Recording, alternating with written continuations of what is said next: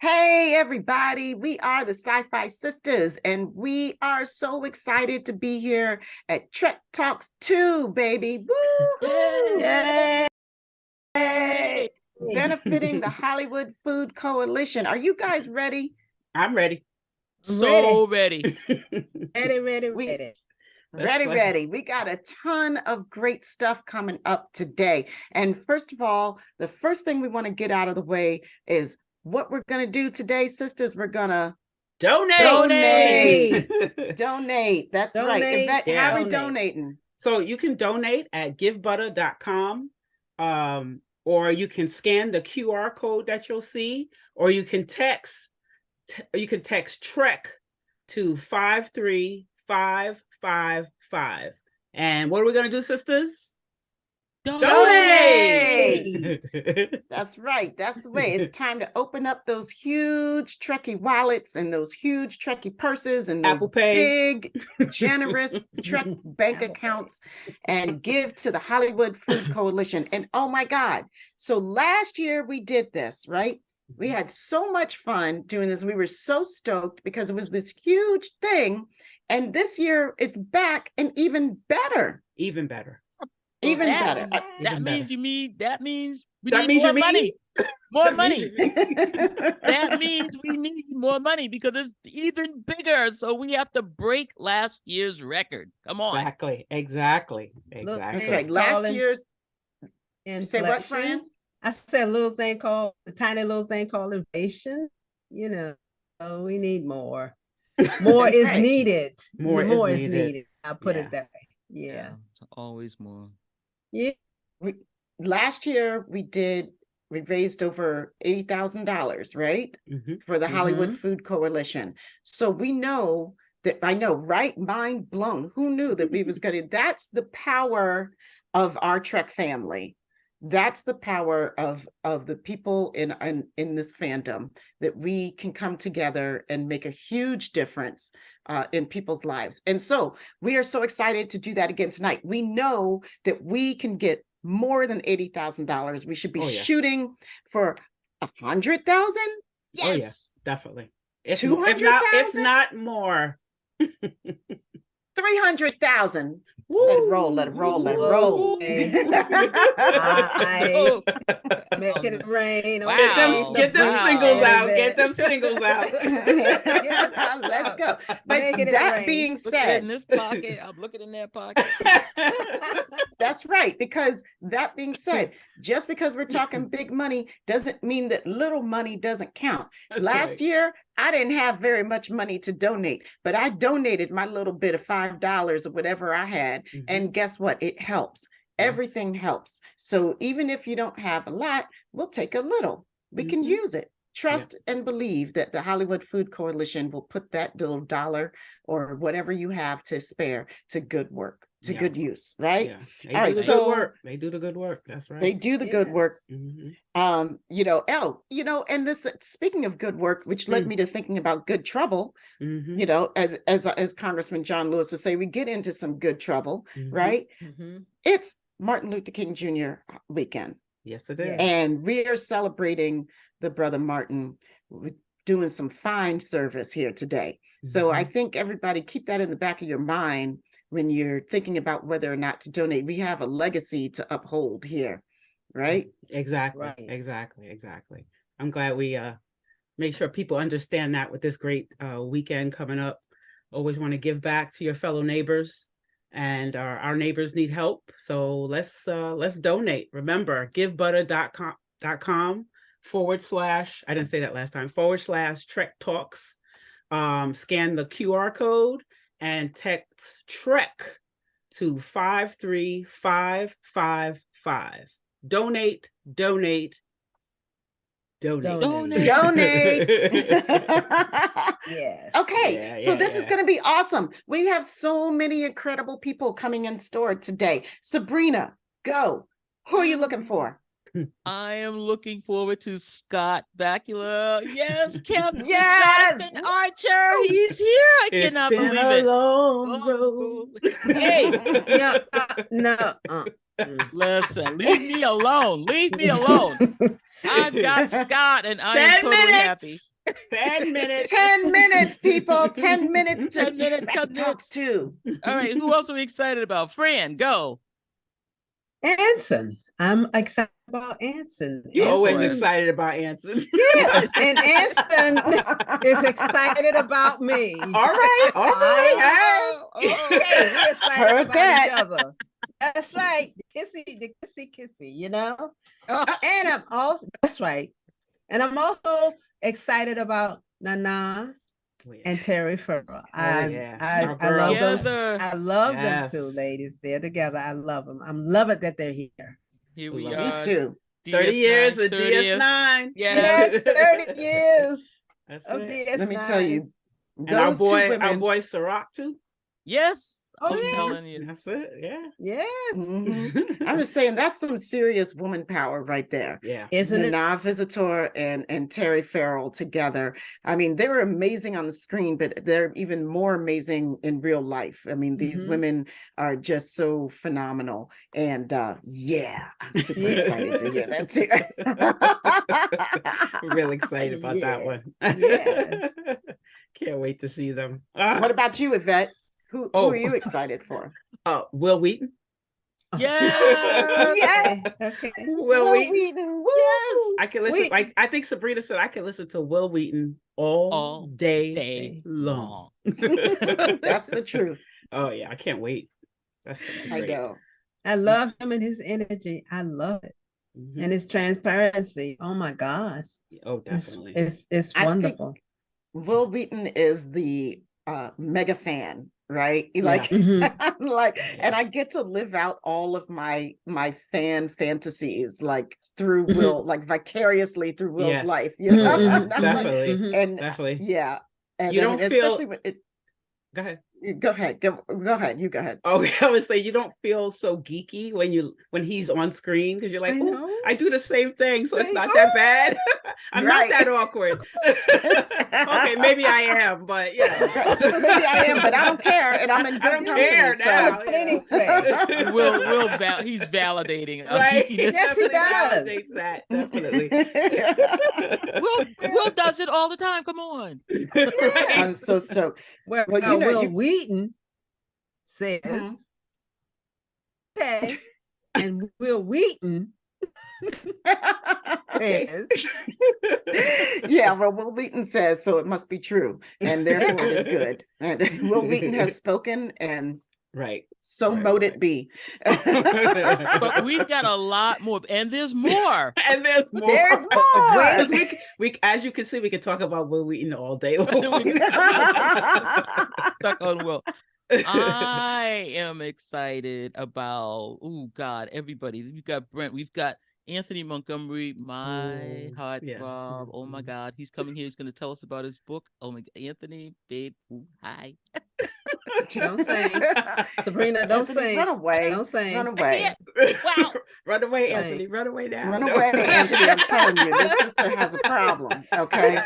I've been protecting you as long as I can, brother, but I'm telling you. I tried to keep it together. You know, and I told JB, I told John Billingsley that I had a crush on him and he was going to tell him, but now I told him too. But it's all out there. So it's out there now. It's out there now. He knows.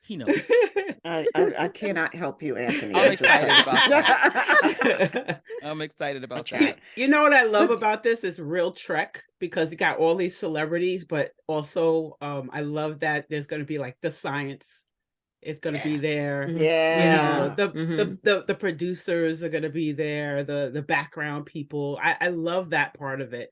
I love that. You know, we're going to see Dr. Aaron's going to be there. Dr. Yes. Noor. And I love it. The heavy hitters are here. The heavy hitters. And I mean, that's going to be a great panel, right? The science fact versus science fiction. Yeah. I mean, that's got Dr. Aaron McDonald, Dr. Muhammad McNor. I said McNor. McNor. Dr. Muhammad Noor. Yes, he actually is a friend of ours. I do know your name. He's a sci-fi brother. And Naren Shakar. I can't wait for that. Wow. I can't wait for that. And Andre Bormanis, so that's going to be 5 minutes. 5 minutes. Panel. Oh my God. Oh my God. 5 minutes to do what, y'all? It's donate. 5 minutes to Trek Talks 2, the official opening of this amazing thing. Okay, so we got 5 minutes. We got a lot more people to cover on here that are going to be a part of this.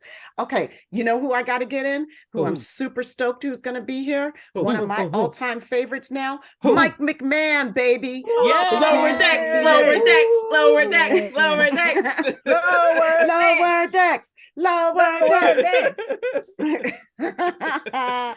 Yes, forever. And yes. It's huge. We have Brandon Braga is going to be here. That's amazing. Come on. Oh my God. We have legends. We have legends in the house, y'all. Yep. The Hagerman brothers. Yes. Dan and Kevin.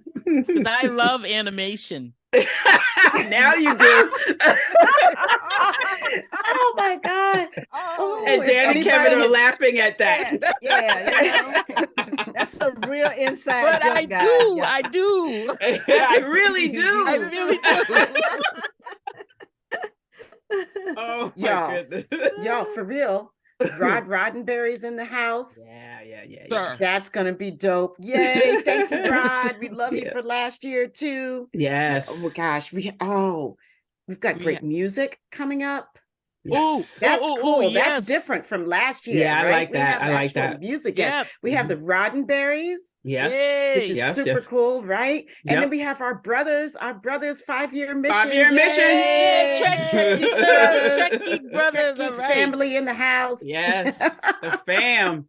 And Bonnie Gordon's gonna be she has a few I guess some of her, I think she's singing too. She's also our host with John Billingsley, and then she's gonna do some musical interludes also. So that should be fun. That should be fun. That's going to be dope. That is going to be And dope. And we let's have not more forget legends. More legends. This is a Mr. chock full of Frakes. legends. Mr. Frakes. Mr. Frakes. Here. Mr. Frakes. Mr. Number Frakes. one himself. Yes. Second after Will Wheaton. When it comes Again. to somebody we can talk about forever. Oh my God. I think we all talk about Frakes like, oh yeah, it's okay. He can do whatever he wants. It's okay. Yeah, It's okay. It's okay. Love him. Love him. You're one of us, Oh, Sir Frakes. And Yes, you you were are. talking about Right. Trektivism. He's on that Oh, yeah. panel. Mm-hmm. I love the Trectivism. I love that comes on.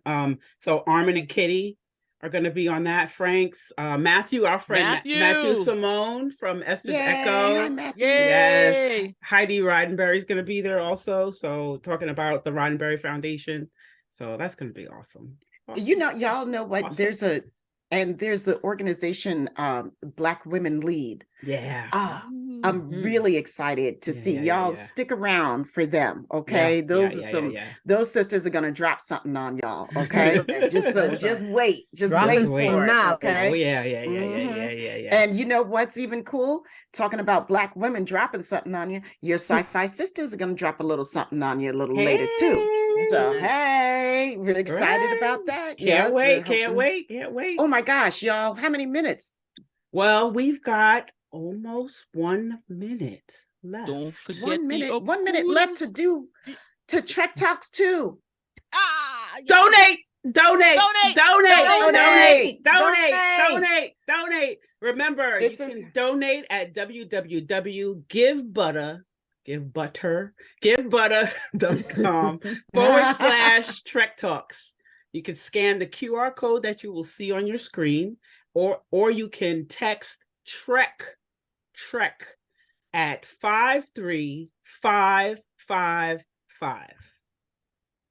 Yo, we are so excited. This is going to be so awesome. And what a perfect way to celebrate Dr. King and his legacy than to do some service for the Hollywood Food Coalition today. We can't wait for you guys to get into this today. It's going to go down. And you know what? Yeah. We almost forgot the Okudas. I forgot to tell you, we had and Doug Drexler. Yes. Oh my God. And it's going to be a great, the visual effects. It's going Dave to be great. Glass. Dan Curry. Dan Curry. Everybody's here. Everybody's here. Yes. Our boy Ciroc Lofton. Hey, guess what? So, get ready for the show. Get ready for the show. Come on, Q. Snap us Bye, in, everybody. baby. Get ready for that Have show. fun. Donate. Is it us? I think so. Are we live? I hope so. Are we live? Oh my God. That's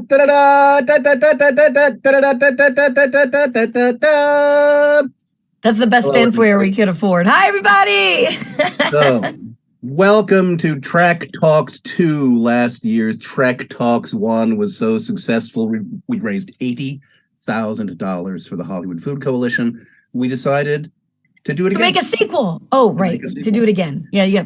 So today, you're going to have all sorts of fun guests to meet, but I want to tell you a little bit about the Hollywood Food Coalition to get us started. And today you'll be seeing some interstitial short films in between live segments that will tell the Hollywood Food Coalition story. Very briefly, we started about 36 years ago providing street services to people in need in Los Angeles based on the importance of a hot, nourishing, multi-course meal every single night of the week. We have not missed a night of service in all those years, and we have, over recent years, added to our program. We now rescue about 2 million pounds of great food, and we share it with about 130 other social service organizations to buttress and augment their meal programs. So, please give generously today to the Hollywood Food Coalition, but also, of course, you have tuned in to meet some amazing Star Trek guests. Who do we have on the show today, Bonnie? We have some incredible guests today, John. We have Scott Bakula. We have Will Wheaton. We have Jonathan Frakes. We have Anson Mount. We have Brent Spiner, John Delancey. Q's a personal favorite of mine. We have Nana Visitor. We have Sirach Lofton, Terry Farrell, Brennan Braga. I mean, you name it, we got it. We have you, John Billingsley. We have me, Bonnie Gordon, and more. We have more. And more. Absolutely. And tons of other amazing folks. Behind the scenes stars, including visual effects supervisor Dan Curry, who signed memorabilia we will be offering up today to some of our lucky donors. And we'll also be featuring musical performances from the frighteningly talented Bonnie Gordon. It's me. 5-Year Mission and the Roddenberries. It's going to be fantastic. What else do you have to tell us, Bonnie? We are also celebrating the life and legacy of Dr. Martin Luther King Jr. this weekend. And so on our show today, a man who spent his entire life in service to the need of others. And we want to ensure that our Trektivism movement recognizes Dr. King's work, to which we are all indebted. And we're thrilled that one of our events today is the Sci-Fi Sisters tribute to Nichelle Nichols and the significance of her life and career.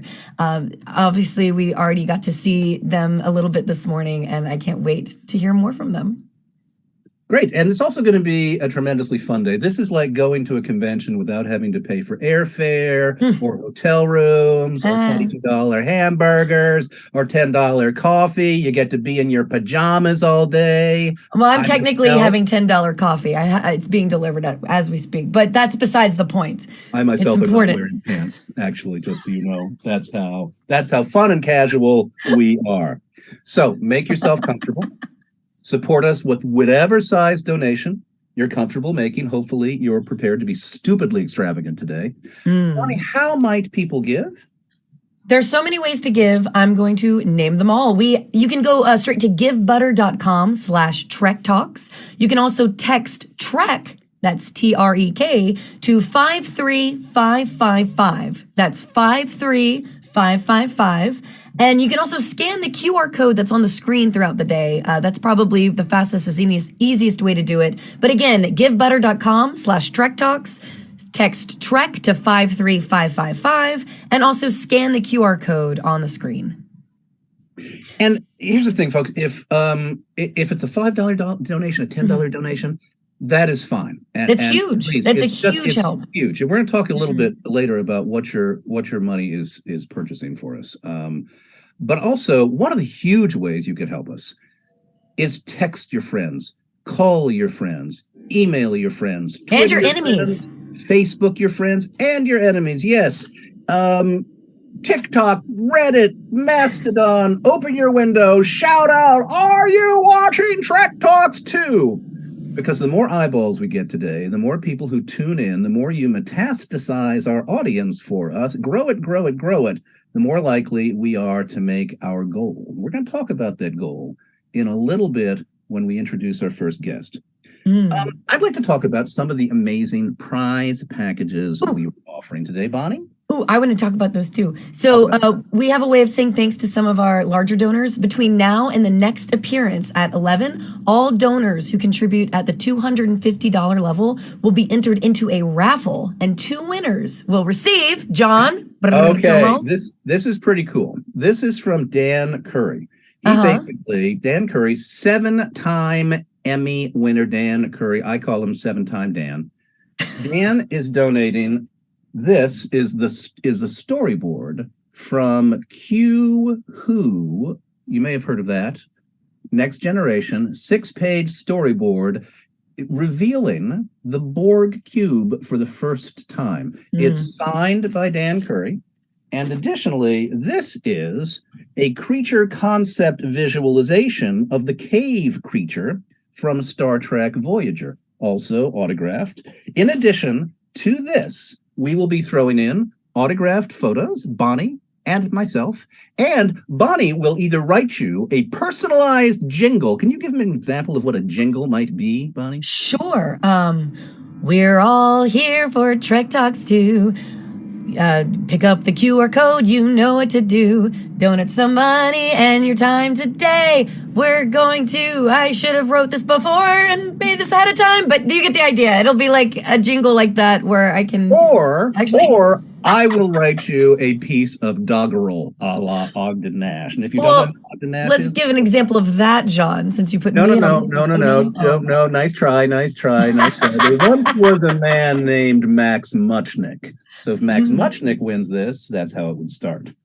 So we are looking to see if you are prepared to donate. Oh, one last thing. And a Hollywood Food Coalition hat.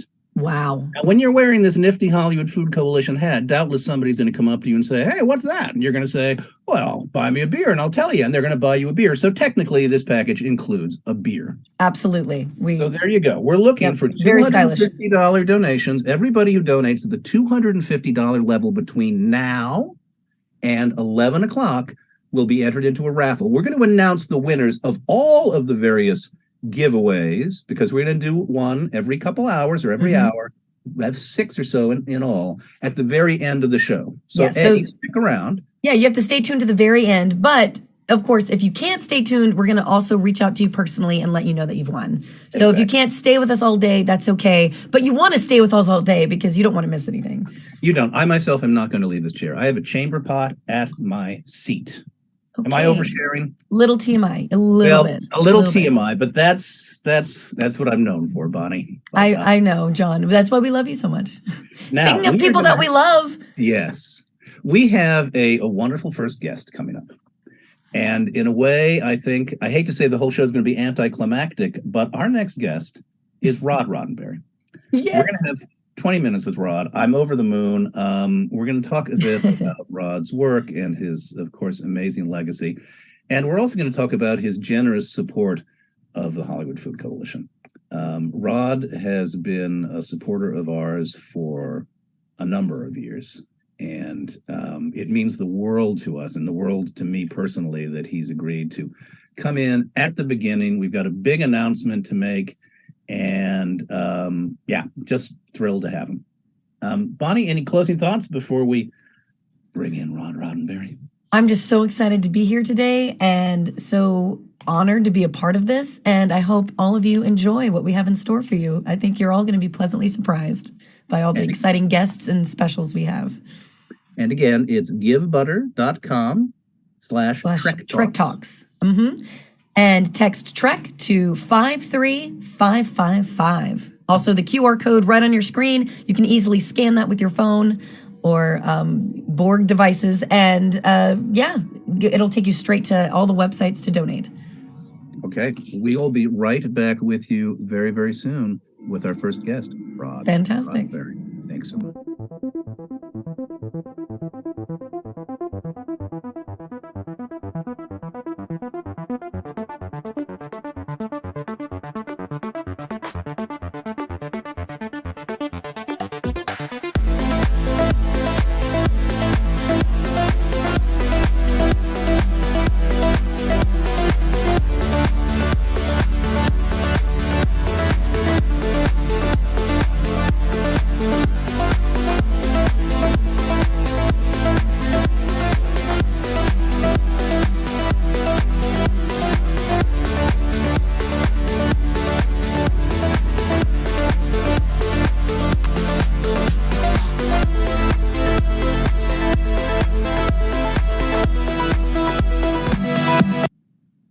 Everyone, we are back and we are absolutely thrilled to have with us today the extraordinary Rod Roddenberry. Thank you very much for that introduction. It goes a bit too far, but thank you. It's great to be here. I've only started with the encomiums, actually. You'll have to bear up under this. Encomiums? Encomiums, yes. Okay. John has a very extensive vocabulary. I just nod and smile. No, he certainly does. I'm going to have to point out each word I don't know, which means we're going to stop a lot. But encomiums. I'm going to lavish you with praise. I'm sure everyone in the audience knows it. I'm going to lavish you with praise. That's what I'm saying. Lavish me with praise. Okay. I encomium everyone. I'm sure I used that incorrectly. I was asked. But it sounds like something from Dune. Encomium? Right? Yeah. Like the encomiums are coming, so we need to get out of here or something. Yes, grab the spice and run is what I'm getting. Exactly. Mm-hmm. Yes. The writer Vladimir Nabokov famously said, once you learn a word, try and use it 5 times a day for like the first week, and then you'll know that word forever. That's why my vocabulary is at a 5th grade level. I was asked, but your heart is beyond at graduate school level. We're a PhD. Thank you for the encomiums. Great encomiums. Thank you, guys. I was asked last year. I was asked recently to say what my highlight was from last year's show. And how could my highlight not have been the moment during the Tractivism panel when Rod so generously donated $30,000 to the Hollywood Food Coalition? He donated $30,000 and said, "Hey guys, let's match it. I'll match up to $30,000." So I'm taking the surprise away today a little bit. But Rod, would you tell us what you are very generously prepared to do for us this year? Well, I believe this year, since last year seemed to be a bit of a success, I enjoyed the challenge. There's enough people on here, and there's enough generous people on here. I see that we're at the 6,200 mark. I would like to do something similar, but I think we've raised the stakes this year just a bit to a slightly higher number, since people seem to do it fairly easily last year. Let's do 50,000 this year. If you guys can bring in 50, we will match that 50. Or let me just say up to 50. You guys should bring in more than that because it's an incredible cause. And I just want to say something on that. Those of you probably know John here. There's a difference between what John does, obviously, what I do, and maybe what other celebrities do as well. There are those out there who are willing to lend their name, perhaps make a donation, but they sort of, and I'm including myself in this, sit on the sidelines a little bit in terms of involvement. John and Bonnie, they're there constantly working at Hollywood Food Coalition. They're there getting their hands dirty. They're there making decisions. They're not like celebrities saying, yeah, I'm a celebrity, you can use my name. They're really doing it. So this is why I'm involved. This is why I think this is an incredible organization, because I know your passion, John and Bonnie. I know how dedicated you guys are to this. And you're not just sort of doing it passively, like, okay, we're just going to help some people. You're trying to figure out new ways and better ways to solve or help the situation. And you're working with other organizations out there. You're not saying we're the best, do it our way. You're looking at the other organizations and saying, okay, they're doing this section of it. Can we help them? Do we have something that complements, et cetera, et cetera? Maybe it's redundant and maybe we can talk about that. You guys are really seriously committed to the issue and trying to really make change instead of just passively saying, yeah, here's some money or I'll lend you a couple hours. So, I mean, this is why I support you guys. It's incredible. Yeah, thank you. I have to say that Rod very generously came and visited our campus. We showed the food rescue and collection side of our campus. We showed the wellness side of our campus. We showed the dinner side of our campus. We spent a lovely time with Rod having dinner cooked by our chef. We are so thrilled that we were able to bring Will on, our new chef, who has come from high-end restaurants and told us this wonderful story. It was delicious. You want to tell this story, Rod? I just found it very touching. What the journey was, if you remember. His story exactly. I mean, he did come over to our table and he did share it, so I'll recall it the best I can. But something along the lines of him being, forgive me if he was a Michelin chef, but he's a top chef of some sort. And he basically said he was sort of sick of the hustle and bustle and being yelled at in the kitchen. We've all seen the TV shows where, you know, the head chef is yelling at everyone else. And really, I think, has a passion for cooking, has a passion for food, but really wanted to do something, I think, that contributed to others. I mean, he wanted to be fulfilled and not just make money by being yelled at all day. And so when he found you guys, however he found you guys or you found him, it seemed to be a perfect fit. And he now gets to do what he wants to. He gets to prepare meals and be creative, not be yelled at, and actually contribute to making the world a better place. So that was what I got from his brief introduction. And he's making some amazing food. It's really one of the things that we really aim to do is make sure that we're providing our guests with top flight food and always giving them a choice. Yes. And really, vegan or carnivorian options. He's just doing an amazing job. And jumping off of that, you know, it's not always just about giving back, you know, and he's he's feeding people, but it's more about feeding spirits and feeding souls, and making sure everyone feels like they know that they're cared for and that someone actually cares. And yes, John, the Hollywood Food Coalition, what an amazing cause to make sure that, the basic things for people that they need is shelter and food. And the fact that you all go so far out of your way to make sure people are fed that need it is just really special. So I'm just jumping off of that, and I don't mean to take over Rod's time a little bit, but I did. It is very special. And I would love, Rod, Bonnie, please jump in. Of course. An extraordinary time for Star Trek. Oh my gosh. Like 5 new shows of 50 plus years of Star Trek. People are now able to catch up on online and streaming and everywhere. And we've got the second half of season 1 of Prodigy that a certain someone's involved in here. Which is freaking phenomenal. Oh, Prodigy. I mean, I wasn't going to ask, but what's your favorite Star Trek show and why is it Prodigy? But but no, I've said that, and it's not necessarily a lie. I know it's my favorite right now. Wonderful show. But I mean, and I'm sure you get asked this a lot, but what is? It's a lot to process, and just taking over, the Roddenberry legacy. How do you sleep at night? What swirls through your head on a daily basis? There's so much happening right now in Star Trek, and there's so much Star Trek, new Trek coming out.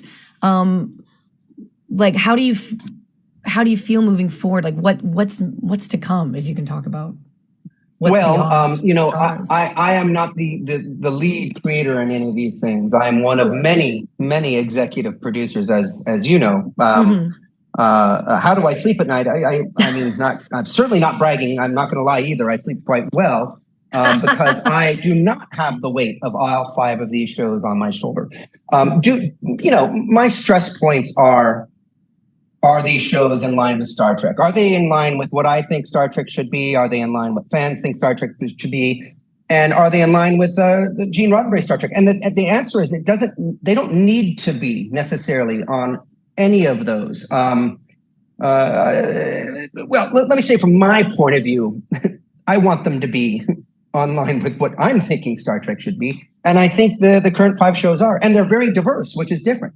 Sure, I think there's some that go a bit darker. Some are comedic, obviously the animated.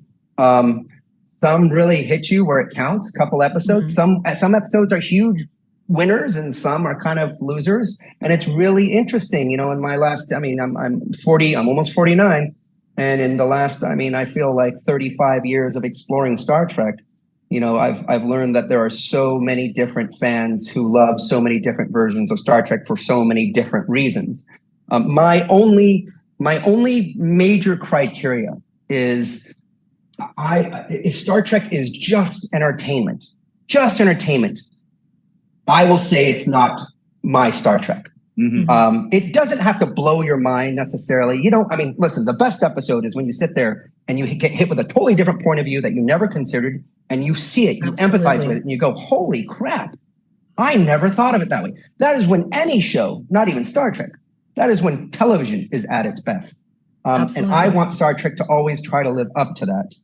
I'm not saying it shouldn't have comedy. I'm not saying it shouldn't have action. I'm not saying it shouldn't, but in a mixture of all that, it should get you at the last part of the episode to go, you know what? I never thought of it that way, or that's something to think about, or, just something to get you thinking. Anyhow, sorry, my rambling. Do you have this is great. And I know it's what folks really want us to talk about. Do you have other things that you would kind of consider to be sort of red lines or core values that you want to see represented? And what is the process like for you in terms of raising your hand to say, wait, have you had to?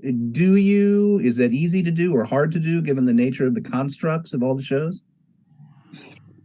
It's easy and it's hard. It's easy in the sense that we have a seat at the table. We've got an open dialogue. We have regular calls with not all, but most of the creatives and executives with each show. So if something comes along that we feel is somehow a question, not Star Trek, or at least want to understand what their intention is. Because when you read a script, like you read anything, something could happen and a character could act completely out of character. you need to read the rest of the script because you might realize there's some whatever sci-fi thing going on that caused that character to be different. So I find alien it very possession. Typical right. Tuesday. So as I write notes, I tend to write notes, and I'm like, oh, that's very uncharacter-like for this guy. And of course, later on, I'll find out there's a reason for it, so I have to scratch out that note. But we've got a seat at the table. We have regular calls. It's easy to share our concerns. I would say it's hard for everyone because this is a democracy in terms of its creative process here, and there are a lot of voices and a lot of ideas. Luckily, I can give Alex and Michelle Paradise, and I'm forgetting every single other showrunner and creator. They do get Star Trek. To give anyone credit, Alex has put an incredible team together, and people who really care about Star Trek know about Star Trek and are thinking about the things that I just said. They're thinking about, is this Star Trek? Is this just entertainment, or is this something that I can get people to consider different points of view? And luckily, that makes my life a lot easier, and I can sleep better because, again, not every episode's a winner, but in general, even if you don't like a particular series that's on right now, it still has elements of Star Trek, and there's another series or a couple for you to enjoy. Do you have, I won't say veto rights, but I'm sure over the years, so many people have doubtless pitched different iterations of Star Trek. What if it's this? What if it's that? What if it's this? What if it's that? How does that process work so far as you're concerned? And what are some of, if you can talk about it, what are some of the more outlandish notions that you decided, I don't think so? Outlandish. Oh, I'm not sure I can. Yeah, I'm not sure I can answer the second part. I've got one insider. Old fat flux, and I'll pitch that to you later on. But okay, that might be one that I can sink my teeth into. There have been some Star Trek concepts that have been out and are floating around that I cock my head at, and I'm like, I'm not a big fan of Section 31. Or section, what is it? 50? What is section, whatever it is? Section 31. You were right. Okay. Section 31. Yeah. Anyhow, I love the idealized version of the future. I love Star Trek: The Next Generation because it shows who we could be if we work together one day. I love that there is a captain, arguably, I don't want to say arguably, but a leader, but he has put people in their position because he understands and respects their knowledge and respects who they are. And what this leader does is gets information from each one of his crew members and then makes an informed decision based on information. That makes perfect sense. I feel like that's the only way we as a society can move forward, is for us to put our egos down, even if we're leaders. You don't necessarily need to lead with an iron fist. Mm-hmm. You get this input. Hopefully you're intelligent enough because you're captain or the leader, and you make an informed decision that's in the general best interest of the situation. And I just think, for me, that is like my idealized version of our future. And I truly believe in Star Trek in giving us sort of that roadmap. In terms of your personal journey, as you grew into an appreciation of your dad's work and Majel's work, I'm curious, did you always find yourself sort of foursquare behind both the shows and the concepts of the shows, or was that a journey of discovery for you? We all have our rebellious teen years and et cetera, et cetera, et cetera. Yeah, no. I'm not sure this fully answers the question, but of course, as a young kid, I was the rebellious kid and didn't want anything to do with my father or Star Trek. But are you the ones like, I'm going to watch Star Wars and slam the door? Funny enough, when I was 3 years old or whatever, when it came out in the theaters, I loved it in the theaters. And of course, when the motion picture came out, I thought it was terrible because I was whatever it was, 3, 4, 5, or 6. And it just was way over my head, not my kind of sci-fi at the time. But I've told the story so many times. After my father passed away, I became very proud of Star Trek because I started to hear and listen. I started to listen and then hear stories about how Star Trek had inspired people, and was kind of blown away because my understanding of television up to that point was Adam 12 and Knight Rider and Starsky and Hutch, and there was very little depth. There wasn't anything that made you think. And when I heard that people would write into my father expressing how their lives were changed, whether it was, and I don't mean to minimize anything, but whether it was just not having hope for the future and gaining hope for the future, to being in some sort of horrific abusive relationship and getting out of that, and then from that being able to grow with this optimism and positive look towards humanity. Those are incredible stories, and I am so proud to be a part of that now. My biggest problem is I do get a little myopic and too narrow-minded when I think of what Star Trek should be. So that I'm trying to call it Roddenberry Star Trek, because there is a wide berth of Star Trek, and I have this personal notion of what this idealized Star Trek is for me, and that is my North Star, and luckily I've got all this range to play in if I need to. I think Star Trek means so much to so many people in different ways, like you were saying earlier. Mm-hmm. So I feel like it's not just about how each individual interprets it, but the ultimate core values of Star Trek is what makes it so special. And everyone can interpret that in their own way. But again, it's why it's so amazing to see all the work that, the Roddenberry Foundation does, and people like John with the Hollywood Food Coalition. It all is trying to help make a better future and working together. Yeah. And that's all what really Star Trek is all about, and what we can be. For those of you who are listening, I just want to make sure you all know Heidi Roddenberry is going to be appearing later on the Trek Division panel, and Rod asked us to talk about the foundation with Heidi, which is the reason we're not bringing it up here.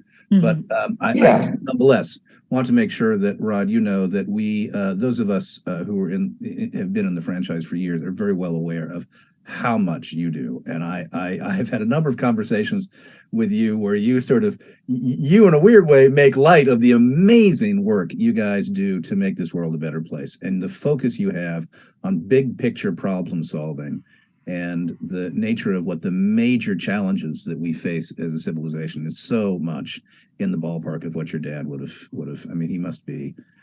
I'm not a believing man, but if there's a heaven, your dad's looking down on you with. Yeah, unfortunately, I'm not either. But whether he is or he isn't, I think you could say if he were here today, I don't think he would be upset with what I'm doing. He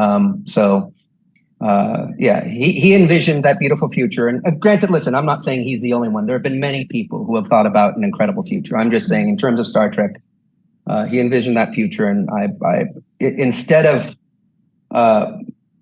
trying to take it on and create my own Star Trek, I really wanted to figure out if there's more of a modern, current way to get my hands involved and get in there and see if we could find the individuals who are making that future a reality. And that's Heidi will talk about that more later this afternoon. She is the president of our foundation, and I've got to give her and of course Lior Ip, Jessica Beebe, and Meg Bousset incredible credit for the programs that they've been developing and running for us. We couldn't do it without them.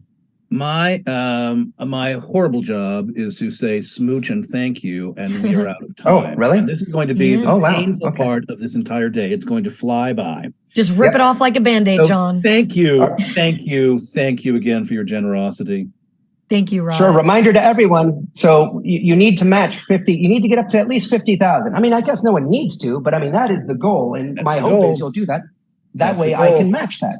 And look, it's happening. $7,000 coming in. Remember, givebutter.com, Trek Talks 53555. Text or scan the QR on the screen. And we're going to go now to the first Hollywood Food Coalition video. You'll meet Anali Ray, our new executive director, and some hack actor who stumbled into my backyard one day.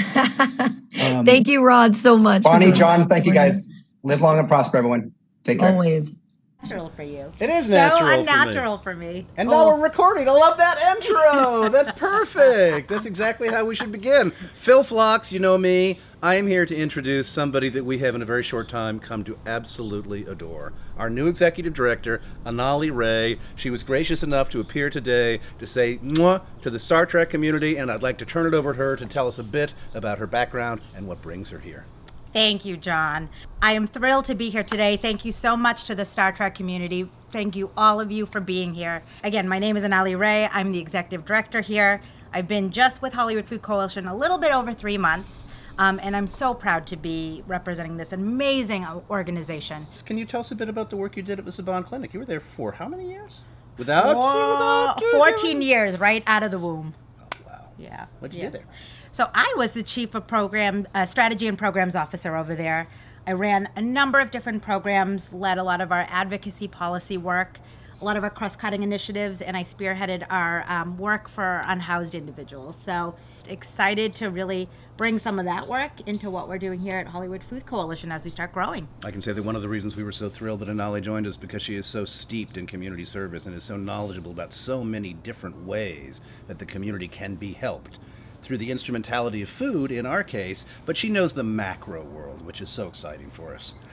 Folks, we are, again, over the moon that you're here to join us. Star Trek community, fans, friends, celebrities. The one thing that has always defined the Star Trek ethos is we believe in the possibility of a world in which we all come together, put aside our doctrinaire differences, and make a difference for the betterment of humanity. That's what unites us and you. No. Us. And you. Thank you. Thank God you're here. So, without any further ado, the Hollywood Food Coalition! No, I can't do it. I can't do it. I'll do it for both of us. Okay, thank you. This is Denobulan for yay. Welcome to the Hollywood Food Coalition. Our longest standing program is our community dinner program, which is located right here in Hollywood, 7 days a week, 365 days a year. The team prepares a 5-course restaurant-style meal from rescued food through our community exchange. At the dinner, we strive to create a welcoming and dignified experience that allows us to build trusting relationships with all of our guests. To be able to plan a menu as a chef, to be able to provide nutritional meals as a chef for our guests, the idea of hospitality really does excite me. On average, we serve about 200 to 250 free nutritious meals each night to our unhoused and low-income Angelinos, with absolutely no barriers. Leveraging this trust, our community wellness program identifies barriers to meeting their additional health and housing needs. We collaborate with other local nonprofits to more effectively provide services such as housing navigation, physical, mental health care, and other essential services. We partner with UCLA so that people who are not comfortable going to the hospital can come in and get regular medical care. We have the UCLA Vision Clinic, we have showers, we have haircuts. We try and do all the things that people might need to have access to and make it easy for them to have access in one location. Our Community Exchange is one of our newest programs. It was launched in May of 2020 in response to circumstances brought on by the COVID-19 pandemic. There were businesses who wanted to help by contributing their excess food that would otherwise go to waste. And there were also a growing number of nonprofits who struggled to access nutritious foods for their communities. Leveraging technology, we developed a concierge service that allows nonprofits to customize the quantity and type of food they want to receive. We are able to bring in larger donors like farms, distributors, and grocery stores to greatly improve the quantity and quality of food that we are able to rescue and provide to our dinner program and provide to our neighboring community organizations that are feeding those in need. To date, we have served over 130 small and medium-sized nonprofits who would have otherwise been unable to collect from traditional food banks. Some of the temporary shelters that we serve only have like a little hot plate, so they love the fresh romaine, the cucumbers, the squash, all of these fresh tomatoes and things you can eat, just really fresh salads. They absolutely love getting all of the fresh stuff. There's so many stories about why people fall out of housing or fall out of employment. But at the end of the day, everybody is a human being. At the end of the day, if no one has spoken to you nicely, if no one is treated like a human being, you get to come here, and everybody who comes here respects you as a human being, talks to you, engages with you, gets to know your name, and helps you connect again with being a person of value. I have the honor of hosting this science panel. Let me welcome Dr. Erin McDonald, Dr. Mohammed Noor, Andre Bormanis, Naren Shankar, and do we call you Dr. Bob Picardo? Actor Bob Picardo? We got Bob Picardo with us, crashing the party. Hey, everybody. Thank you for being here. Thank you. Thanks for having us. Thank you. Thank you. Of course. Let me start with this because we've only got 20 minutes and a lot of ground to cover. So this is for Erin, Mohammed, Andre, and Naren. Go back in time for me, each of you. What was your Star Trek entry point? And did the show turn you onto science, or did it stoke a flame that was already lit? You want to go first, Erin? Ladies first. Sure. All right.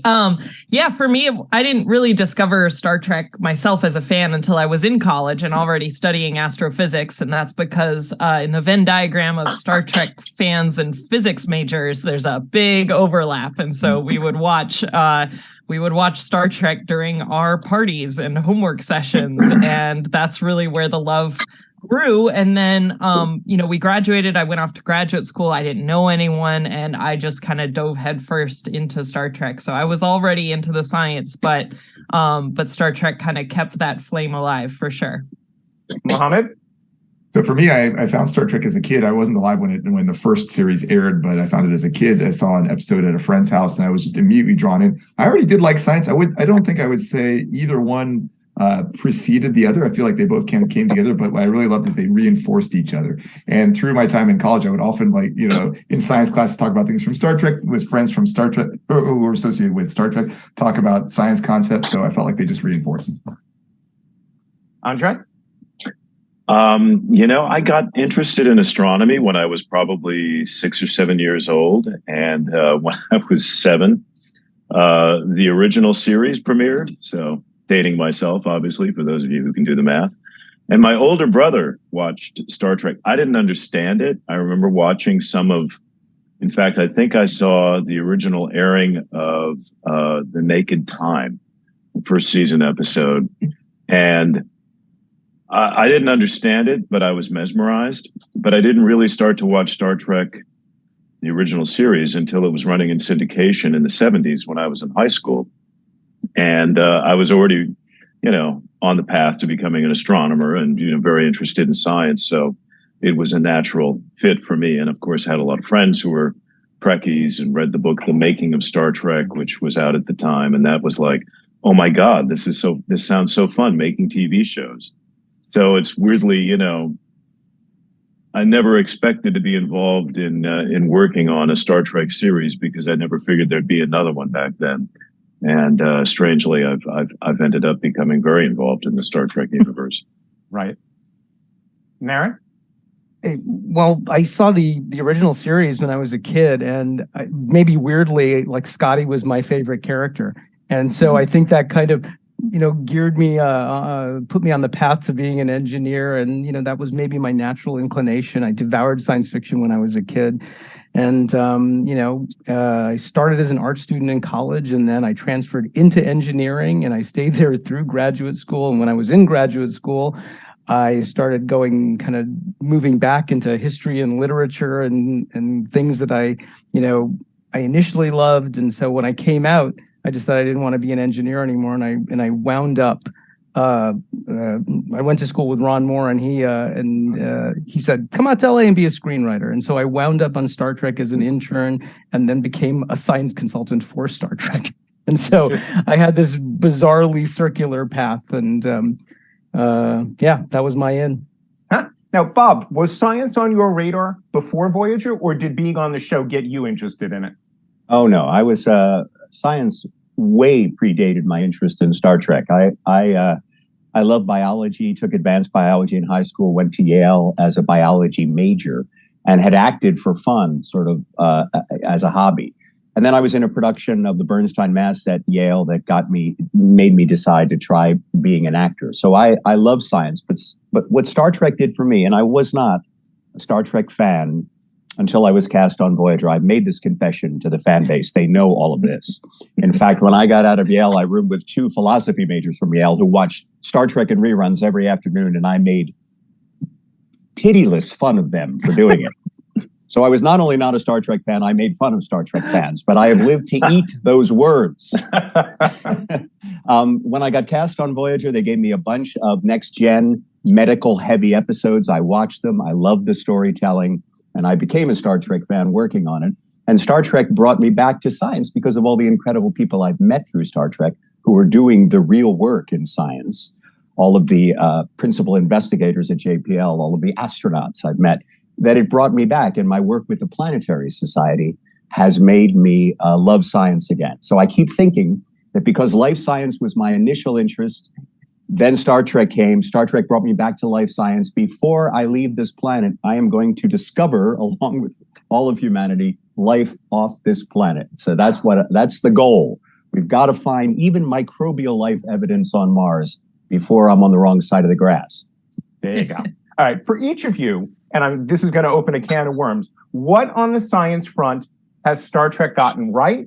And what is, to this point, so far light years removed from the slightest possibility of ever being real? I'll jump in on this one because I personally, my PhD was in general relativity and gravitational astrophysics. So for me, warp drive being mathematically possible is awesome. and the fact that we are now directly detecting gravitational waves, which is the actual motion of space-time itself, the next step for humanity is to then learn how to manipulate it. And we're still a ways off from that because we're going to require a ton of energy to be able to do that. But just the fact that warp drive is mathematically possible gets me pretty excited. Yeah. Somebody else want to jump in on that? I'll say for the genetic side, Star Trek, generally speaking, especially when you're thinking about simple genetics terms like dominance, recessivity, use of DNA for figuring out ancestry, it tends to do pretty well. It tends to be pretty accurate, and it seems to track the knowledge of the time. So as you get to modern series like Star Trek Discovery, they talk about epigenetics. There's mitochondrial DNA, horizontal gene transfer, and they use all the terms correctly. On the other side, I'd probably have to say threshold and evolving into a salamander. I know. Is that anti-science or anti? No, that's everything else. We had a lot to see. You're right. We had a lot of arguments about that on Next Generation. By the way, we had a lot of arguments about that, but I was not on board. That was a Brandon Braga fever dream, which it was indeed an entertaining episode in its own strange way. But yeah, Warp 10 and evolution. Yikes. But okay. I think we kind of made up for it with symbiogenesis in Voyager, which Bob Picardo was an important part of that episode. That was a lot of fun. Tuvix.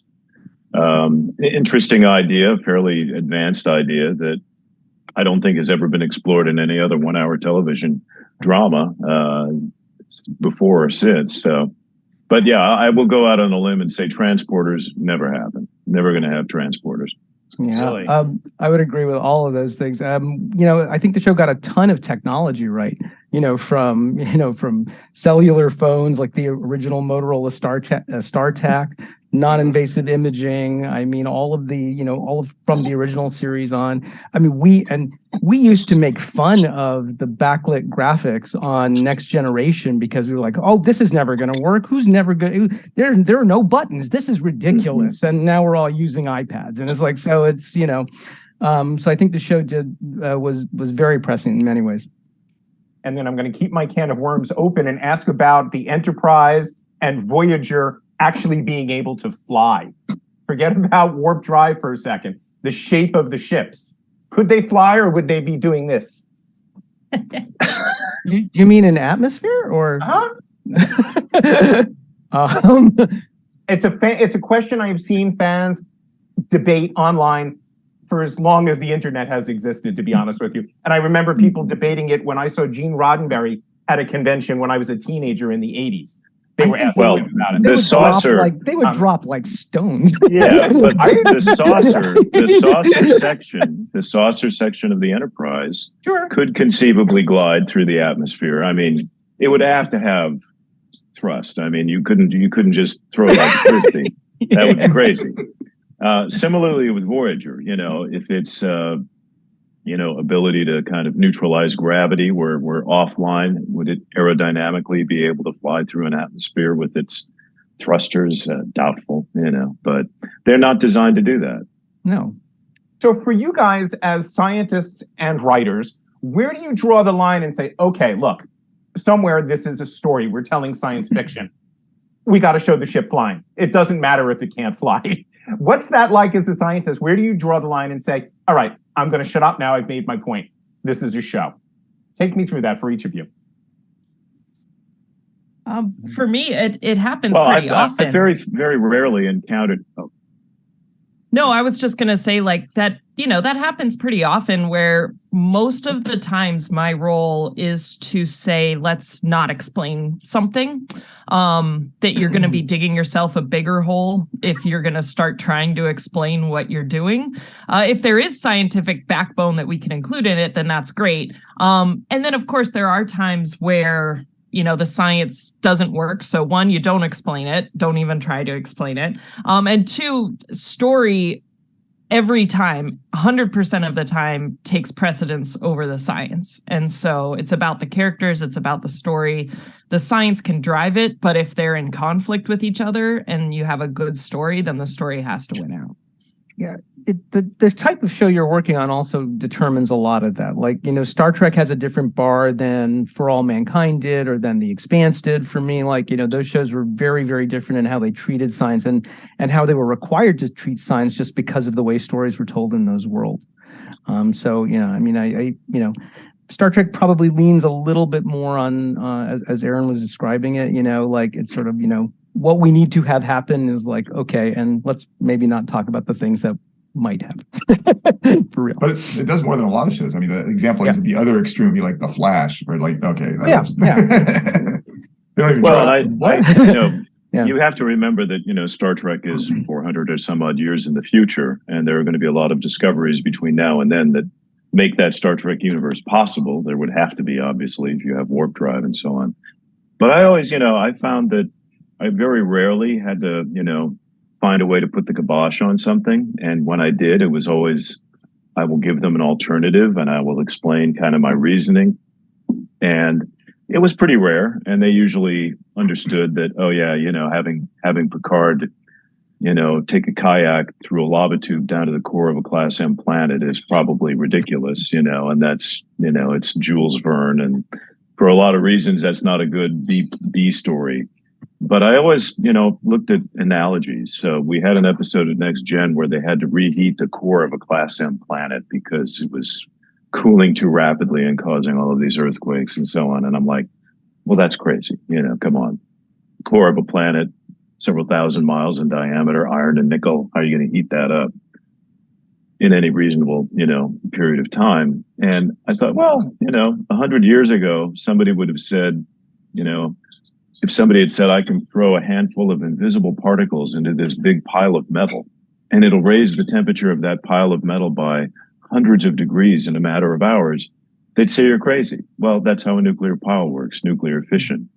So we have these fictional particles in our phaser banks called nadions, which I think was a Mike Okuda, Rick Sternbach sort of a term. So I said, okay, for the purposes of this episode, the nadions have the property that if you blast them into the core of a Class M planet, there are elements within the core of that planet that will fission, and a la a nuclear chain reaction, it will propagate, and voila, in a day or two, you'll warm up the core of the planet sufficiently to stop the earthquakes. All right. And Bob, you have loads and loads of medical speak and technobabble. Did you have to understand any of it to deliver your lines, or did that not matter? I asked a lot of questions. Early on, my first big question was, how does a hologram handle real instruments? How is this projection of light, handling real objects in sickbay? And of course, they gave me some gobbledygook about how it's transporter theory, the magnetic containment field that creates the illusion of everything had the word reconfigure or modulated in it. So I got the first. My two favorite words. The baloney. That was the baloney explanation of how I could handle real objects. Later on, when I found out that the doctor had a child on a planet in one episode, I did ask Brandon Braga why you would make an emergency medical hologram anatomically correct. What kind of emergency medical procedures are you envisioning? That seemed odd to me but I guess that was, because the doctor, being a full-fledged individual, he had hobbies as well. He didn't have to sing opera. Apparently, he was anatomically correct if the right opportunity presented itself. So there were all sorts of questions I asked that were not really good answers. But the great thing about those long speeches of technobabble I had is that they followed the laws of the language of scientific reasoning.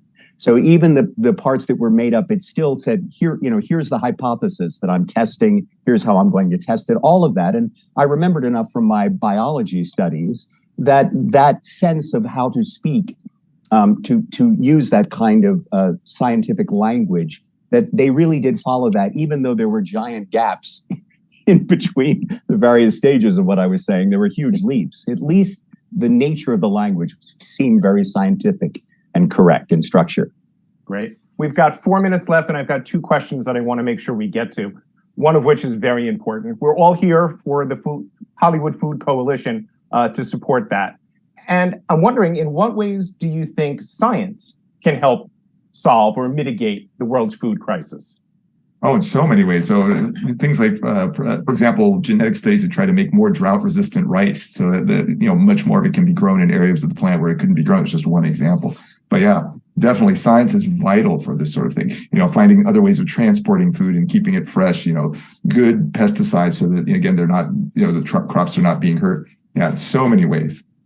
Everybody else want to jump in on there? Oh, plant-based foods, engineered meats. I mean, these are the things that are, these are the things that are going to be sustainable, because the current state of agriculture in this planet is not sustainable in any sense. Yeah, I grew up in Arizona, and it's long past time to rethink whether it's a good idea to grow alfalfa in Arizona to feed cattle in Saudi Arabia. It's not so much a science question as it is a policy question, and that's got to be a part of the solution as well. Absolutely. Anybody else want to jump in on that? Or I'll ask the last question. Okay. So if other scientists want to get involved as consultants for science fiction shows or movies, how can they make that happen? How can they follow in your footsteps?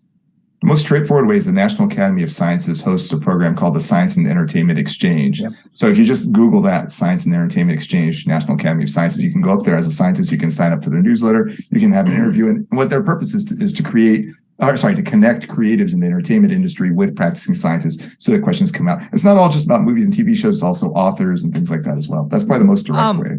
Yeah, there's another way as well that I found was great at building my experience back when I got started. And there's a website called Coverfly that hosts screenplays for people to submit to competitions and things like that.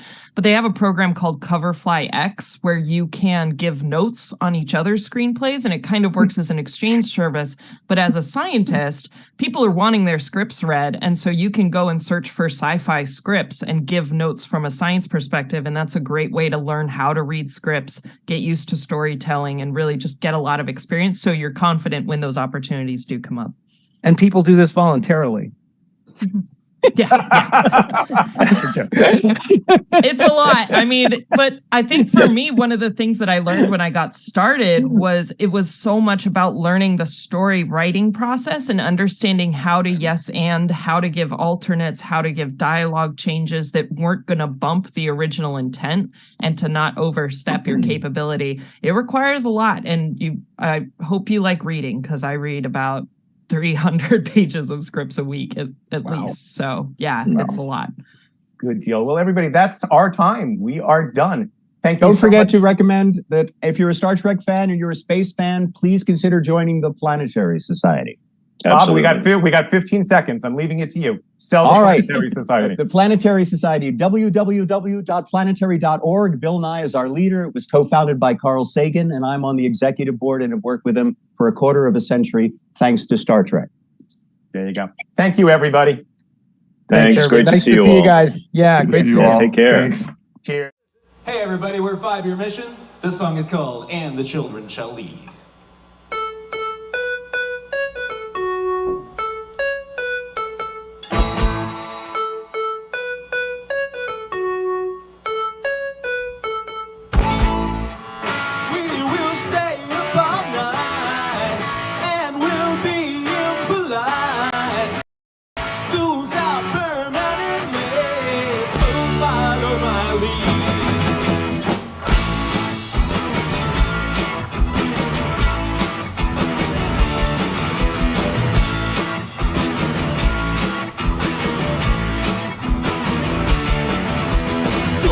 And you can be our friend. On you this all depends. And if the tongue will treat you as our enemy, so join us so you can be our foe. maybe you should know that if you don't surrender, you will meet your end. Hail, hail, fire and snow, far away we'll go. Together we'll dispel you to hell, with the hail. My creepy angel, we will stay up all night, and we'll be impolite. School's out permanently, so pass the ice cream. No one will tell us where to sleep, how to act or when to speak, what to eat or not to scream, because we want more ice cream. And if resistance we should meet, we will call upon the beast. It's consuming all of you with fear of everything. Hail, hail, fire and snow, far away we'll go. Together we'll dispel you to hell, with a hail. My creepy angel, we will stay up all night, and we'll be impolite. School's out permanently, so pass the ice cream. Hey!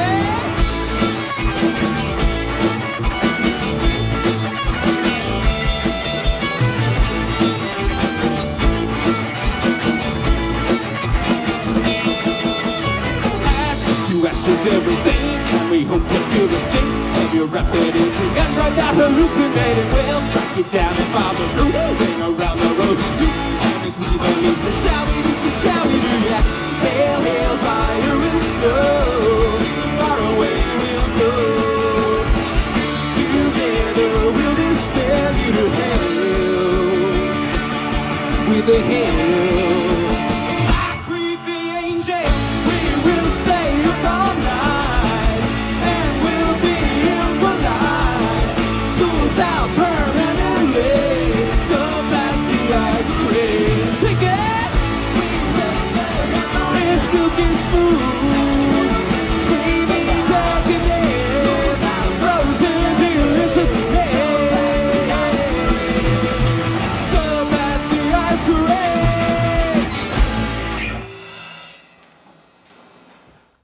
Hey everybody, Fart here from 5-Year Mission. You may know me better as Fart from 5-Year Mission.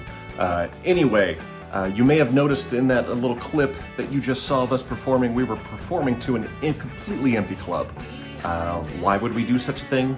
For a good cause. The Hollywood Food Coalition, they have been serving meals to the unhoused of the Los Angeles area for many years. They have not actually missed a meal serving since 1987. That is all the time. So please give today, and I'm sure you're going to please a lot of people. Go give. Now, that's why you're watching this whole thing to begin with. Hello, everyone, and we are back. Oh my goodness, I can't believe we've only been at this for a little over an hour, and we are already so close to $8,000. A number of people have donated at the $200 50 level. So we held our drawing to pick 2 winners. We're going to be announcing who won the last segment prize packages at the end of the show. So make sure to stay tuned. If you can't stay tuned, we will be contacting you personally. So don't worry about that. And here we go again. Between now and noon Pacific time, I know everyone's watching from all over. Between now and noon, basically this next hour, we're doing another giveaway at the $250 level. And so John, if you want to give us a little bit about that, what's going to be in that package? I will indeed. And remember, you can donate at givebutter.com. Oh, that's true. Talks. Text track 53555 or scan the QR code on the screen. I just got so excited about prizes. I forgot to tell people how. The script. And also, please remember, especially as people donate throughout the day, one of the things that's really going to help us is if you haven't done this yet, call your friends. Twitter and your enemies, text and your enemies.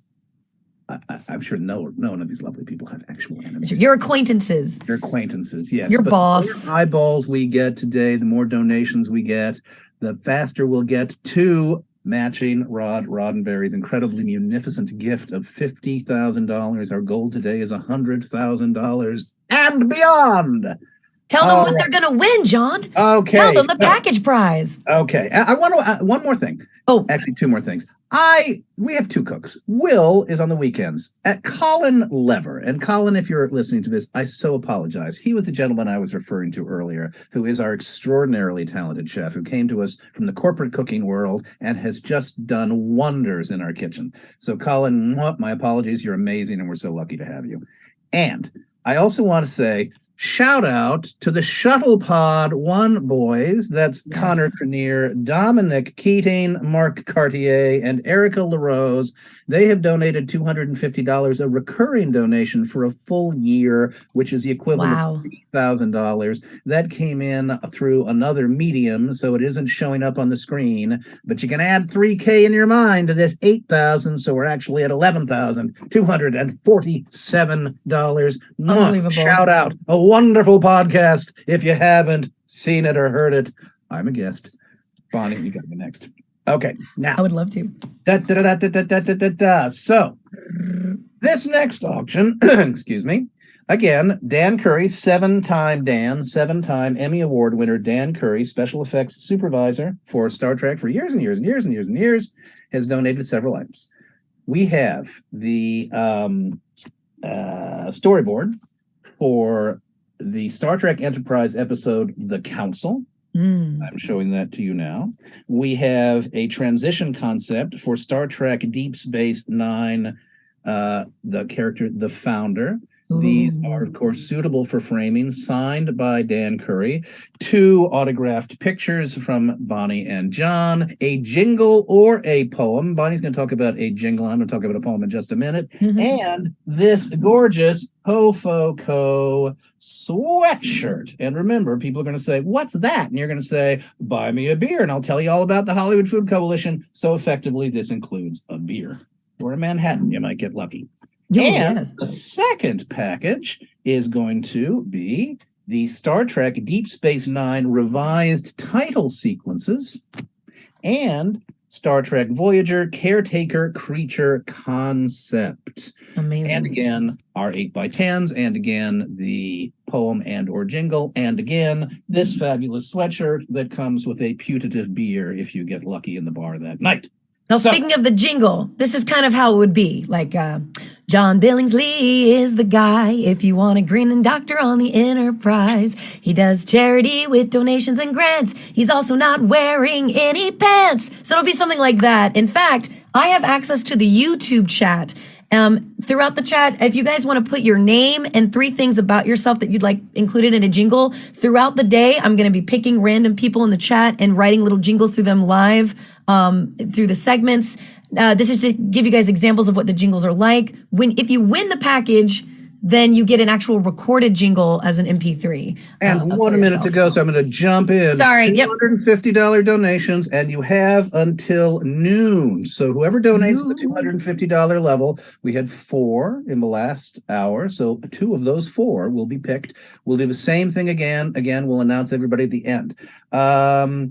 Let's see. I just want to very quickly say, if you are donating $20, it means the world to us. Basically, what that is purchasing is 6 amazing meals. 6 amazing meals. Because we do a lot of donated food, almost $3 million of donated food a year, it allows us to make a meal for a lot less money than you would obviously pay in a restaurant. You've just bought, for instance, if you donate $100, a month of meals for somebody. 30 meals. Imagine dropping a $100 bill and getting a month's worth of dinner. It's the other Bonnie making a special appearance. Oh, hi, Bonnie.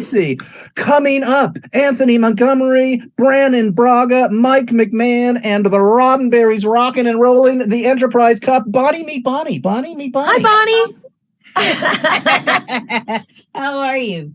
Good. You're live. All right, everybody, we're gonna head out to the next segment, but keep those donations coming in. Mwah. Hi, everyone. This is Sabrina Wood from the Sci-Fi Sisters, and I have got a slam bang interview coming up for you right now. 2 of my favorite people in Star Trek and in the world are here today. I have John Billingsley and Anthony Montgomery of my favorite Star Trek, Enterprise. Yeah, baby. How are you guys? Great. Thank you. Great. I am so excited to have this little interview because there's so much stuff I want to talk about. You two, why I say you're two of my favorite people is that you do so much outside of Trek, and we love you in Trek, but both of you have, so many talents and such God-given grace that it is wonderful to talk to you about other things. Now, Anthony, I'm going to jump in only because I know we only have 20 minutes, and I really want to make sure that you have an opportunity to tell us a bit about the book you are working on. And you've told me a lot over the years about your life story.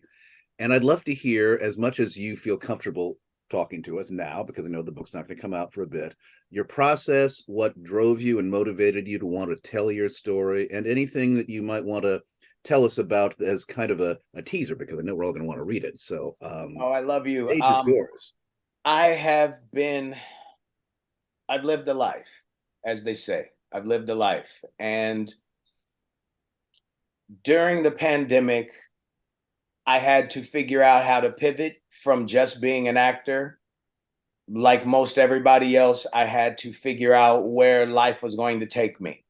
And I had started the process of writing my memoir, even though I've gotten so much flack from people. You're too young to have a memoir. What can you possibly talk about? And I love you, Sabrina. You know Travis.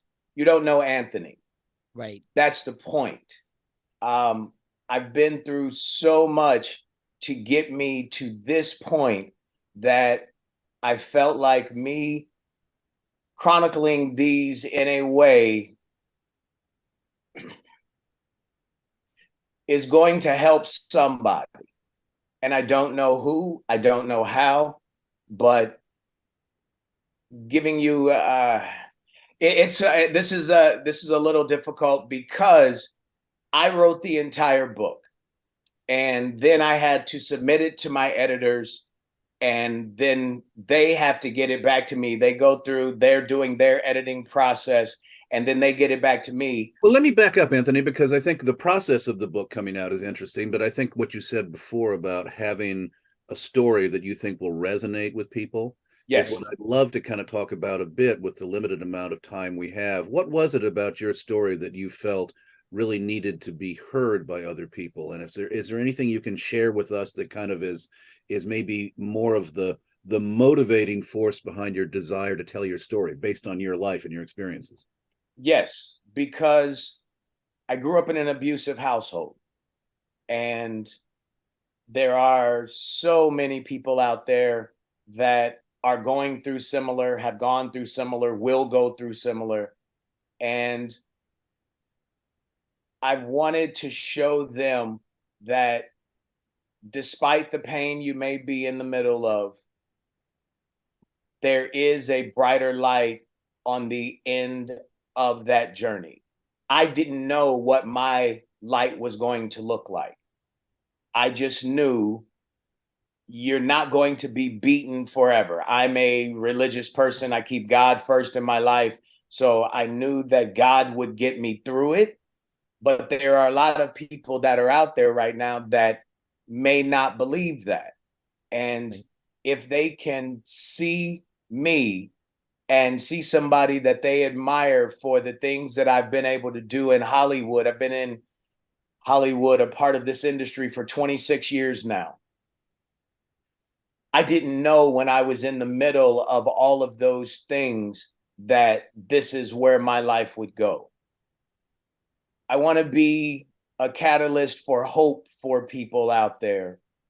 And one of the things that happened to me, like, it wasn't just the abuse from my mom. John, you know this, but Sabrina, you don't. My fans out there, our Trek fans, they won't know these because I don't talk about this stuff all the time. I've talked about it sporadically, but now that I actually have it in black and white in front of me, I know one of the things that is in the book, my former stepfather used to abuse my mother as well.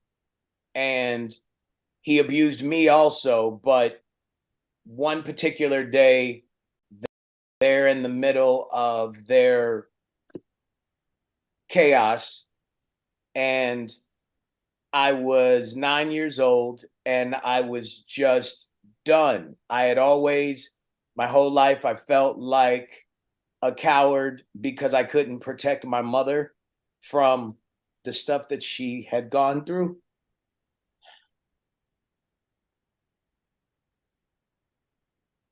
Forgive me, I've gone through this and I've already dealt with all of this in counseling. So this isn't something that I'm still living, but it still hurts. Different to talk about than to write about too, I'm sure, and different experience. Beyond being scared my whole life, essentially, because I was bullied growing up, and you guys will see that in the book. I was bullied mercilessly. Not being able to protect my mother from his abuse, it just, even as a child, it made me feel less than. So one day I ran away, and I'd run away before, and I don't remember this as much. My mother told me I used to run away all the time. I don't remember all of that, but this particular time that I'm thinking of, I ran away and I spent the night away from home. And my mother had to report me as a runaway. When I left, now, where I was going was to my aunt's house, my mother's youngest sister. I was going to her place, and she lived in a car about 15 minutes from where we lived. I didn't even know her address. I just knew the main road that I had to take. And I knew if I go far enough on this street, it's called 38th Street, and then I turn left by Crown Hill Cemetery, which you may or may not know is one of the largest cemeteries in the country. And like I put in the book, to a 9-year-old, also the scariest, because it scared me during the day. And that was in a car. I had never been by that cemetery by myself. I knew that I could get to my aunt if I just followed this one path. And so I took my bike and I called myself running away while my mother and stepfather were in their room with the door closed. I didn't know what was coming. So I left, and I didn't even get 5 blocks from home, and I got hit by a car on my bike. It was a woman that hit me. It didn't hurt me, but it scared me. And I jumped up and I started running, and I was running away from her, running away from it. And she's, no, it's okay, little boy, come back. And she's trying to bring me back. And because I was so disoriented, I ended up going back. And she put me and my bike in her car to take me back home. And because my bike at this point is completely unrideable. Now I'm terrified because you're taking me back to the abuse that I'm trying to get away from. We go back, and I was expecting the onslaught to start, and it didn't. I don't remember who it was, either my mother or my stepfather. One of them answered the door, probably my mom. The lady explained what happened. I went in. My mom sent me to my room, and I thought, all right, so it's about to start. And they were in their room again with the door closed. And because I am, as you know, John, very stubborn, very strong-willed, I decided, again, I'm not staying here because I know I'm going to get beat. When I was running away, it was just because of them arguing, and I didn't know what it was going to turn into. I know I'm going to get beat on this one. So I'd said, I'm leaving again. And while they were in their room with the door closed, this time I didn't have my bike because it's mangled. I knew that I needed clothes. And so I threw my clothes in 2 trash bags, those Glad trash bags. And as I'm walking with them, because again, I'm only 9, the bags are too heavy for me to carry. So I ended up leaving my clothes behind a bush we lived in an apartment community. I left my clothes behind a bush that was 4 or 5 doors down from where we lived. And then I started walking the entire distance. Now, again, 15 minutes in a car, we're talking miles now. Wow. I kept, but again, I said, if I can get to my Aunt Tony, I'll be safe. Now, I don't know what made me think that my aunt was going to let me stay with her. She and I had never talked about it. This was completely a 9-year-old trying to figure out a different situation. I start walking and it started getting dark. And I knew I wasn't going to be able to make it past the cemetery. Well, before that, I got hungry and I went to a gas station, and I hope I don't get in trouble for it, but it was a Speedway gas station. Oh no, Speedway is one of our sponsors, Anthony. We can't possibly cover it. So I went to a gas station, I got hungry, and I started washing people's windows to get change so that I could get me something to eat. The guy who worked there asked me what I was doing, and I told him I was hungry. And for whatever reason, he didn't say, hey, where are your parents? You can't do that. He just allowed me to do it. I made, maybe $4 or $5, whatever it was, bought some chips, candy, whatever, because that's kind of what I survived on when we didn't have food, junk food. Bought that. And then I kept walking. Well, I am walking down this long road and it started getting dark and I got scared because I was getting close to the cemetery. And I had no idea what I was going to do because I know I wouldn't have been able to find my aunt's place in the dark. But more than that, I was just scared about going by the cemetery. So the only thing I could think to do was to go to the church that we were a part of, Puritan Baptist Church. Now, I didn't know, because it literally never even occurred to me, that when it's not Sunday, nobody's going to be at the church. So I had no idea. I went to where I knew to go, and I knew that God would protect me somehow. I get there, the doors are locked, nobody's there.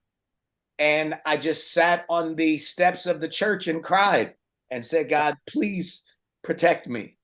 I'm gonna this is awful because this is the thing I've feared the most is we're not gonna have enough time with these interviews to get to all the things that I want to talk about. Oh my gosh. That's gonna be the read the book to find out what happened next moment. Absolutely, because and I'll just leave with this.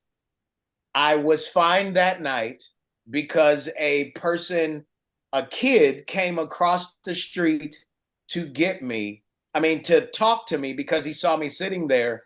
He happened to be somebody that I went to church with, and he allowed me to stay with him. I told him the whole story because he was about my age. He was about 10 years old. I said, I ran away. I can't go back home. He let me stay with him. I get up the next day, and in the book, there's more details, but I get up the next day. I made it to my aunt's, and my mother came to get me, and you guys will still have to read for this, but I couldn't go home because she had to report me as a runaway. They took me from my mother, and they put me in the guardian's home. They took me to juvenile. That is definitely that's you're where gonna we have to read the will book stop. to find Yes. out. And I can't thank you enough for coming and giving us a taste of what it is we get to experience when we read. Thank you. And I'm sure that one thing that we'll also get to experience is the nature of the way you have turned much that was painful about your childhood into the triumph of your adult life. And those Absolutely. know you have loved definitely a lot of people. This will really help a lot of appreciate how much you And I would love to do this again when the book is actually out. So you will have read it. Sabrina, you will have read it. And then we can have a conversation from that area. Trek Talks 3. Yes, putting it out there into the universe right now. Trek Talks 3. Thank you, will be there. I love you, brother. I will talk to you soon. You guys have a great day. Take care. Thanks so much. Bye-bye. Welcome to Mission Log the Orville and our introduction and discussion with Brannon Braga. Mission Log the Orville, in case you don't know, takes that same Mission Log format that we used for so long on the Roddenberry Podcast Network and applies it to the Orville, where we break down every episode for meanings, morals, and messages. But we're not going to do that this week. Jessica Lynn Verdi and I are going to talk to Brannon Braga, longtime Star Trek alum, producer, director, currently wearing the hat To the End Is Nigh, which is available, I believe, on Peacock. And we're going to talk to him a little bit about what and how things evolved from his career with Star Trek to the Orville and what he's working on now. So, Jessica, why don't you jump in? Oh, me? Oh, hi, Brandon. Hi. Welcome. Thank you. Well, we're happy to have you. And I think that what is awesome is that I think what we loved so much about doing the Orville is the Star Trek and or like the Star Trek crossover. It was so smart how much you guys brought in, and and you guys became your own thing at the end of the day. And so what we wanted to know to begin with is what did you bring from your Star Trek experience into the Orville that you feel like that was uniquely Brannon? Oh, well, I don't know. I mean, in terms of Star Trek in general, I brought everything I could and everything I could remember because I hadn't done Star Trek in a number of years when Orville came about. So I wasn't even sure I could tell those kind of stories anymore, you know. But it came back very easily, and I realized how much I missed telling those kinds of stories, and that kind of this 1 hour science fictional format is really unique and unique to Star Trek, and there are certain kinds of stories you could only really tell in that on a spaceship of exploration. And so what did I bring? So I brought a lot of the ethos of Star Trek. I brought a lot of the kind of structural storytelling and fundamentals, but I always had to keep in mind what was it with the Orville that we were trying to do differently, what was new about the Orville. When you had a challenge with that, I would say, because the Orville started off as, well, it's a Seth MacFarlane show, so everyone thinks it's got to be funny, it's got to be a parody. But it really wasn't from the onset. It just seemed to have a couple of jokes sporadically involved. There are a lot more dick jokes in the first season. That's true. But it was a little bit of a battle with the network because they wanted to promote it as Family Guy in Space or Galaxy Quest. And that's not at all what Seth wanted to do. So one of the things we did in the first season was there was an episode that we had shot for late in the season about a little girl, an all-male society, and who has a daughter, and it's a very controversial episode. A very dramatic episode. And so we decided to pull that up in the season to episode 3. We wanted to air it as soon as possible because it was more what the show was going after, was a heavier drama than comedy. Comedy was kind of like the frosting, but it was also a risk because there were people who wanted Family Guy in Space and understandably did expect that. So we weren't sure. We needed to know very quickly whether the audience was going to accept what the show was. That's so smart. I was really young when Eminem started, like too young, like my parents shouldn't have let me listen to Eminem, but I understood from a young age, and this really does connect, I promise, where the first song that comes out of Eminem is My Name Is, and it's really funny, and then he'd have a serious release very shortly thereafter. So you'd grab both sides of the audiences very quickly. And I remember, so I hadn't watched the show until we started this podcast. I had been meaning to. I'm so glad that I got this opportunity to. And when About a Girl jumps in, you get throttled into what the show is, and it does hook you. What a smart aspect to bring it in early. And what's brilliant about it is that it can mean different things to different people. There are people who are members of the LGBTQ plus community who saw it through a certain eye. There are people that viewed it as a subjugation of women's rights. In other words, that all male society subjugated the voices and quieted the voices of women surgically, much in the same way that other cultures do it culturally. So like good, heady, high concept science fiction, it depends on your perspective. And when you have a spaceship, you can look at things from a global perspective, which is really cool. That's why we like this kind of storytelling. Was there anything particularly that you felt the show had to have, that you just had to make sure was part of the show as part of the creative process? Well, yes. I mean, a return to the one standalone storytelling, which was somewhat of an anomaly when we first premiered. The Star Trek Discovery was more continuous storyline, and there wasn't really this kind of format. So that was an imperative, but also what you mentioned earlier, the aspirational aspects of the show. I mean, we wanted to make that was also not present anywhere on TV, and it was something we felt was missing, even from Star Trek at that time. Was just a future you'd want to live in, and I do agree with your Roddenberry's comments earlier that one of the reasons Star Trek and shows like it are still popular. I think that's one of the main reasons.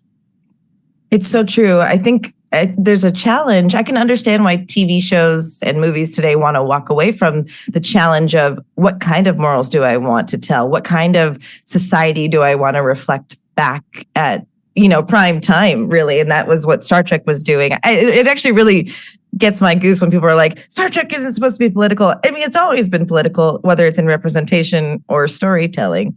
But you guys have a very complicated and fractured world to reflect back. So how do you guys make sure, or and one of the things that Mike pointed out really swiftly is that you and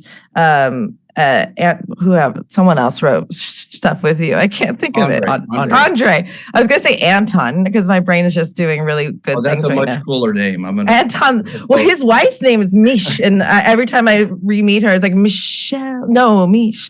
They are very cool people too.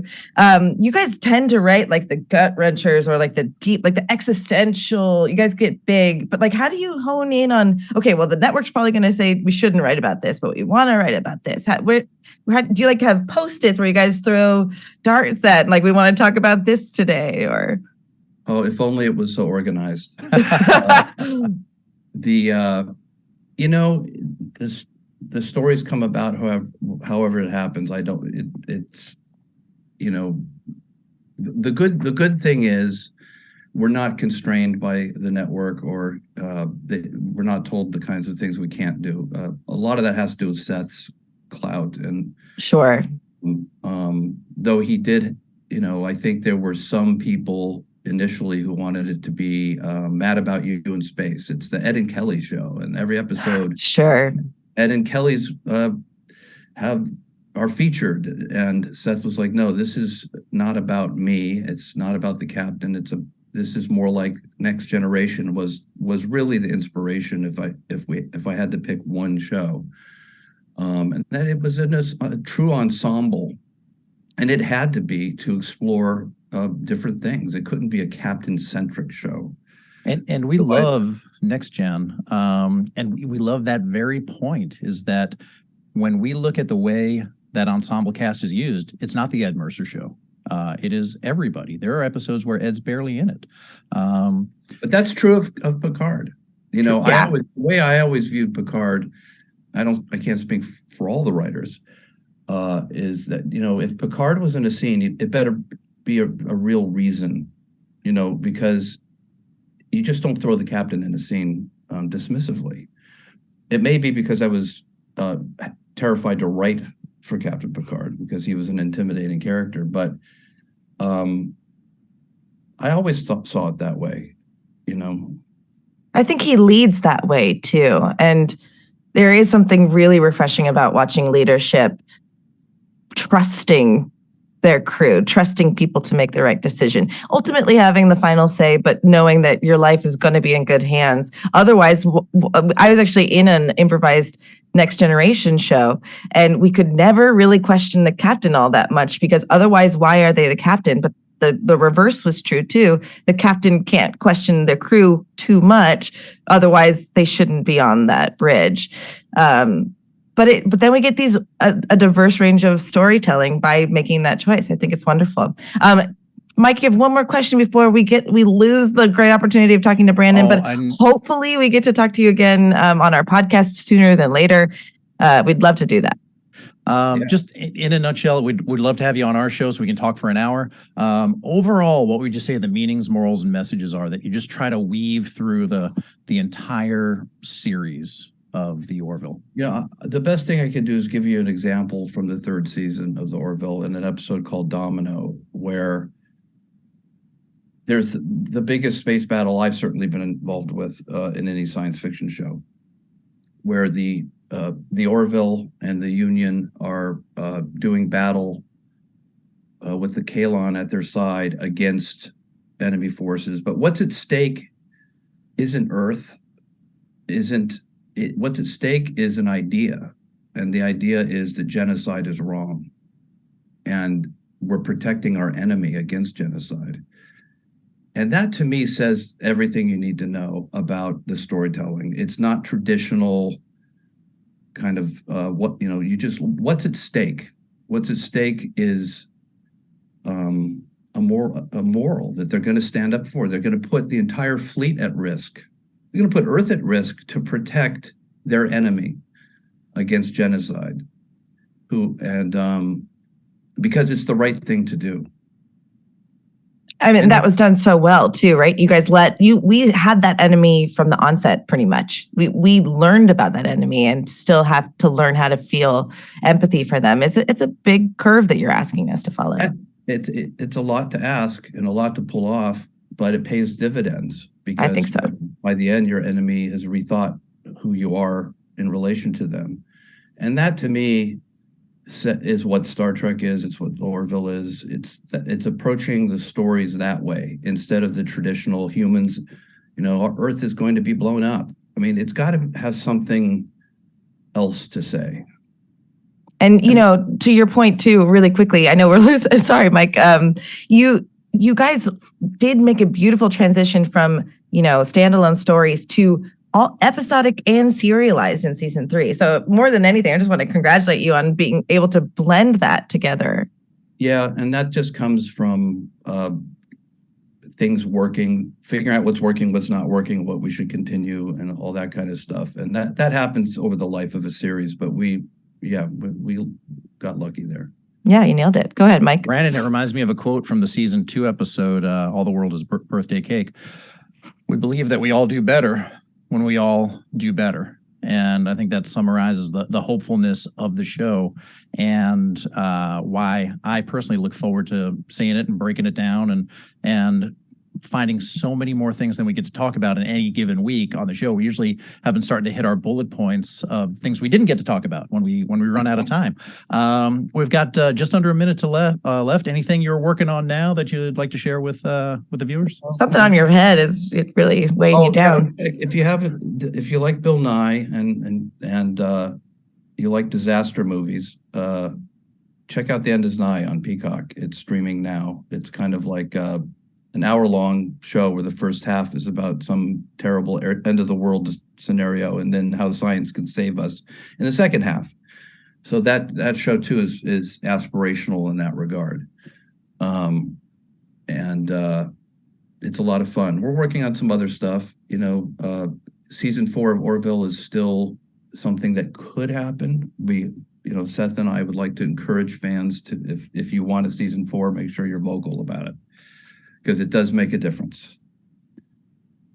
I think that's All right. right. And you're seeing all of them online. Renew the Orville is happening all the time. Mike, we're here for such a great reason. Brandon, we had you, and thank you for your time to do this. What's going on next, Mike? Just want to donate, remind everybody to donate, and then donate some more. You've got the QR code on your screen. You can text direct to 53555. And Rod has generously offered to, through the Roddenberry Foundation, donate up to $50,000 if we reach the $50,000 target. So we are just coming up on $10,000 now. Please, please, please keep that going. It's incredible. Such an important cause. Thank you.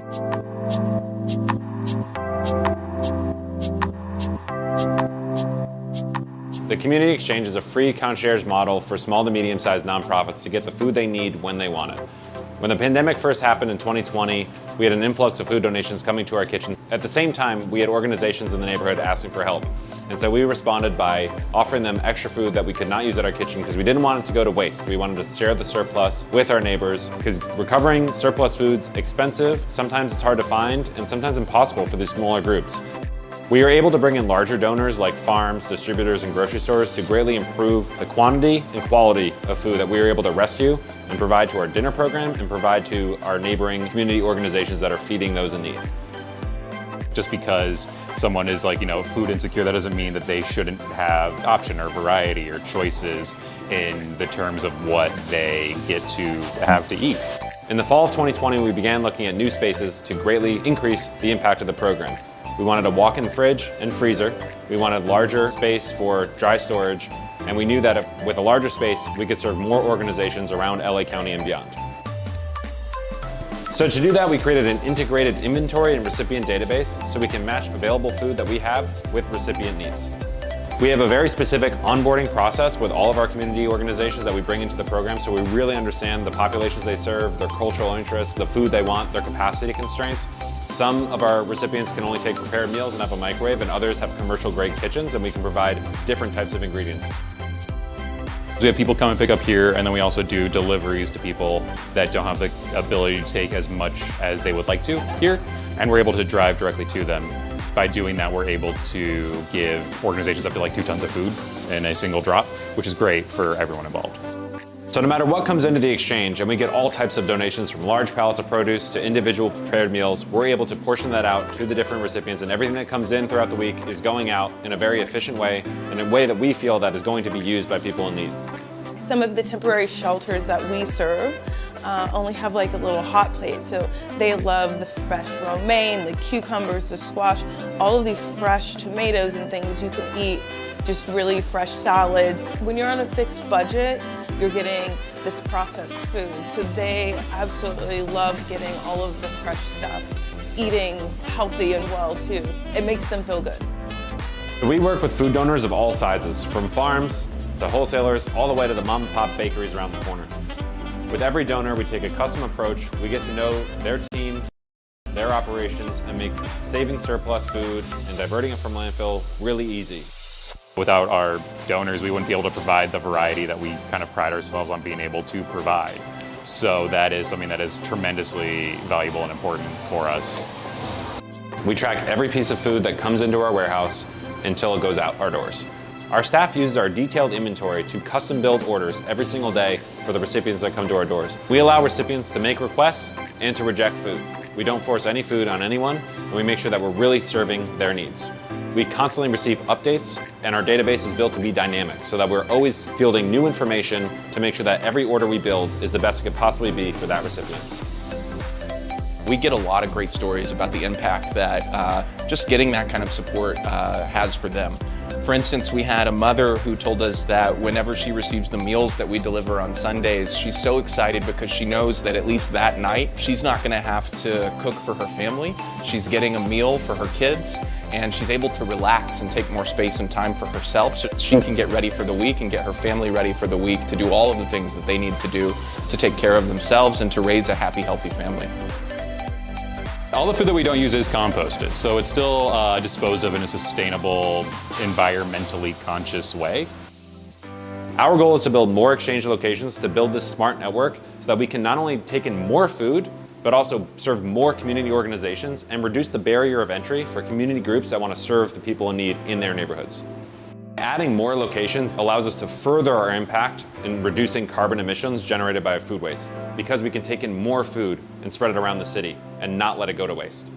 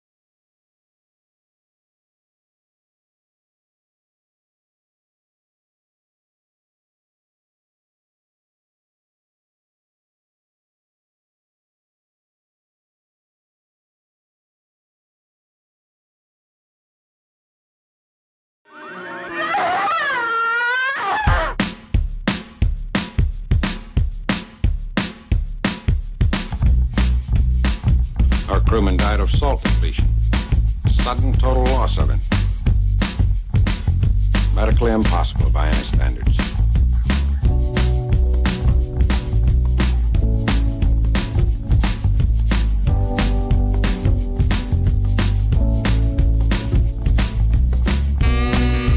Salt. Direct about for salt.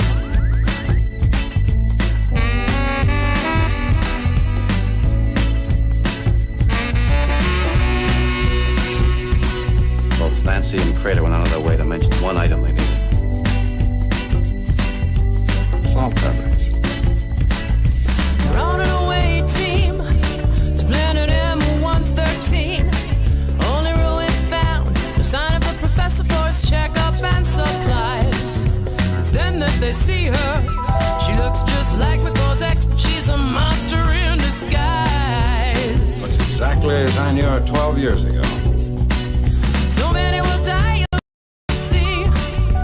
Big red spots, sodium free. She's the last of her kind, and her powerful cravings are really not her fault.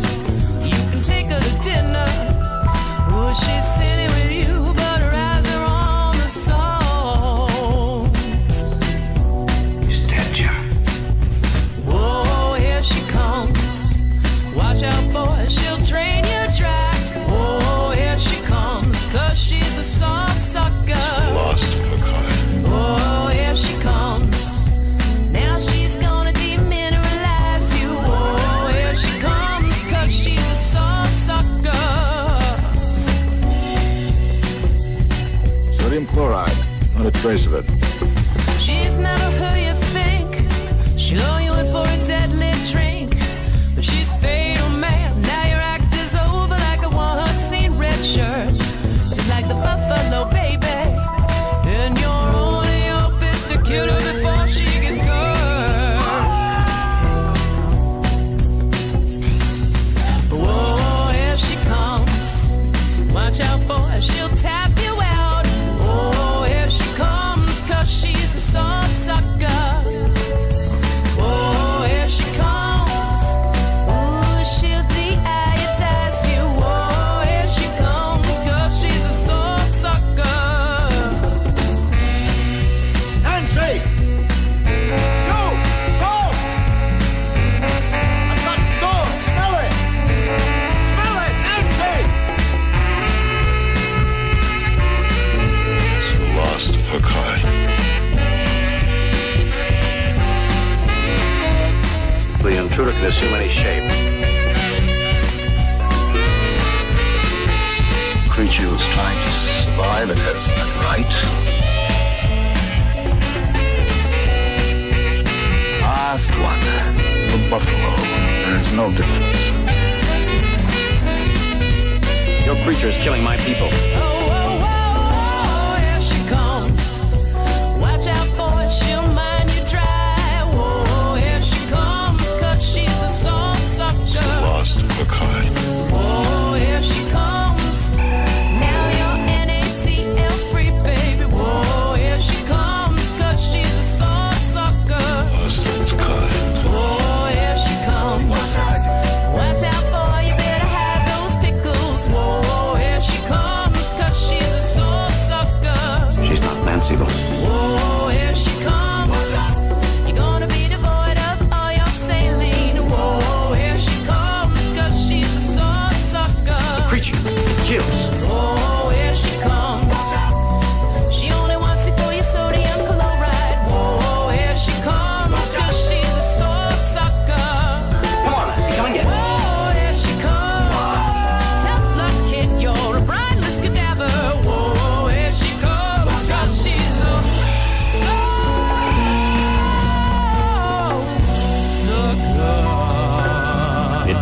love as much as it needs salt.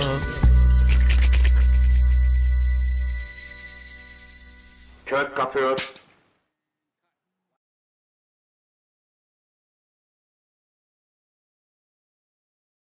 Yay! I love the Runbers. I auditioned for that and I did not get cast. This is the story of my career. Roddenberries! I'm sorry, John. I'll put you in my next music video. How's that? Thank you. I appreciate that. You're welcome. Let's do a tote board check.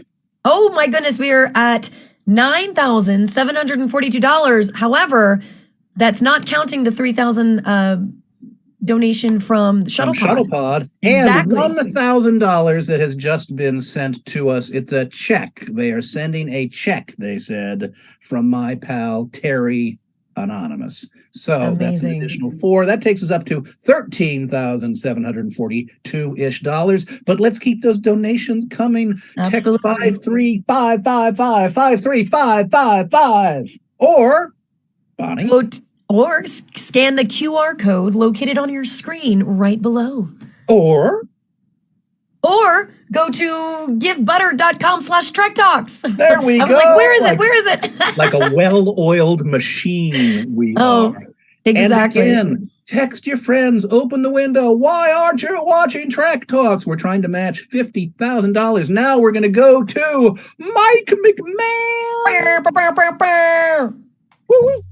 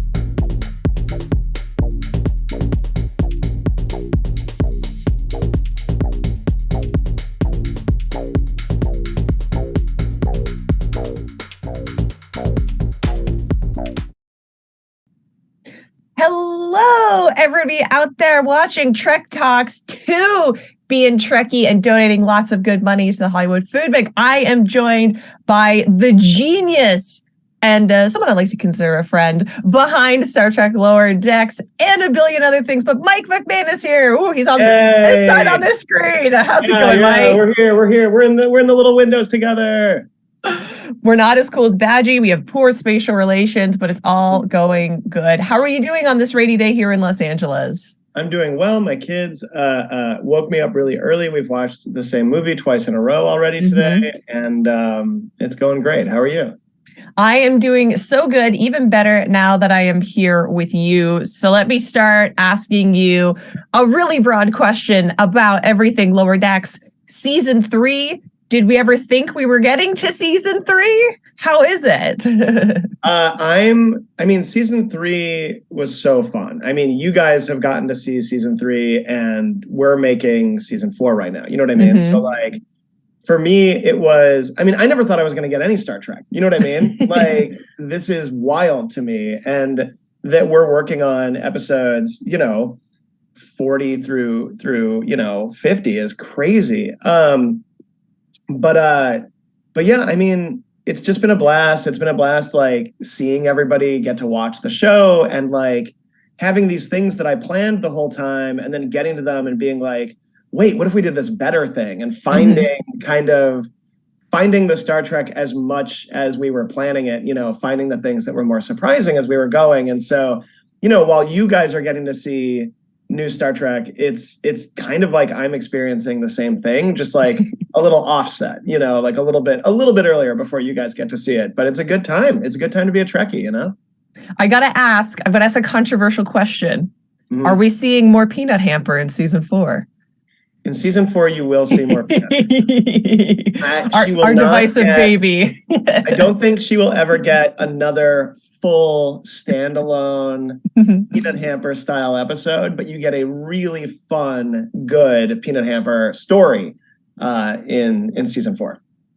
So when you and I first started talking about Lower Decks and your journey and the incredible weight of responsibility, the Pilgrim's Progress that you take as you create this show each and every year, you told us some really fun stories about how you were recording on Zoom and Tawny was in her closet. And then there was that whole tweet saga about the roadrunner, the rooster that came into her house. Oh, yeah. Are there any more fun behind the scenes recording that you can tell us from like the last year or maybe upcoming for season 4?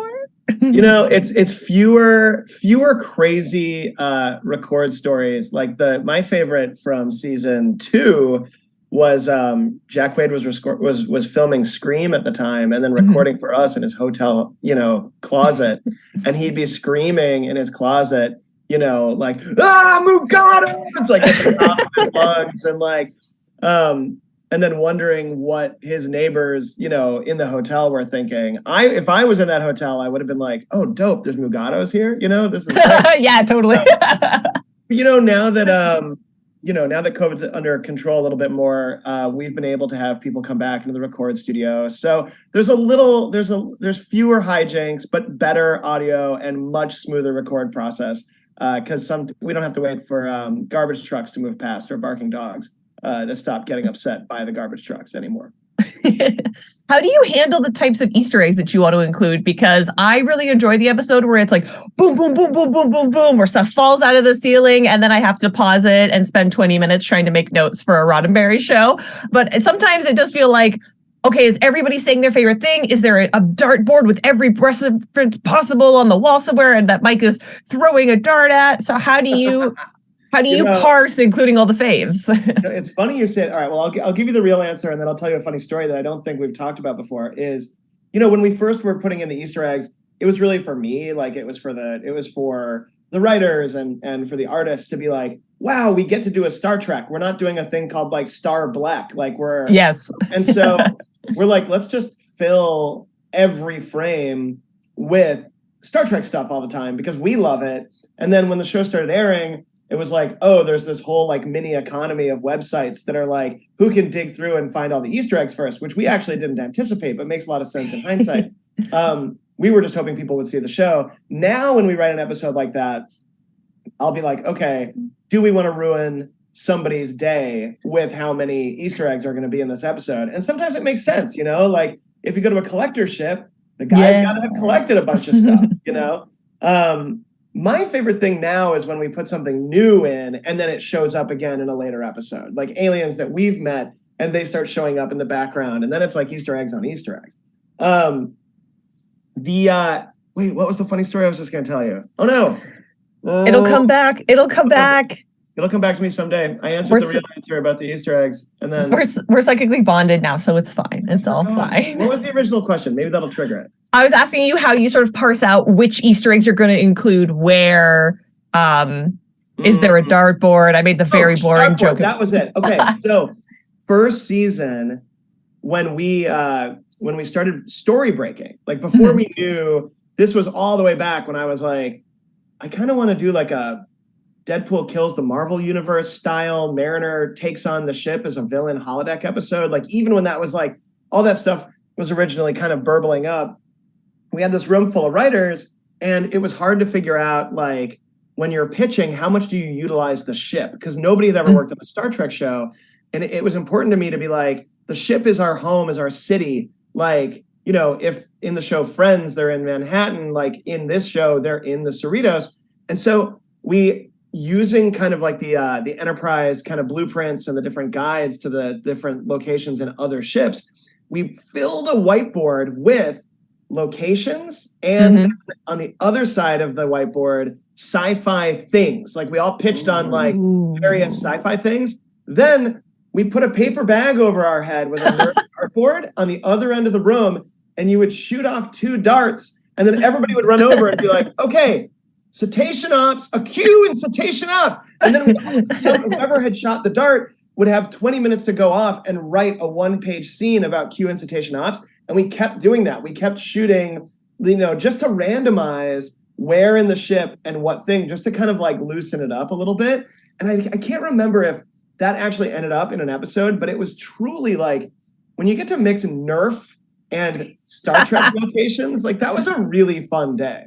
Also, you get the added visual gag of like the incredible Bagman from that FF run that introduced Listen, Spider-Man. there were a lot of phones out taking photos of people with the bags over their heads. I'll text you. I'll look up a photo back from then. I took a bunch of photos back then. I was gonna say, I can't wait till the inevitable memoir where they're all published in a gallery in the back of the book. Also, congratulations to everyone. We just crossed 15,000. That's so amazing in donations, which has gone up quite a bit since we started. Okay, Mike, our time is winding down, but I just want to know first, I'm going to leave you with my last question that I always ask you. But before that, the amazing leads of this show, who everybody loves or fell in love with. Me, I was a long conversion to Boimler, but he can stay. We like him now. Did you ever think that you would get this type of character development going in doing the animated comedy show, which we all know everybody had certain expectations about when you launched? Yeah, I think I always wanted there to be character development. Some of the characters I thought were going to go in different directions. And as I learned more about them, other kind of more surprising stuff would crop up. You know, like I had a whole plan for Rutherford, and then I kind of found a more exciting plan for Rutherford as I Big was going. season for him recently. Big season for him. And a lot of it is working with these actors and how they embody the characters inspires you in ways that like the original sitting on your laptop and writing ideas down just doesn't quite give you. And like being open to finding that stuff is really where the best stuff comes from. But the original plan was, let's make this look like, you know, a primetime animated sort of comedy where nothing ever changes. And do reset, do that a lot comedically and kind of like episodically, but let's take the characters somewhere. Like, let's see them go and change and learn about themselves, because the main thing about Lower Decks is self-discovery, right? And if you're not discovering things about yourself, then, you know, what's the game? Like, what are we doing? What are the stories telling? But I've just really like, the more you learn about these characters with them, the just more charming and the more lovable they are. And it's just, you know, it's just, I love it. Like I've been having a blast doing it. So it was part of the plan, but I learned as we were going at the same time. Not you saying game, showing your UCB graduate education right there. Sorry. I work with a lot of improvisers. And wait, before they kick me off, please support. Like I'm going to be supporting this and donating as well. It's for a really important cause. And we are working hard on season 4. I think it's our best season yet. It's our funniest. It's our most dramatic. It's our most Talin filled. I'm just loving it. There's an amazing episode where we go to Orion, which I've been dying to do for so long. So please look forward to it and watch Lower Decks as much as you can. I think the Paramount people are keeping an eye on that. Will there be more kissing? That's my always question. More kissing? Will there be more kissing? Is there kissing in this season? I'm not sure I'm allowed to give away. I'm looking. If you could look past my computer, there's a whole list of what happens this season. Ooh, there's a very romantic episode. It's almost like a Valentine's Day episode, but I'm not going to reveal if kissing happens in it because it'll give almost away. like It'll a Valentine's. Okay, and then please merchandise the scented candles. Season. There's a wedding in season 4. A wedding? Yeah, nobody else knows that. That's the first time I've said that out loud. So exclusive. Brace yourself. Get on your Wharf wedding attire, you know, and look forward to that. The wedding of the season is coming. And remember, if you're doing the Klingon wedding stuff, you have to make it yourself. You can't make it from the replicator. That's cheating. Yeah, replicator. Sorry. Mike, something else. Mike McMahon, thank you so much for joining us. Thank you for always coming and chit-chatting with me. It's such a blast. You're an icon, and I adore your work so very, very much. Well, Ashley, I always adore chatting with you ever since I was pushing my little baby in a stroller and seeing you at my local comic book shop out here in Los Angeles. And he's not a baby anymore. He's not a baby anymore, but I love talking Trek with you. So thank you for having me. Alrighty, everybody watching, please be sure and stick around. We are going to be checking back in with John and Bonnie, 2 Star Trek legends in and of themselves. Keep donating, keep building the beautiful future that we want here. That's the reason that we do this. That's the reason that we did it successfully, and we are here doing it again. So stick around. Lots of great programming coming the rest of the day too. And as Mike says, LLAP. LLAP. No sarcastic Vulcan salute.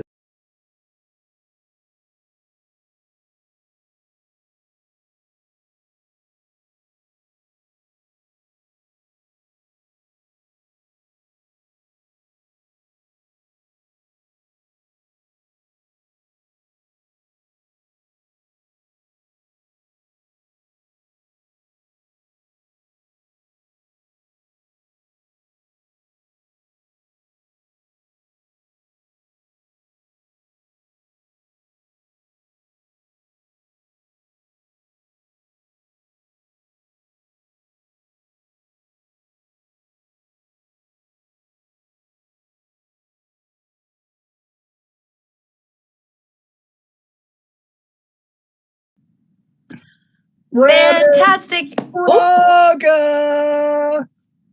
We really have to always, every time we come in, we both just jump in and we're like, wow, jazz hands. So guys, we're a little over 2 hours into this amazing charity telethon, and so many great guests and panels are still yet to come. But here's how we've raised what we've raised so far. We are over $15,000. In fact, if you add 4 to that, and again, we're almost to $20,000 already. Thank you, Brandon, for your wonderful $5,000 donation. That's so generous and amazing. We so appreciate it. So we're coming in on 20. Now we have got a wonderful item we want to talk about, and we've only got about 3 minutes. So, all right, let's do this quickly. Take it away. Okay, everyone. For anyone who donates $500 between now and 2 o'clock Pacific time, that's a 2-hour window, you're going to be entered in a raffle to win, drumroll please, a night at the world-famous Magic Castle with both myself and John Billingsley as your host. That includes dinner, your entrance, everything. So basically, what you would do is, unfortunately, we can't get you to LA, but if you're in the LA area or willing to travel to Los Angeles, we would plan a night in advance with you, get you into the Magic Castle for a wonderful night of drinks, magic, dinner, and of course, our weird company. So it's a really fun package. And also, this also includes what else? What else, John? Well, your 2 8x10s, your jingle, and your poem. That's right. Bonnie was going to demonstrate a jingle, but we're going to have to hold this off because we've got a slightly shorter segment in which to operate. But there's going to be some jingle demonstration going on. The Magic Castle, if you haven't been, by the way, it is an amazing experience. The best magicians in the world, many of them celebrities, 3 floors, booze and entertainment, a fabulous dinner. That's on us. 5 bars. All up to the 9s, by the way. Absolutely. And Bonnie has been working there for years, so she knows the ins and outs and the crevices and the stories and the lore and the legend. It's a VIP night of the castle. I'll be giving a VIP tour, as well as making sure that you get your own private magic show with a magician friend. We'll see all the shows. We'll stay till we're booted out of the joint. You have 2 hours. $500 gets you entered into that raffle, Magic Castle, and we'll schedule it around your schedule. We'll make it work. We'll make it work. Now, we also did have people who donated to the $250 level, so we're going to draw the names from that pool of about 5 or 6, and we'll announce again those winners at the end of the show, along with the winner of this. Now, I've got to close with one thing. Coming up, John Delancey, Nana Visitor, Terry Farrell, Brent Spiner, the Hageman Brothers, and the musical stylings of 5-Year Mission and our own Bonnie Gordon. And I'm going to intro our next HoFoCo video, which is about various aspects of what we call our wellness pillar or wellness program. We do all sorts of things to help people in need, in addition to serving them a hot meal every night. You're going to see 3 little segments of videos that we've kind of mushed together that tell different aspects of the kinds of work we do. We do all sorts of things, from handing out shoes and socks and toiletry kits and, oh golly, laundry vouchers. We hook people up with all sorts of resources around town. Again, this is just a bit of a segment of the kinds of things we do. It gives you the flavor of the work that the Hollywood Food Coalition does. Continue donating at 53555. If you text, there's that little thingy on the screen. Off QR code.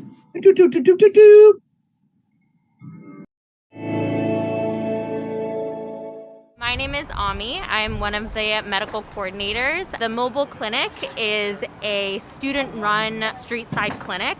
It is run by undergraduates at UCLA, medical students, and also public health students. Our clinic runs every Wednesday evening. We come out here with the Hollywood Food Coalition. We provide medical services, social services, and we also have supplies that we're able to give our clients as well. It is a range of different services that we are able to provide. We are able to check vitals. We are able to administer physical exams. A lot of the care that we give is very much so acute care, but we do also have partnerships with other clinics in the area so that clients who have more chronic longitudinal conditions are able to get in with a care provider who will be able to follow them for their medical conditions. COVID definitely was a really big obstacle for us, especially in the beginning, because we couldn't have clinic due to UCLA policy. So we weren't out here for about 5 to 6 months. But after that period of time, we worked really hard with our administrators to put in a standard of procedures to make sure that all the volunteers and the clients were going to be safe. And that we would be able to come out here and still provide this very vital service. It really is this family of individuals who love to come back and serve this community. We're really happy to be partnering with the Hollywood Food Coalition tonight. We're getting all their folks vaccinated as they're coming in to get their food. Hi, I'm Diana. I'm a registered nurse. I'm here representing Housing for Health. We are helping with all these patients experiencing homelessness, and we're here to get them vaccinated, get them covered, get everybody nice and safe and sound. One of the great things about doing this is that we have our people doing outreach, and we have nurses that are here that can talk to patients, explaining the process of having this vaccination and how that helps their health. But it's also building trust with them, just getting them to feel really safe and secure. That's a big part of it. A lot of the people who are saying no, they don't want to get it or unsure about it, it's really just because they have fear. So we build trust with them, make them feel comfortable, answer all their questions. Once they feel comfortable, they want to come through and get it. It all ties in with their mental health, with their housing, with their physical health, and everything else. So we're happy to be here and be a part of it. Hi, this is the Jules Stein Mobile Vision Clinic, which visits the Hollywood Food Coalition on the last Wednesday of every month. And this is Dr. Victoria Sen, who is the attending physician for the mobile clinic today. We'll be providing free vision screenings for our homeless population, checking their eyes for common eye conditions such as cataracts, glaucoma, and diabetic eye disease, and also checking for the need for glasses. We'll be taking a glasses measurement today and bringing back 3 pairs when we come back in a month. I saw the mobile clinic for eyeglasses. Figured I'd roll the dice on trying to get seen by a doctor. Looks like my chances are good. I'm legally blind. Hopefully I'm gonna be able to see again. It's not getting any better, so better get some glasses.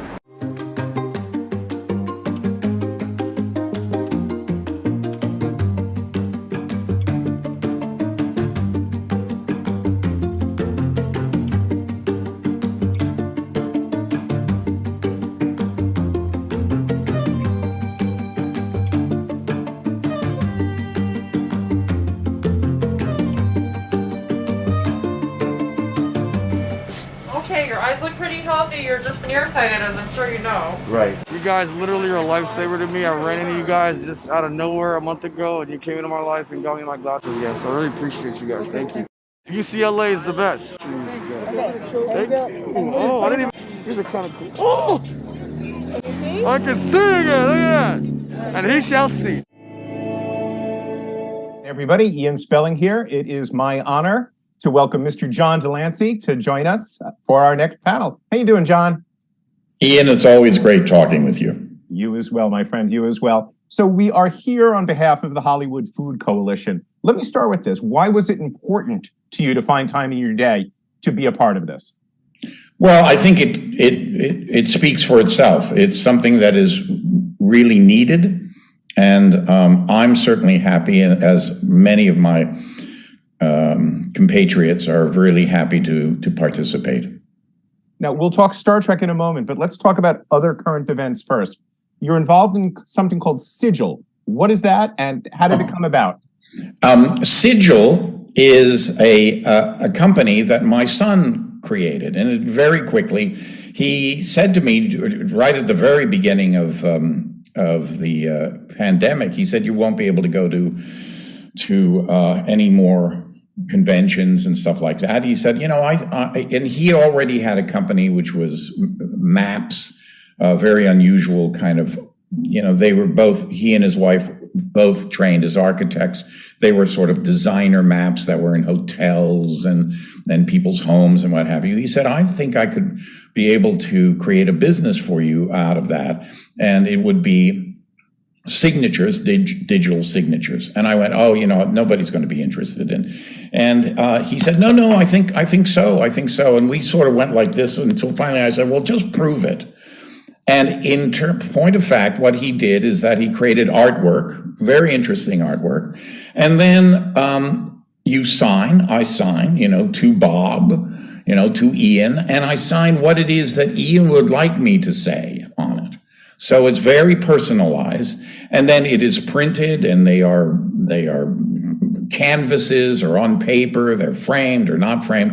And because his company already dealt with a lot of these things all around the world, they're able to be printed in England for the European sector and stuff. So that's what has been happening. And I got a bunch of other Star Trek actors involved, and now other people are coming to him saying, gee, this is a great idea. We would like to be involved as well. And so the company has taken off. And Sigil, I said, where did this name come from? And Sigil, as the best as I can understand it, is the actual stamp that, from back in Mesopotamian days, and and all the way through in England with the wax and what have you. It was the stamp that said this is the king. So very cool. And then what else are you working on at the moment? I know you've got a bunch going on. I am doing Peer Gynt, actually, I'm in a week. Are you ready? I am ready. It takes so much time to prepare these things. So I'm doing a new Peer Gynt. I did Peer Gynt a number of years ago. I did it with the LA Phil, the New York Philharmonic, and I don't know who else. Not Cincinnati, Chicago and Cleveland, I think, Montreal, and then Sydney, Australia. And Sydney was the last one, and that was maybe about 12 years ago. And I said, that's it, it's time to put it to bed. And then Winnipeg asked me to do it. And so I've kind of reorganized it, and which is great fun, because oftentimes musicians, the music world will say, well, this is how the score is, so we don't want to change that. It's like changing the books in the Bible. But in this case, they said, present it in the way in which you would like to present it. So I was able to move things around, move movements around, sections. There are 23 sections of music. So as to be able to tell the story in a what I consider to be a more focused way. After that, I go home, 10 days or so, and then I start rehearsals for Stravinsky's L'Histoire du Soldat, which is a very famous Stravinsky work that requires a narrator. And I go around the country most of March. I think I have 9 or 10 performances in March of L'Histoire du Soldat. And between that is the cruise. So the Star Trek cruise is always great fun. And this year, last year, every year I do a show that I've written or co-written. And this year I'm going to do a repeat of The Lost World. Oh, really? Which you had done with Nimoy and which I had done with Nimoy. And then I think it was a year or two ago, I did it on the cruise. And then this year I'm going to do it, but I'm going to add commercials this time. Pepsodent commercials. I was going to say selling Sigil, but okay. Yeah. And what was it? Rice Krispies. Yeah. And they're difficult. The actors are going, oh yeah, that should be fun. I go, no. Yes, fun, but they are difficult. You really need to listen to the music here. So yeah, it should be fun. There you go. All right, let's talk about Star Trek for a few minutes. A lot of the conversation around the Q-Picard relationship over the years has centered on how Q impacted Picard's life. I want to get your perspective on how you feel Picard impacted Q's life. Well, I had a backstory, which I'm now willing to talk about. I didn't talk ever about it before because, there was no backstory. Gene threw out Q because he had to elongate that first episode, and he threw out Q, and there you have it. Never to be done again, as what I thought would be the case. But once I began to do it more and more, I began thinking, gee, there needs to be some backstory. And so I created a backstory, which was that based on the cave. that famous, it's not Aristotle, Pluto, not Pluto, the philosopher, God, I can't believe I'm missing his name, not Plutarch. In any case, there's a famous story about the cave. And so I thought of myself as being one of those people who actually escaped from the cave. And I'm now experiencing actual emotions and actual, feelings and all sorts of stuff. And that my relationship with Picard gave me some of that. So that's, in a way, how I justified being very involved with Picard. Okay. But how did he change Q over time? Well, by giving me all of that. In other words, by me becoming empathetic to that, by me understanding all of that, I enriched myself. Fair enough. All right. Now, Q interacted with Janeway. He had the one episode with Cisco, but he really always came across as very focused on Picard. Obviously, there were reasons for that. You were recurring on TNG most of the time. But in your mind, were there other Picards out there, so to speak, or was he Jean-Luc's cross to bear? You know what I'm getting at? Did he have other people whose lives he visited the way he did Picard, or was no? I don't think so. I don't think so. I mean, one can have a love for. I could have a love for Picard without it being a sexual love. It could be a platonic love for Picard, a meeting of the minds, the closest that Q could have as a friend. Still in a sort of, I wanted to always make sure that this, if you flipped it as a human being, you can play with wolves, you can play with, baby cheetahs and what have you, and you can have a love and they can love you, but never lose sight of the fact that they're a wild animal. Okay, never lose that sight. Well, that's the part that I wanted to make sure that there was a differentiation there, a real separation, a gap there. But in terms of just a relationship, I think that Picard, as thorny and prickly a relationship as it was still the closest thing that Q had come to to a relationship. Right, to a friend, really. To a friend, yeah. Right.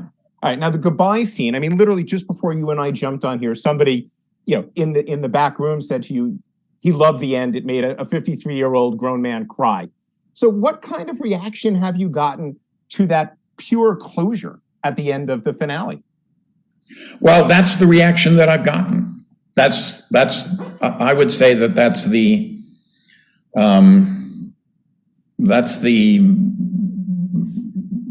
general reaction that I've gotten. I've heard that now a number of times.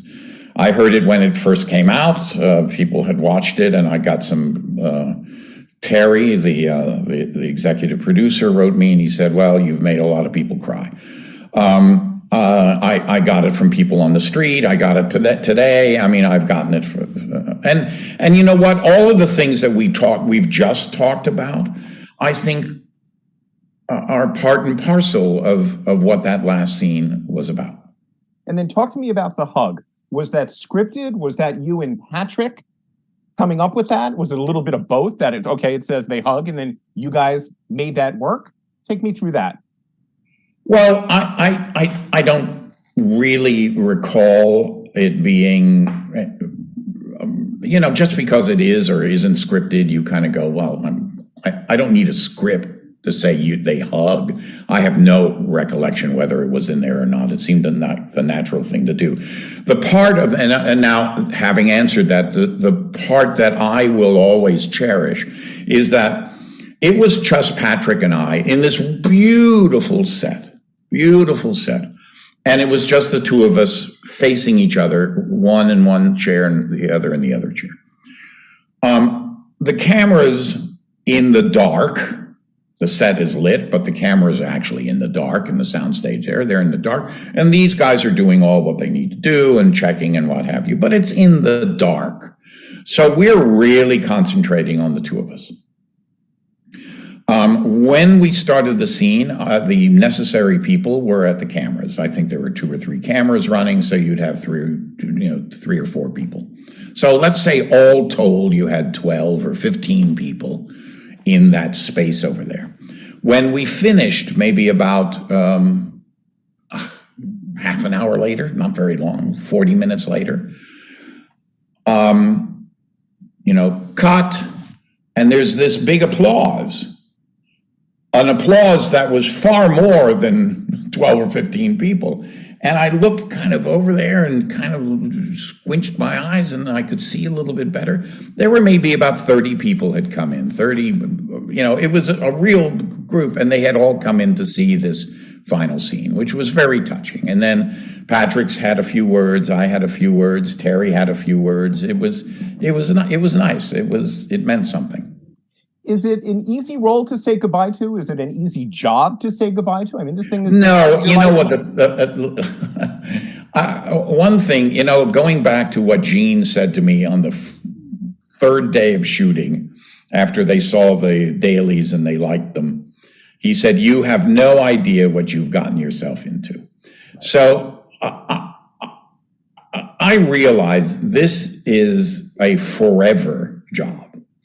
And in the minds of many, many people who are always amazed, I'll go, "Well, next generation, yeah, oh my God, you were in so many scenes." I know, actually, I wasn't. I was in 9 scenes. No, that's impossible. You were in the da-da-da show. And I go, "Well, actually, I wasn't in the show." No. So in their minds, they have, organized me into these shows. I'm clearly a part of the continuum, the tapestry, as it were, of Star Trek, and that will always be the case. And I'm delighted. John, if you were not an actor, what do you think, or what would you have liked to have done for a living?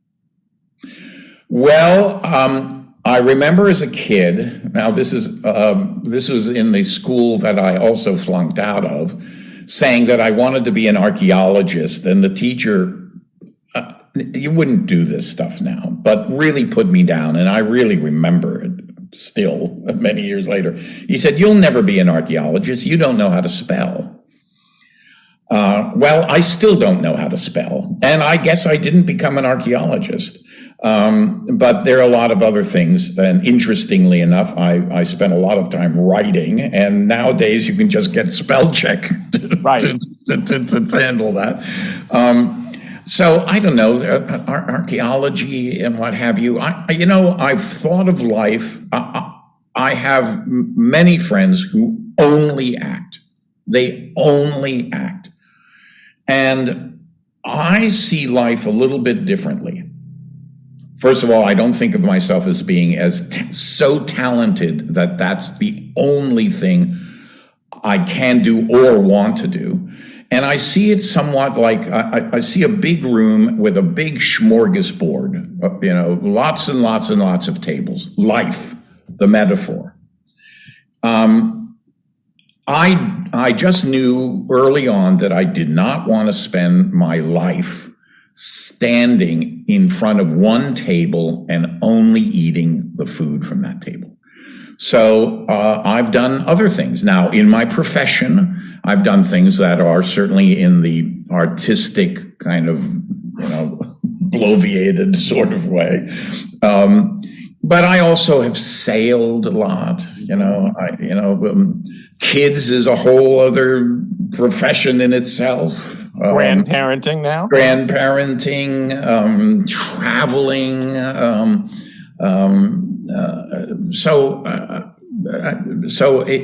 I don't know what I would have done per se. I think I was inherently theatrical.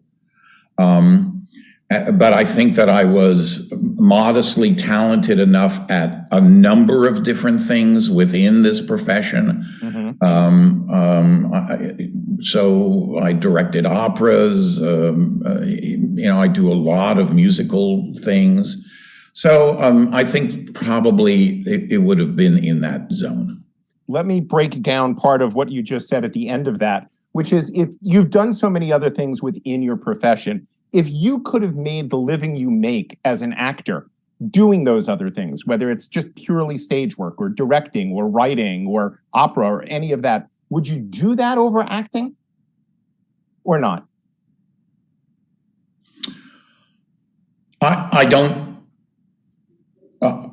I've sort of missed the top of the question. In other words, I'm assuming you make most of your money as an actor. If you could make it doing the other elements of your career in the business, whether it's opera or whether it's acting on stage, if those were as lucrative as acting, would you do more of that than acting on television and in movies? I had the opportunity to direct. I had the opportunity to produce when I was under contract for Universal, and I didn't take them. I'm not quite sure why. As I get older, I certainly am more interested in directing, mostly because I don't have to learn lines, and also because I'm kind of feel naturally good at it, whereas with acting I have to work at it. Let's not forget the dyslexia that now I can talk about, but before it just was, I don't know. I mean, these words are just floating all over the page, and I'm not quite sure why. Makes acting just more difficult. It's as a matter of fact, I'm getting ready for this other show, this L'Histoire, and I'm thinking to myself, oh, I wish I had those skills which allowed you to learn just instantaneously. Kate Mulgrew is almost photographic memory. Photographic memory. So a lot of those skills. So what do you do in those instances in life where you just have to work harder? Well, you just have to get up earlier and work harder. You just work harder. Directing, I don't. It seems to be easy for me. I can visualize very quickly. But then there are all sorts of other issues. There are politics, and there are all sorts of other things. And you as time goes on, especially in my advanced years, you begin going, well, how much time is there, and how much time do you want to be banging your head, So there's the diminishing returns issues. We've got 30 seconds left. Last question for you. And be honest, does the trial never really end? I think the trial never ends.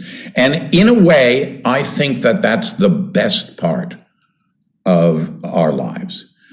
It doesn't have to be a trial which is overwhelming. It doesn't have to be. It's just that it's challenging. In other words, the challenge never ends. That's what you hope for. People who choose to just make everything just as sotto voce as possible, I go, no. That's why, kids who ask me every once in a while, they said, one thing, what would you say? I say yes. Just say yes. I have said yes so many times and then hung up the phone and gone, oh my God, what have I gotten myself into? It's really scary. And it's always worked out. There you go. Well, thank you so much for being a part of this today. We appreciate it. And have a great rest of your weekend. Thank you. Same to you. Cheers. Happy New Year. Happy New Year to you, John. Take care. Bye-bye. Hi, we're 5 Year Mission, and this song is called The Omega Glory.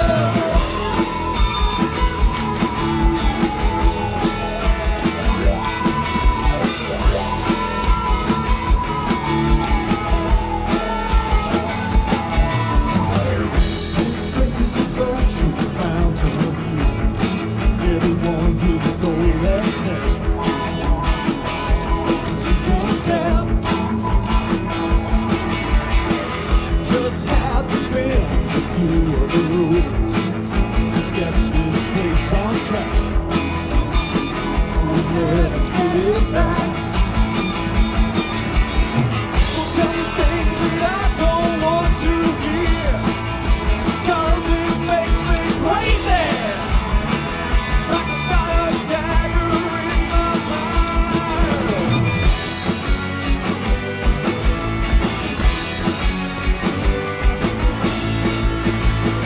Welcome to Omega. We're so happy to see you. So happy to see you. Welcome to Omega. No team won't let you leave.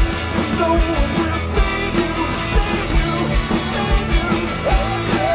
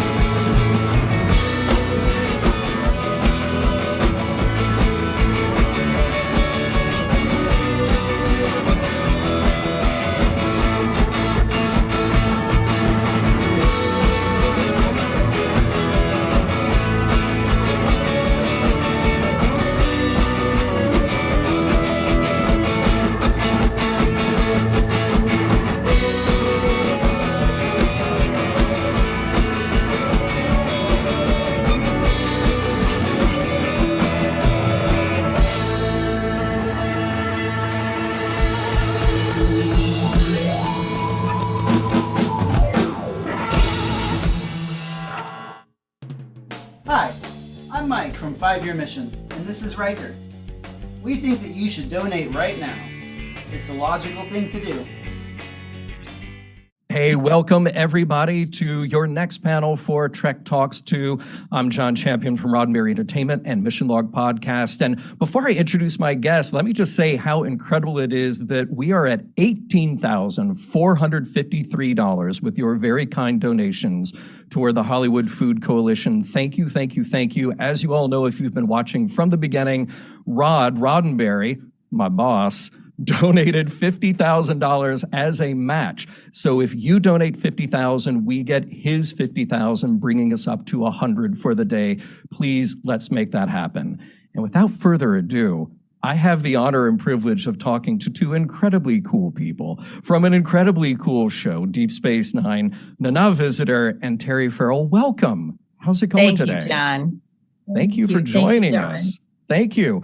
Look, the fun part of doing this broadcast is that in the minutes leading up to us being on air, everybody's hanging out in the green room. People are coming and going as Earl is getting the live show settled, and we just get to talk about all kinds of stuff. The subject of the day seems to be piñon wood, and I'm trying to understand why. Why is this an important thing, Terry Farrell? And what is the connection here with Nana? Oh, well, how do I start? Nana, I feel like you're going with the history. I have a history of piñon wood because I lived in New Mexico for a number of years. And I learned that burning piñon wood is like a life-altering, it's the smell of it. It says New Mexico. It says everything that's good in the world. And I said, and Miss Farrell has just moved to New Mexico. And I said, you've got to get piñon wood you've just got to get it. And she did. And right? right? I did because right? Yes. And it's like that, the smell? Like that. Well, my realtor came by to give me a flower for Christmas, an amaryllis, right? And my dad was here because I was, long story short, ran out of propane. And it was 9 degrees outside. It was a really cold snap. It was terrible here the first week I was here. And I had 2 little space heaters that were going on in the bathroom so the pipes wouldn't break. And the realtor, Amanda, went out and found a guy on the road and called me and said, hey, if you have this much cash, this guy will deliver. How much do you want? And I'm like, how much is a cord? I forgot how big that is. And then he explained that's like 2 truckloads, 2 little trucks, right? And I'm like, oh, how about half that? So he came, and then I just called him today and I was like, okay, time for more. And he was like, great. And then we visited and he was really fun. And everybody's so nice and down to earth here. Super, and like seriously low key. Like LA is not low key anymore. A guy with a truck. I was on a small road when I lived in New Mexico. This guy had a truckload of furniture, and I was like, oh my God, where does that come from? He said, you want some of it? I'll sell it to you. And I did. I bought a lot of it. It was beautiful stuff. Only now, as I'm saying it, was like, well, wait a minute. Where did he get that furniture? Why was he so willing to sell it? I don't know. It sounds odd, but you know what? It probably wasn't, because it was New Mexico. Things like that happen. And you know what? I went to the consignment stores, like you said, and today I'm getting an antique solid rosewood table. Oh my gosh. We will stop the show because you said the delivery people are coming. We will stop the show. Or you're going to pick up your computer, iPad, or whatever you're on and show us as this magnificent table comes in. That would be fine. Yeah. I mean, it sounds like it's a New Mexico thing. Like if you're there, you moved and, you get your dentist and your doctor, but you need your pinyon wood guy. And that becomes like an important thing. Are we talking about burning a whole bunch of it in a fireplace, or they're little... Well, they're kivas. So they're kiva fireplaces. So it's like, it's what everyone has, or most people have in New Mexico. Everybody knows about Star Trek. I need the cultural insights into New Mexico. That's what I'm getting here. But probably everyone wants to talk about Star Trek, not so much about Pinionwood. No, this is important. But yes, they do. All right. Let's take it back to that for a moment here, because it is the 30th anniversary of Deep Space Nine. And obviously you have both been interviewed so many times. You've talked about DS9 so many times, and Ira's fabulous documentary that you're a part of. Everybody should watch it if they haven't. I want to go back to a little bit before that. I want to go back to kind of the process before the cameras even rolled on that pilot episode. You're both actors, you come in, you audition, you're given sides, and you know just the tiniest amount about the character before you have that audition. And then you get it. And I'm kind of curious, what was the surprise, what was the challenge as this thing got laid out for you, when suddenly you have the role and you realize, oh, wait a minute, this is this much bigger character of this much bigger franchise that means a lot to a lot of people. I'm curious how that went for you from the time of the audition to then realizing what you had in front of you. Can I just say, I think that it was more front loaded. Like, do they let you know everything? Well, Star Trek. It was rumored that it was really going to be set to go. When I was hearing about it in the audition, it wasn't like, oh, let's see if it goes. It's like, oh, they're planning on this going well. So it was front loaded with the pressure of, if you get this is a big deal, right? It's not like a little thing and we hope it works. It's like, right. Oh my God, this is huge. So for me going in, I loved the original series. That's the one I knew growing up as a kid. That was my romance as a little kid, playing, cops and robbers. So for me, it was front loaded with the pressure of, if I get this is something of a childhood dream, pleasure, fantasy, a world I lived in. And it's an honor and a privilege even to just read for it, even if I wouldn't have gotten it. Indeed, yeah. And Nana, I mean, where you did not come to this from that position of knowing the show, correct? Well, no, I didn't. It was a job, and it was sci-fi, and that made me a little nervous because you get, in those days, now it's all flipped. Do sci-fi and it could be a blockbuster movie. But back then it was like, oh, now you're relegated to only doing sci-fi because no one else is going to take you seriously as an actor. So that was like, oh, what's that going to be? But for real, the part, I mean, I've said this before. When I read it, I thought Major Kira was supposed to be a man. I can actually still see the pages. I can, in my mind, I still see the pages and I go, this is written for a man. Called my manager and said, there's been a mistake. And they said, no mistake. They're looking for a woman for this. And I was like, nothing else really mattered to me. It was like, oh my God, I just want a shot at this.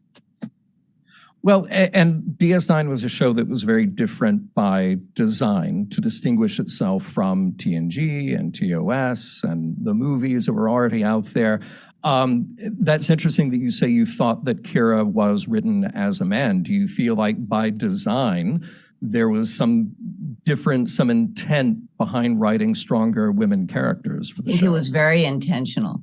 I think it was very intentional, and I was so grateful for it. And, I think it was a reaction. Each time you can look back at history and go, okay, we need to adjust this. But also culturally, the 80s were about, it was really about there's one guy who's got it right, everybody else doesn't. And, it was very conservative. It was the Reagan years. So coming out of that, it was like, well, let's reorganize ourselves and take a look at this. And maybe other people can be right too at the same time, or a different kind of right, or maybe we're a little bit wrong in what we're doing. So I think it was an exploration of the gray areas that the world was looking at too. Did either of you have conversations with writers, producers, powers that be in the creative end of the show to help shape that? I mean, do you feel like, no, you're shaking your head. You showed up, you had a great script, you had a great character, and you fill the role. Well, no, it wasn't quite like that. But, I didn't feel like anyone said, this is how to accomplish this, or, we've got this arc laid out, or, this is the line we want you to walk. It was just like, okay, do it. And my feeling was, I don't know what the truth was, but you either hit it or you're out. It's like, that's what it felt like. Mm-hmm. Yes, Terry, you're nodding your head. Yeah. I mean, well, no, I lived that part for real, but I did go in quite a lot because they didn't know how to describe Dax. And I think that obviously that's a more complicated character, that given that the symbiont had lived 6-7 lifetimes, right? Mm-hmm. And how do we approach this? So the good news was, because the symbiont was new to Jadzia, and they didn't quite know, and I didn't know. I mean, because if they don't know what they want, I don't know what I'm supposed to do, and I wasn't understanding exactly what they wanted. I think they wanted me to be a little more stoic. But for me, the idea of being 350 years old, it's if I'm still hungry for life and interested in people, I don't think I would be so stoic. I would be curious, right? So we had a little bit of, we didn't really see eye to eye on that so much. But the good news is that they wrote it in a way for me in the beginning of, from Jadzia's point of view of like, well, she's kind of figuring this out. We're figuring it out. Terry's figuring it out. I mean, unfortunately, it didn't feel relaxed as I'm saying it. It was a very stressful, fraught with, oh my God, they're going to fire me. And literally got that phone call of, if you don't get this together, they're thinking of letting you go, from my agent. And it was just like, this is not helpful, right? This is not the thing that makes you feel cozy and like, yeah, I'm feeling super creative now. Yeah. Take some chances, expand what you're doing. And we may fire you. Just in case you make the wrong decision, know that you will be gone. But let me come back to that. What does that mean then, getting it together and making the right decision? Is that just purely staying in line with what a writer-director combination thinks that they want out of the character? Or you know what, John? I think it always comes down to doing the basic truth as you see it. And usually everyone will jump on that bandwagon because it's like, oh, there's something truthful going on. I really do think that it comes down to that. And I think that your curiosity is it's one of the elements that saves humanity. And I think it doesn't go away as you get older. It certainly doesn't at my age. So I think that was such a good choice on your part. Thank you, Nana. And I think that's what I realized. I have a friend who I've talked to you about before, but she just said, and this is all you can do is show up on time, listen, don't anticipate results because you don't know why you're really there. So I kind of approached it with that. It took a few episodes before I felt okay, like halfway through the first season of finally going, no, just be in the scene, doing what's required in the episode, and don't worry about, was she a man in this situation or a woman in the, whatever that is, it doesn't matter. All that matters is that I'm in the moment, like you're saying, Nana, just be the truth in the moment. And ultimately, I think that's all you can do as an actor is, listen and tell the truth and let it unfold. Nana, when we had you on Mission Log about a year or so ago, a little over a year ago, you said something about the sort of the emotional toll that being on a show many hours a day, most days of the week, for many weeks out of the year, that you carry that around with you, that it can't help but, the character can't help but sort of become a part of your life. And I'm curious now, in the years since DS9, for either of you, for both of you, what parts of those characters have stayed with you? Well, what I was talking about was if you're doing traumatic scenes over and over and over again, your brain is going to skew that way. And it's hard, it takes real practice to understand that you need to come in and out of that. But I would say Major Kira opened a door in me. It was like a time machine because I was able to escape into the future where I didn't have to be a 90s woman. I didn't have to be performative. I didn't have to make sure I was, this is Commander Cisco. I need to calibrate how I approach him because of this hierarchical situation. As far as Major Kira was concerned, there was no hierarchy. She didn't care. So I could behave, I could be the full spectrum of who I actually was. So that was that trapdoor into the future that she gave me that made me aware of what the time I grew up in, the time I have to deal with, what it put me into. So that I'm always aware now of, wait a minute, is that an adaptation because I need to do that? Or is that who I am? It's a question that's always with me now because of her. And Terry, yourself, any remnant? Oh, yes, for sure. I think that the future that I don't even think I realized at the time how much Dax empowered me. Because at the time I felt like I needed what felt like armor to protect myself emotionally, right? And it's only that I've gotten to be my late 50s and gone through enormous amount of growth in the last few years, is that really Dax for me was me being completely myself and a confident woman. And culturally, growing up in the 60s, like what Nana said, it just, there were so many, like, I have to do this for this person, that for that person. And it just being a woman growing up in that time, it was really difficult. And I mean, I'm sure every generation before us, it was even worse, the roles that we're supposed to be as women. But in Star Trek, playing these characters, there weren't rules like that. We were full human beings, and it didn't matter whether we were women or men. These were the roles. We were, I was a science officer. She was a major, freedom fighter. It's like, these are people, we were fully realized people, and it didn't matter whether we were labeled a man or a woman, right? We were empowered. We weren't less than because we were women. And I think that carrying that wisdom of Dax, it will never leave me. But I think what's kind of great now is that has empowered me rather than having armor around me. It's had me drop the armor so that I can be myself.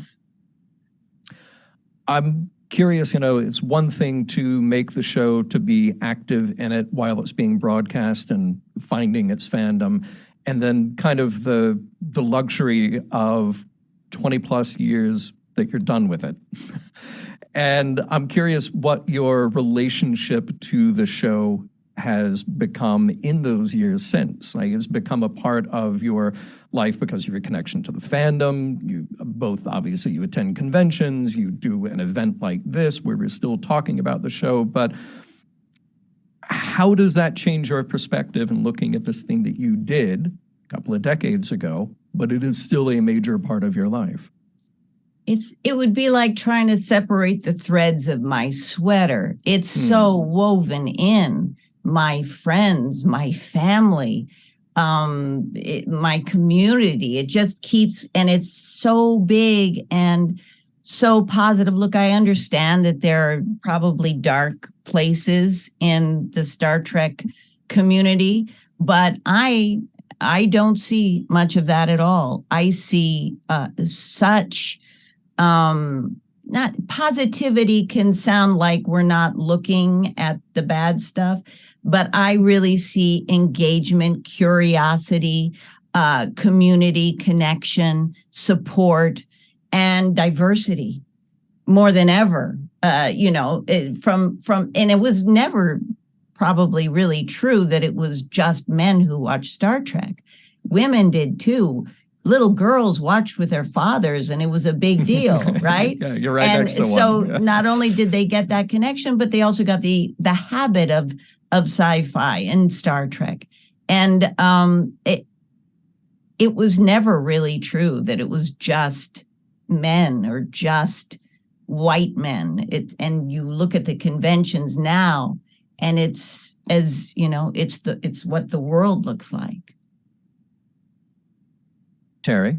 Oh, yeah, well said. It's just, I'm so grateful for the experience. I think also to add to Nana is this desire for transformation and evolving as human beings, trying to break cycles that aren't healthy for all of us. It feels like the community is very supportive of those types of issues. And I love being a part of our family.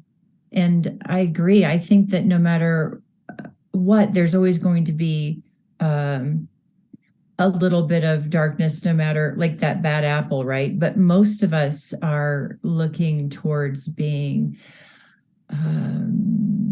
loving and in service to and inspiring, and we get inspired by fans too. And it's just a very lovely community where it's really about acceptance overall, I think. And And it's about the actors, the connection with the actors too, and the actors in various shows. When I look at the women of Discovery or in Picard, I go, yes, get it. Yeah. I'm not going, why aren't I doing that? It feels like I am through them. It's satisfying. And I think when you get to that place, you're really supporting. And I think we do. And it's because we're like a family, because it's if your sister got something, you'd be rooting your sister on, right? We had our time and it was amazing, and we continue to have it because we're part of a Star Trek family. And you know what? There's something really amazing knowing that someday when we're not here anymore and time has passed, somebody else is going to watch that show and go, oh, what? I love that show. I mean, our show is really, it hits on so many interesting topics and issues that aren't going to go away. And it's so great to know that generations after us will be able to enjoy our show. We'll live on, there's something really amazing about that. We have just a minute left, and I'm curious what you want that person a generation from now to get out of the show. I want them to get out. What I'd love is for them to look at our show and go, oh my God, was it really that hard for people to get along back then who were diverse? Really? I would love that, but I'd love them to see what the struggle to understand each other is. And that, as we were talking about, being the full spectrum human, Bajoran, whatever you are, that you can be, and that that's what we bring, and that's great. Bring yourself how you are, not how people want you to be. Yes. And very quickly in our final seconds, Nana, you are working on your book still, Women's Trek? I certainly am. Fascinating, which is why I'm watching some interviews with you, John, and I just want to say you are a fabulous interviewer. You are very kind. All right. Well, everybody, you can follow both Nana and Terry online. Please do so. And right now, coming up on our show, we will have a video about volunteer efforts through the Hollywood Food Coalition. Nana, Terry, thank you both so much. And until next time. Thank you. My name is Kathy. CH. My name is Matthew Carmichael. Hi, my name is Ernie Plank. My name is Patrick. Hi, I'm Jesslyn. Hi, I'm Jordan, and I am a HOFOCO volunteer. I've been volunteering at the Coalition at least 10, perhaps 12 years. Hi, my name is Stefano. I'm from Italy and been volunteering at the Hollywood Food Coalition for almost 6 years. The work that we do here, I think, holds a lot of relevance because there's so many people in the city of LA that are in need of food, in need of housing, just basic essentials. It's the goosebumps like I'm getting right now in my arms every time I think about giving back and helping those that are less fortunate than I am. It brings joy to my heart, it makes my heart smile. The vibes that I get from the people that come in and pick up the food is just unbelievable. The overwhelming gratitude that I get from them is just incredible. One thing that impresses me about Hollywood Food Coalition is just our consistency. And the meals are delicious and they're healthy. And when you open one up, it would be something that you would want to eat yourself. There's so many degrees of people that are unhoused. And meeting those people and understanding their stories and where they're coming from and the gratitude that they have when they receive warm meal every day, that trust that they have from us, I think it's great. And I always leave here feeling a lot better. One thing that struck me when I started volunteering for the Hollywood Food Coalition is as soon as you walk into the kitchen, there's a sense of commitment among the team there. And you can tell they really believe in what they're doing. And so you just fall in line with that, and then your shift just flies by. And at the end of it, you feel really good because you can tell that the team made a difference and you helped the team make a difference. Volunteering here has impacted my life in really beautiful ways. The community here is amazing, and just the people and the groundedness of the space feels like I've finally kind of found my tribe in the city. that purpose and that meaning that it brings me is my gift as well. I always bring up what Hollywood Food Coalition has accomplished since 1987. Again, it's an impressive feat that there hasn't been a day that Hollywood Food Coalition has not been able to distribute a meal to someone in need. It's just a great way to give back. You feel really, really good after helping people here. Seriously. Can't explain it. You just have to come on down and try it. I've learned the names of most of our guests and the backgrounds, and you know, you'd really be surprised when you look at a person as an individual rather than just a statistic, someone who's on the street, because it's easy to look past them and not see them as being the human that they are. I've seen, people getting jobs or getting housing, and I've seen their situation improve, which has been really great. Just having this brief interaction of just like smiling, saying hello, I often feel like that makes such a big difference. And it definitely makes a big difference for me too, because like those are the moments that then transport me through the rest of the week as well. So I have connected with a lot of the guests, specifically Jacob, who does not eat anything but vegetables. So I make him a special vegetable meal every Wednesday. I know what vegetables he likes, what vegetables he won't eat, and it's important to me that he gets his nutrition, so I always try and give him what he wants. I like this idea, like it's not only helping their own kitchen, but they're also outsourcing to other smaller organizations that can make their own meal prep. And honestly, I think it's something that we should be seeing more of, just ways to just try to get as much food out there as possible. It's not a faceless thing. You're actually meeting people who are taking this food that we're receiving, and we're sorting and we're packaging and we're making sure that it looks great and it's going to taste great, and you hear about where they're taking it, and they'll tell you where in LA they're going, and who's going to be on the receiving end of it, and that makes it just that much more personal, and I don't know, it just means more to me.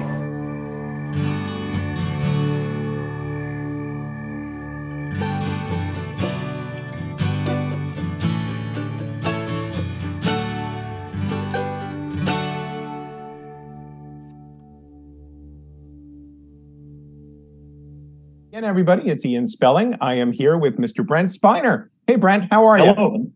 Good, Ian. How are you? I'm doing okay. Let's tell everybody that Brent is in stormy weather as we speak, and if we lose him a little bit, I will do a song and dance until we get him back, and then we will continue. But I mean, you could write your questions on a piece of paper and hold them up, and they are. I could just do this, so we'll do that. Yeah, there you go. We'll do that if it comes to it. So okay. We are here on behalf of the Hollywood Food Coalition. Why was it important for you to join us today? Well, you know what? I think it's important that people should eat, don't you think? And John Billingsley and the whole organization are doing such an amazing job, helping to feed people. And that's a real doable thing, I think. There are a lot of charity organizations and diseases and so on that need money, and they do.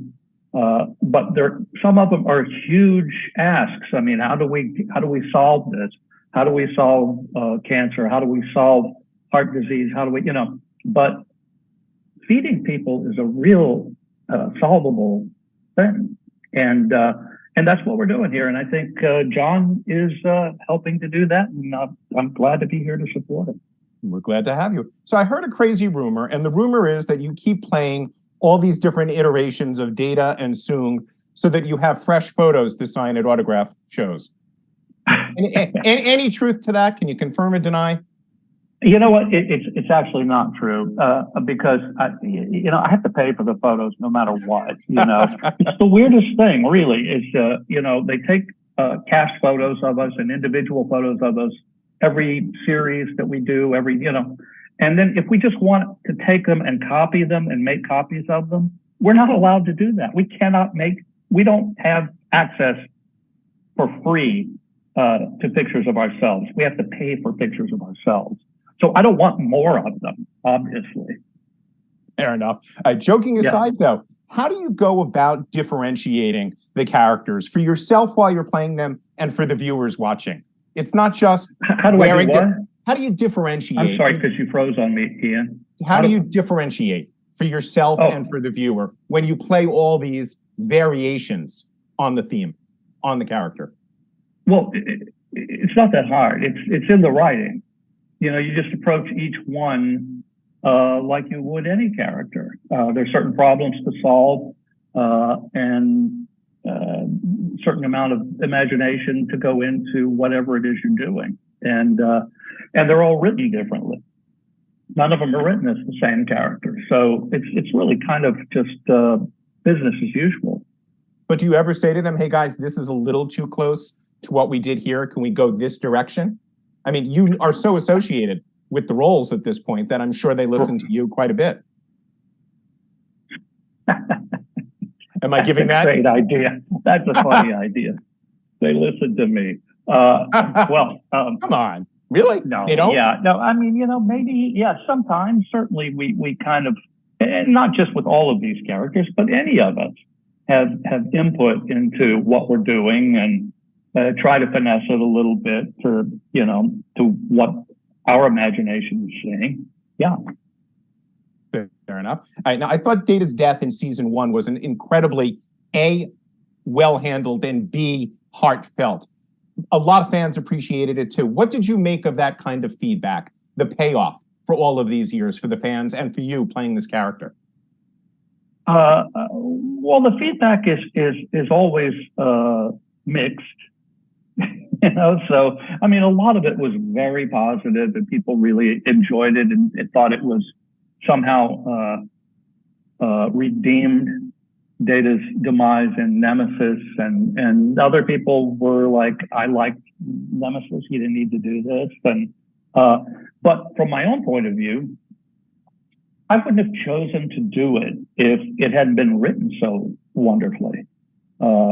I mean, the bottom line always it's the writing, and that was just a wonderful scene that Michael Chabon wrote, who's one of the best writers in the world, and Akiva Goldsman directed, and it was just really nice to stand across from Patrick or sit across from him and revisit, you know, our characters and what they meant to each other. And it was funny, I was just talking to John Delancey about saying goodbye as Q, and he said, you know, that kind of ended an era, and it was a little bit tough on him personally. Was it tough to let go of Data after all this time, or no? And you had done it before. You know, yeah, exactly. It's old hat now, letting go of Data. I'm not as sensitive as John. It was more difficult for me to let go of him as Q than it was for me to let go of Data. You know, I don't even think about it, Ian. Really, it doesn't. It just doesn't occur to me. It's a task, and a very enjoyable task that I'm trying to fulfill, and I just take it moment to moment, and you know, you never know what's going to happen. And then this is not my question. Somebody asked me to ask you. A lot of fans wanted a Data and Geordi payoff as well. And I wanted your thoughts on that. Was that something you were looking forward to or thinking you might get? Or did you understand that the show is called Picard and there's not enough time for that? It could have happened, certainly, if they had written Geordi into the show. Right. Yeah, there was no reason why it couldn't have happened unless he was busy, which he generally is these days. But yeah, I thought, again, you know, Geordi and Data had a goodbye on the Enterprise at the end, near the end of Nemesis. And there was a thing that LeVar and I did, and you could go back and clock it through the entire series, but we must have looked at each other 100 times or more. And we'd look at each other and go, and the last thing we did was exactly that. And so it seemed a good, you know, period to that relationship, at least fictional relationship. Now, I know we cannot talk specifics at all about season 3 of Picard, but just talk to me about reuniting with the cast, with however many of them you worked with over your course of the time on season 3. What was that like to have everybody around again, or one at a time, whatever it was? Well, it was like, again, it was oddly, you know, it was You cut out. Can't hear you. Your microphone has changed to built-in microphone, it says. What does that mean? You can't. I hear you now. I hear you now. Okay. I think my Bluetooth is out again. But I hear you fine, so you're good. I may come back in a different way. But anyway, what I was saying in regards to your question was that there was a sameness about it, a familiarity, a comfort. Yeah, it had been 20-something years since all of us were together at the same time. But it was a very joyful experience for me. I enjoyed being around everybody, you know, and I'm sure other people have mentioned this, but it's not like we've never seen each other since then.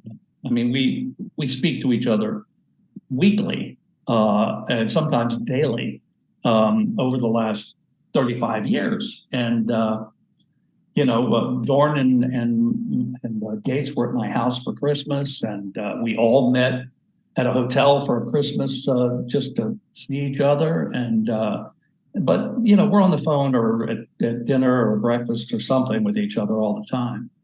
So it was, the only difference really is we were wearing costumes and playing characters. Have you ever had any other job where you've kept as in touch with as many people?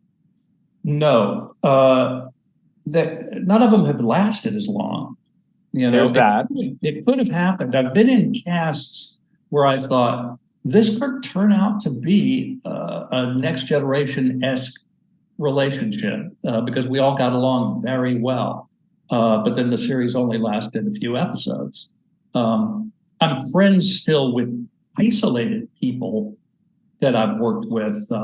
Really good friends with Linda Eamon, for example, who played my wife in 1776 and again played my wife in Lifetimes 3 on Broadway.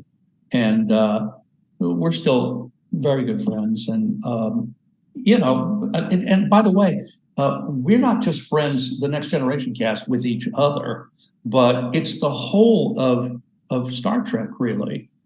This giant epic has introduced us all to each other. And there's a real fondness for everybody who's been involved with it in one way or another. And so we see each other at conventions and, you know, parties and different places. And so it's a giant family at this point.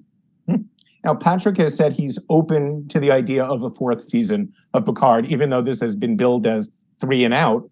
And he's also open to another Next Generation film. So my question is, how open are you to that concept? You know what? I'm in the wait and see category. You know, I'm not open or closed. I'm just sort of, we'll see.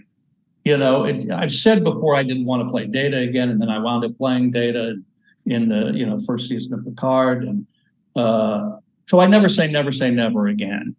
I mean, I never say never. No, well, you know what I mean. I never say never again. Yes. Sean Connery. There you go. All right. Talk to me about this. Fan fiction. Yes. What was the process like of writing this? What did you get out of doing it? And what kind of reaction did you get from people? Well, you know, there was a pandemic. It was? Yeah. And it was sort of at the beginning of the pandemic when there was no work of any kind for acting. I had to do something. And so I had, and then it was fortuitous that a literary agent came to me and said, would you write a memoir? And I've said this before a million times, and I said I didn't want to write a memoir, but I had something else I wanted to write. And he said, okay. And I, you know, got a partner to write with, Jeannie Darst, who's fantastic. And we met many times and, you know, created a storyline. I had the idea of the event already, but she helped me kind of shape it. And then I wrote for, you know, a few months, and it was a really fast process because I think from the minute, I think it was probably under a year from the point at which Jeannie and I met to when the book was published. And Unfortunately, the reaction has been really very pleasing for the most part. I mean, nothing is. Everybody doesn't love everything, but I've gotten some really good feedback from it, and some nice feedback from people who've read it. You can see some of those reviews on Amazon or Audible, and the only downside really for me was that it happened in the pandemic, and I couldn't do any, signings or any publicity or anything. So it didn't get the push it really needed to get. I mean, do you still work for the New York Times? No, I haven't for a few years.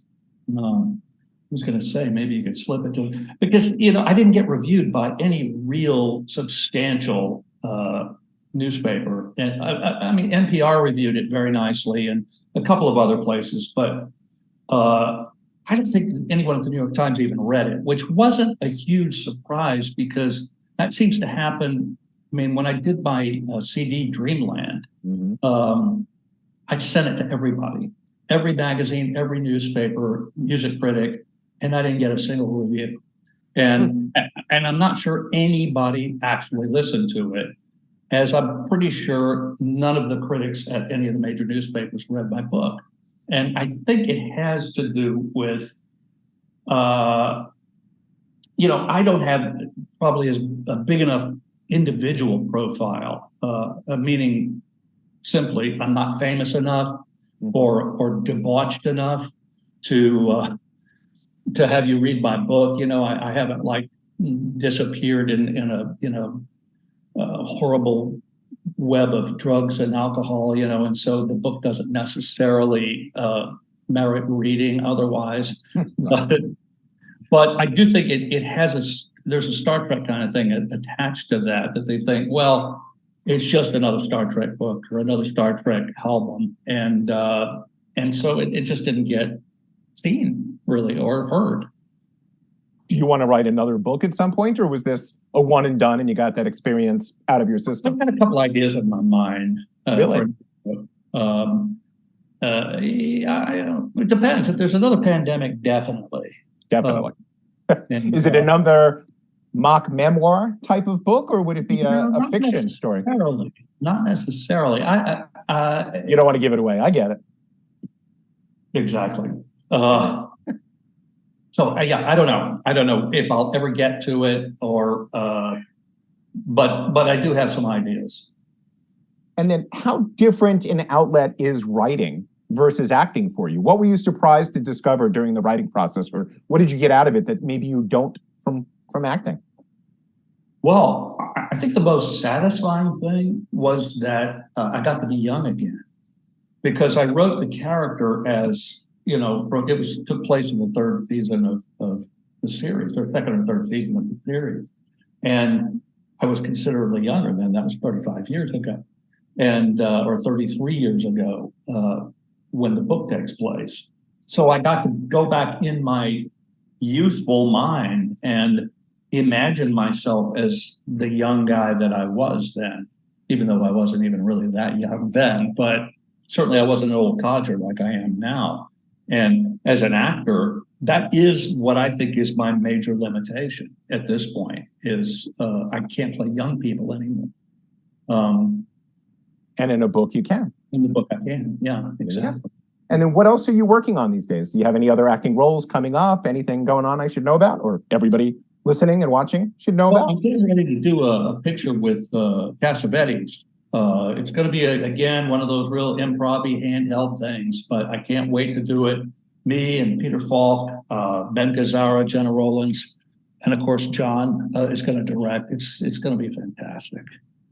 And then when we get out of the realm of fantasy, anything coming up that we should know about? That might make a good story. It would, That'd be right? a good book, my fantasy movie with John Cassavetes. Maybe you work with his son. Exactly. Well, and we're doing it, say, in the 60s. And I'm maybe even younger than I was in fan fiction. And shoot it in black and white. It would have to be black and white, of course. In New York, exactly. Let me write this down. There you go. But all joking aside, are you a good not working person? Are you good with downtime, or do you get bored? No, I'm good with downtime. So how do you fill your downtime? I like to tell you what, I like to spend time with my favorite person, which is me. And all joking aside, I'm pretty good with, just kind of filling my day doing things, seems like the days go really quickly. And, I'm open to doing something, obviously. People keep asking me if I'm going to be back on Night Court now that it's been revived. And the fact of the matter is, it's not really up to me. People ask, are you going to do Night Court? Well, they have to ask me. But I'm still auditioning for things, and whatever happens, happens, and whatever doesn't. What do you think you would be doing if you were not an actor? What would have been career B? I think I would like to be I would choose to be in maybe diplomacy. Seriously. Just talking to people and trying to get them together on some issue and not being angry with each other about stuff. And, I can't tell if you're being serious or if you're messing with me right now. What difference does it make? Because you are a professional actor and I just can't tell. Well, then don't ask the questions, Ian. I'm not a mind reader. I'm asking you to tell me the truth. Nope, all good, all good. All right. No, I had somebody We've known each other long enough, Ian, to know that when you ask me something, I answer you as seriously as I possibly can. Oh, yes, I'm used to that. Yes, and I appreciate the honesty. I always do. I had somebody ask me to ask you this question, which is, there's a whole, no pun intended, next generation of Star Trek fans out there who are discovering the show.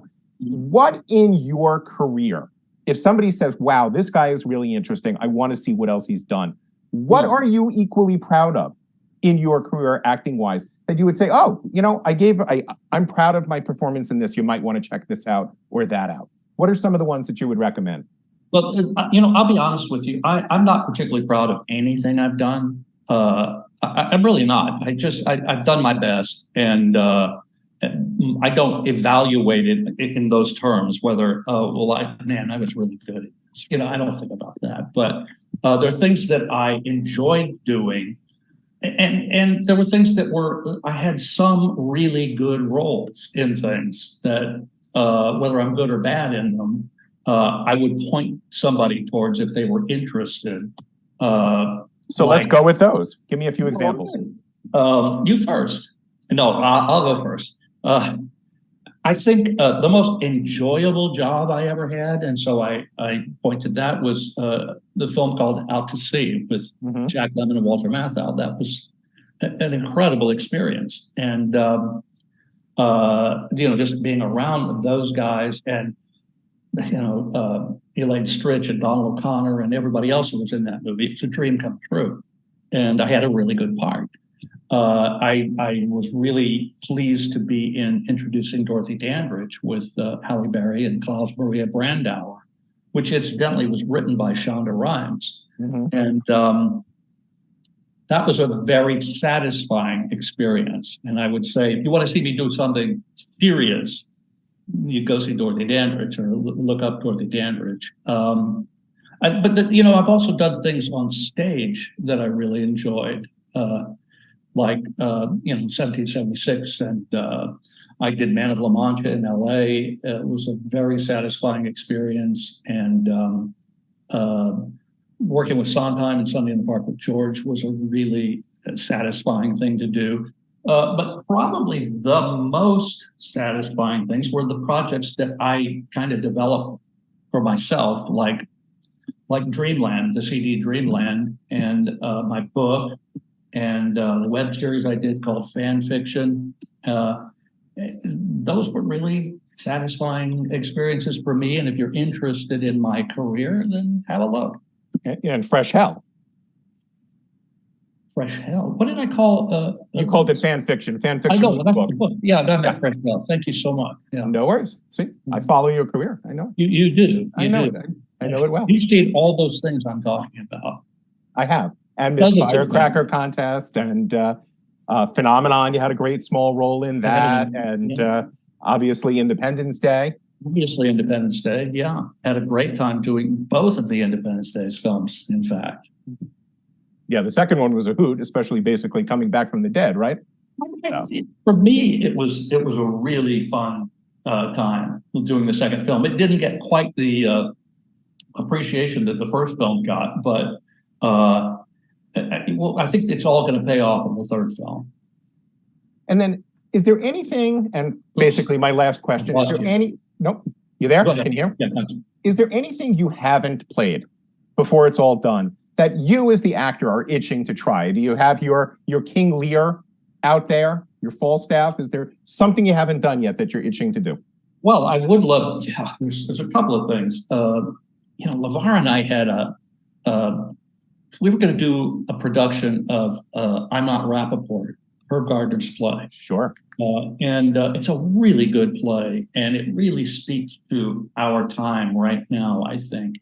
And we had it all lined up to do first in London. We had a director, we had a producer, we had a publicist. It was all, they were looking for theaters. We were both committed to doing it. And then the playwright's widow decided that she didn't want to give us the rights. All of a sudden, in the middle of negotiating rights, she went, no, I don't want anybody doing this show right now. I don't know why. It was never explained why. It was just she didn't want it. I have to think it was one of two things. Either she didn't know who we were, or she knew who we were. Right. But so I really wanted to do that. And I wanted to do Man of La Mancha on stage. And again, same thing happened. Mitch Lee, who had the rights at the time, wouldn't give them to me. And his reasoning for it was, he said, only a star can do my show. Oh, yeah. And, I was like, well, can you speak to Stephen Sondheim? He'll vouch for me, and he would have none of it. But I'd love to do Merchant of Venice at some point, if I could. I think that's the only Shakespeare really that I'm still sort of right for. And, I'm not really a Lear, I don't think, but I am definitely a Shylock. There you go. We're going to end it there, Brent. Thank you so much for joining us today. We really appreciate it. And you supporting the Hollywood Food Coalition. We can't thank you enough. Thank you. And just one last thing, everybody out there, donate. It's a wonderful thing. Feed people, help people out. It's a good deal. And Rod Roddenberry's doubling it all. So, in his generosity, let's help him spend as much money as he can. And, Ian, am I going to see you on the cruise? You will not. Unfortunately, no. Well, I'm not going. You shouldn't. It's over. Anyway, thank you. All right, take care.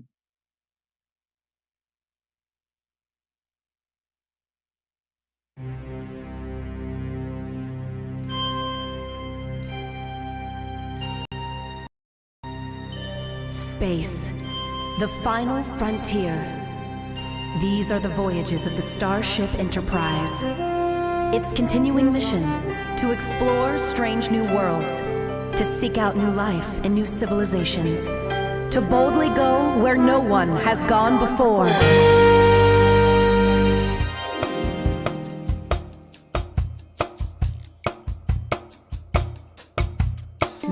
Beyond the rim of the starlight, my love is wandering in starflight. I know he'll find in star-clustered reaches love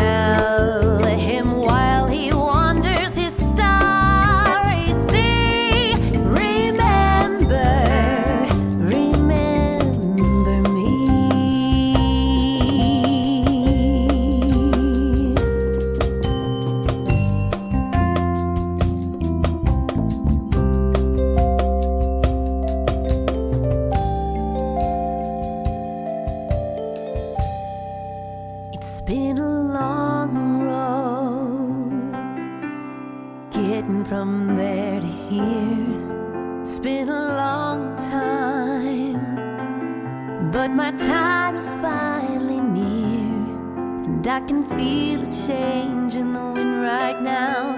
Nothing's in my way, and they're not gonna hold me down no more. No, they're not gonna hold me down.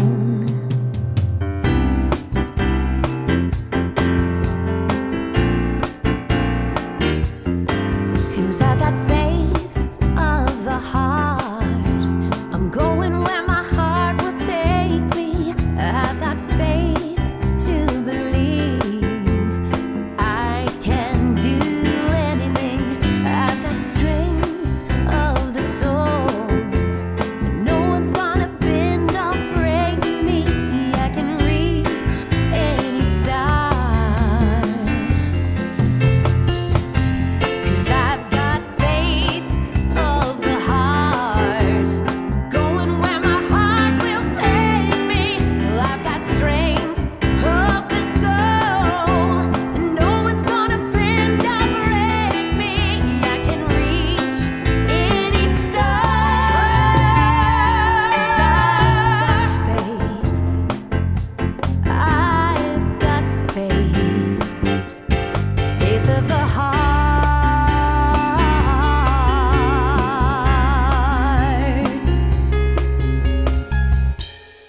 It's been a long road.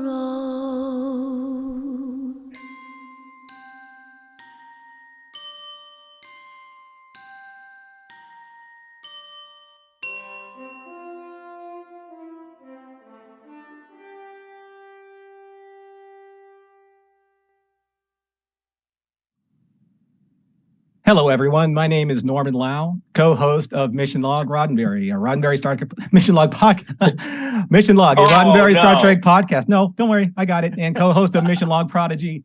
And with that title, I am both thrilled and honored to welcome the Star Trek Prodigy creators here for the Trek Talks and for the Hollywood Food Coalition. We have Dan and Kevin Hageman and director Benny Bond to welcome to the Trek Talks. How are you?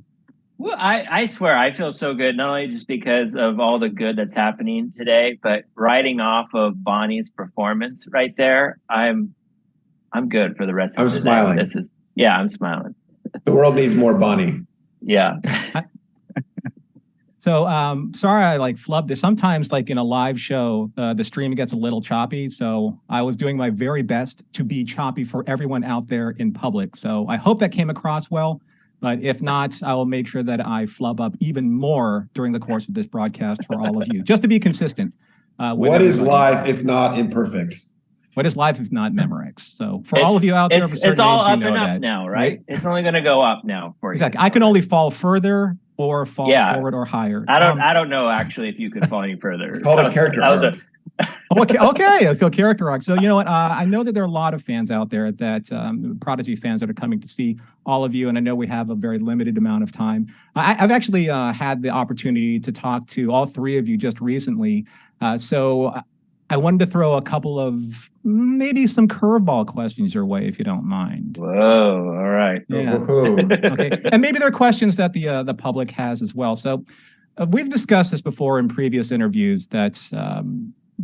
In the first half of the season of Prodigy, you wanted everyone to kind of hold on and wait until everything was completed. You know, it's almost kind of just a wait and see type of trust in the vision of what was going on with Prodigy. But now that the season is done, now that, the incredible finale of Supernova Part 1 and 2 are behind us, and we're looking towards the future, in this space right now, in the social media responses, you're seeing things like, I can't believe that I was sleeping on this show. I can't believe that I'm catching up just now. These type of sentiments. What does that mean to you now, hearing them, as opposed to hoping that people would hold on and wait and see? It's extremely validating. And I also understand, classic Trek is more episodic of what a lot of people grew up on, right? And we're doing, in essence, it's a giant, 20 episode miniseries, right? It's one epic story. We do dive into fantastic episode concepts and things, but still it's all builds to something. And so I understand when people first start to see it and they're like, oh, this doesn't feel like Trek. Well, it's act one. It's the beginning. You're not in the magical world of Trek yet. And these characters go through that. And so it's a very classic, structure to a grand adventure. And I would say too, all those people who are hesitant to watch the show, we were hesitant too to make the show. So I mean, when they come to you and say we want to do Star Trek for a younger audience, we saw so many ways that could be done poorly in our heads. And but then when we gathered our team and we got Ben involved and we actually started having some real conversation, there was this real joy to kind of distill all of the Trek in our memories and repurpose it and make something new. And I think we're all very proud of the hard work that our team has done, and we cannot wait for season 2. Yeah, and I think because of the task and the opportunity that Prodigy was in its inception, I think we all wanted to take a big swing. It was a big swing no matter what, story, character, and then visuals. The medium was different. So there was this incredible opportunity to kind of create something very new. And with anything that's new, it is always feels kind of like, are we doing it right? Is this the right product to make? Is this the right approach? And as you've seen with the first season, the heart is there, the core, the passion is all there, but it has to build. It has to kind of like, and to really express this and to experience it, you have to stick with it. You have to watch the show. And so when you first come to it, you really only see the new, but the new kind of grows and reconciles with the old and becomes something different. So now it's incredible how people have embraced it, and to see the responses have been, it's super exciting because we're so excited about it. So being able to share it is phenomenal. Do you think that this overall quote unquote misconception that Star Trek Prodigy is just a kid's show has changed over the course of the 20 episodes, but also from the first 5 episodes, then the break, then the next 5 episodes, then the long 8-month break, and then finally these final 10. Do you think the final 10, since you were able to tell that arc in the manner that it was supposed to be done, you think that gave the fans that time to say, wow, this really isn't just for kids. This really is something that has mass appeal to all different types of levels of Star Trek fans, from young as 4 years old, from some of the listeners that have called into our show, to as old as fans like myself or older. Is that something that you're feeling that's starting to soften in the general community of fans? I mean, I feel like one of the best thing about, there's breaks are never fun, but I think the good thing about breaks that helps things, it allows others to catch up. And you want to create a bit of a snowball effect. And I think what's nice is the more people who are watching it, the more of a water cooler show it is, as in people like to gather and talk about the finale, or they'd like to talk about Kobayashi. So I think those breaks benefit growing that audience. Now, I don't want to put too many of you on the spot here, but when you guys announced that you were going to be on Trek Talks, and it generated a lot of excitement on social media. And one of the things that you may or may not be able to talk about are certain details that are going to be coming up in season 2. So without putting too much out in the public space, which you're not allowed to do, probably, first of all, when do you anticipate season 2 being released in the calendar for 2023, if you can say? We can't say because we don't even know when it's going to get released. We're hoping it will be 2023, later this year. I mean, we're starting to mix the final stages of the very first episodes of season 2. We're actually starting to mix right now, so we should have things ready later this year. But that's all up to the networks and the overlords of Star Trek, because you want to try to pace out each of the shows, right? You don't want all the shows to drop at all the Trek shows to drop at the same time. In the production of season 2 right now, where are you in that? Have you wrapped up most of the writing, most of the animation? Are you in sort of like the final touch stages? Where are we at, Ben, with that?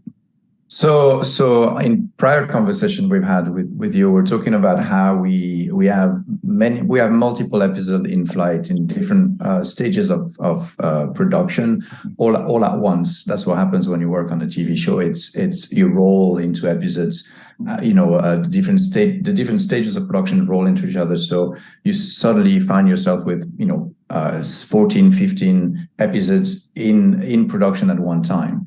So right now we've locked, what we call animatic storyboarding, on the entire the next 20 episodes. And we have the tail end of that. And then the front end is that we're doing final mix on episode 1 and 2 next week. So we have final picture on the first 2, and then we're getting finished animatic or editorial on the last 19 and 20. So that's how wide of a breadth you have in terms of the where the season is. So every pieces are kind of locked into place, but the production is full swing basically. And our hope right now is just that, now that season 1 is fully out on Paramount Plus, we're hoping that the numbers are good, and we're all kind of eagerly waiting to see if we can get a green light for a season 3. Oh, season 3. That sounds so good. Doesn't it just rolls off the tongue so well? Yeah. I mean, I could write these characters for a long time. They're so fun. They're so, and unlike some of the other Trek shows, these are kids who, started off so far from Starfleet, and now we get to do this fantastic growth of them growing up and becoming young adults and becoming Starfleet. I mean, it's exciting to think about where we could go with them. It was an interesting concern looking at the two halves of season 1, where you had one half focused solely on the kids, them learning the protostar, their relationship with hologram Janeway, and them being able to rely on each other and kind of learn and grow as a family. And then you had a little bit of a tonal shift with now Vice Admiral Janeway and the Dauntless and the chase with the Diviner and Essentia. Was that something that you were hoping wouldn't polarize, say, the audience, where they just wanted the kids' story, or they just wanted kind of like the adult Starfleet story? Is that something that when you were breaking down the story for season 1 was, oh, I really hope this is going to work? Or is this just one of those things you have to trust your instincts as writers and creators and say, no, we really need to tell this particular story, and the fusion of these two arcs, if you will? I mean, I would say we had a pretty confident writer's room. We had a joyful writer's room. We had a lot of fun. We all felt the wish fulfillment of being able to write a Trek show, and we didn't want to waste that opportunity.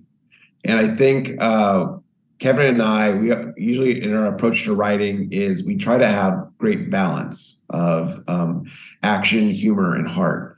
And I feel like when you find that equilibrium, that's where it hits, I think, all the quadrants.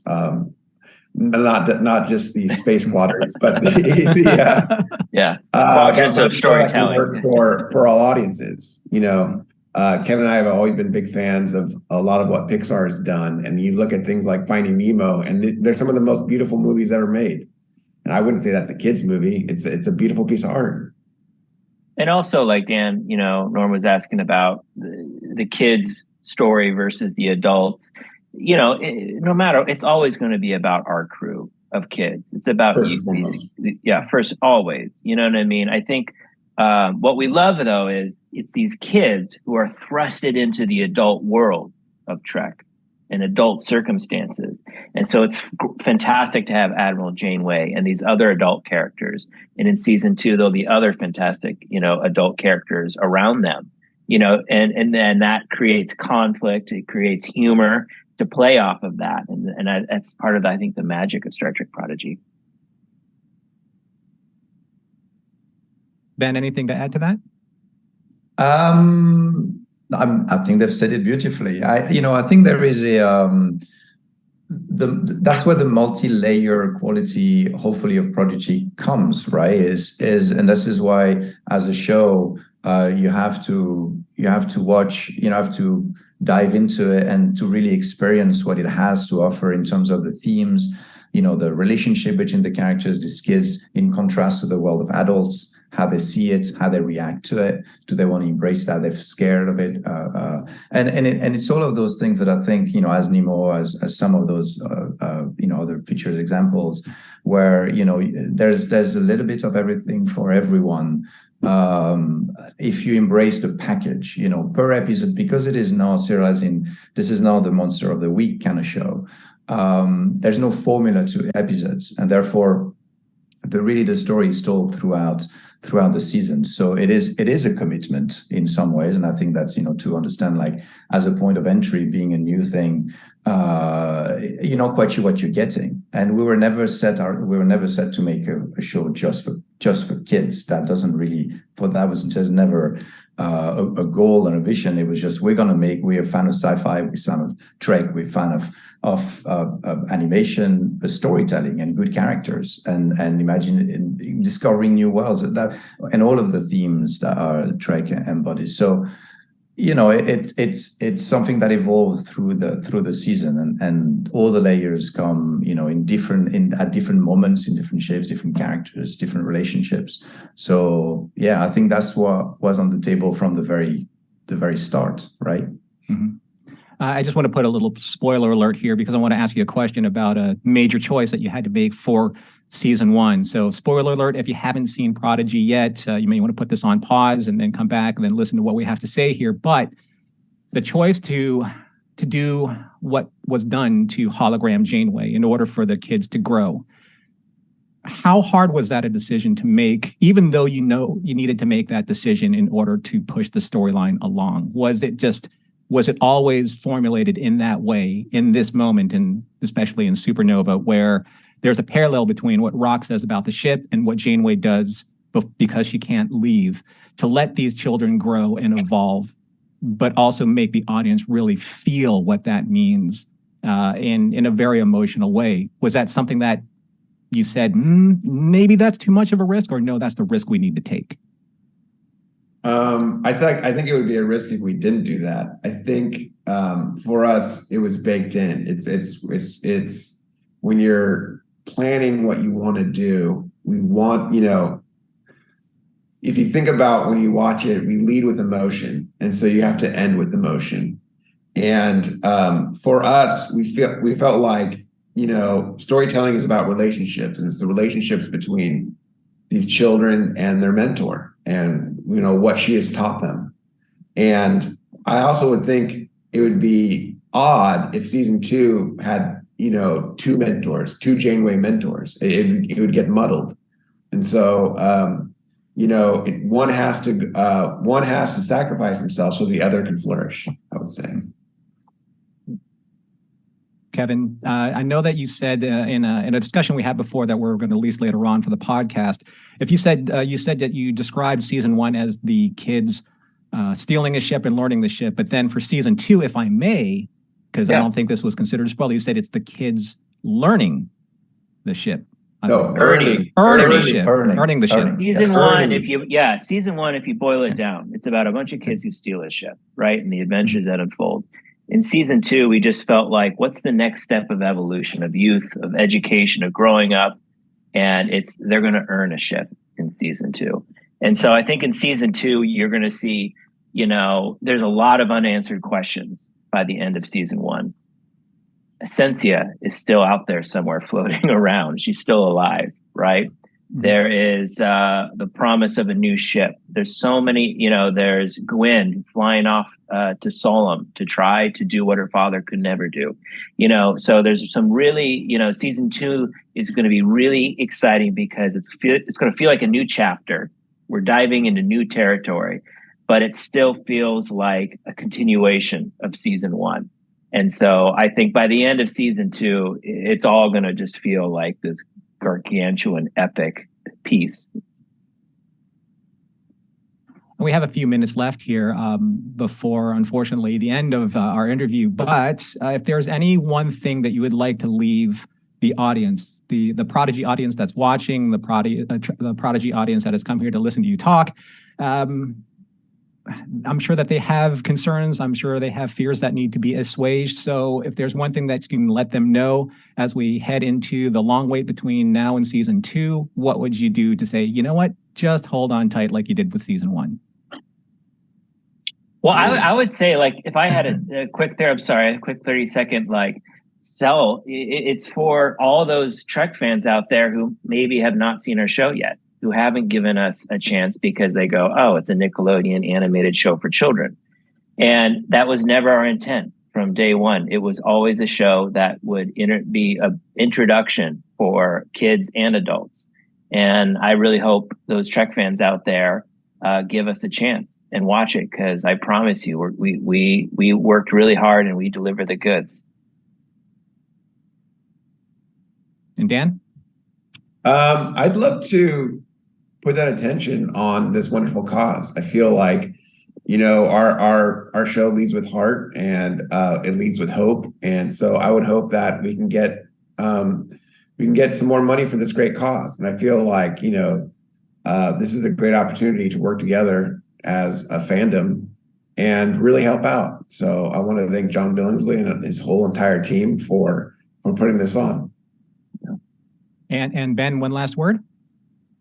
All of these great things. I hope we keep on trying, making contents that inspire and starts conversations. Being for hopeful youngsters that are dreaming of who they're going to be and what they're going to be able to achieve in the future, and how and why.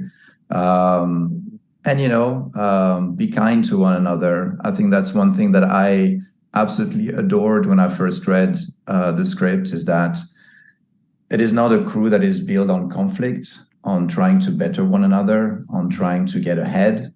It is a story about people coming together and trying to find their better self, and just finding their place in the universe without stepping over other people. And I think that is always relevant, but more than ever now. So we pour our heart in that, and season 2 is no exception.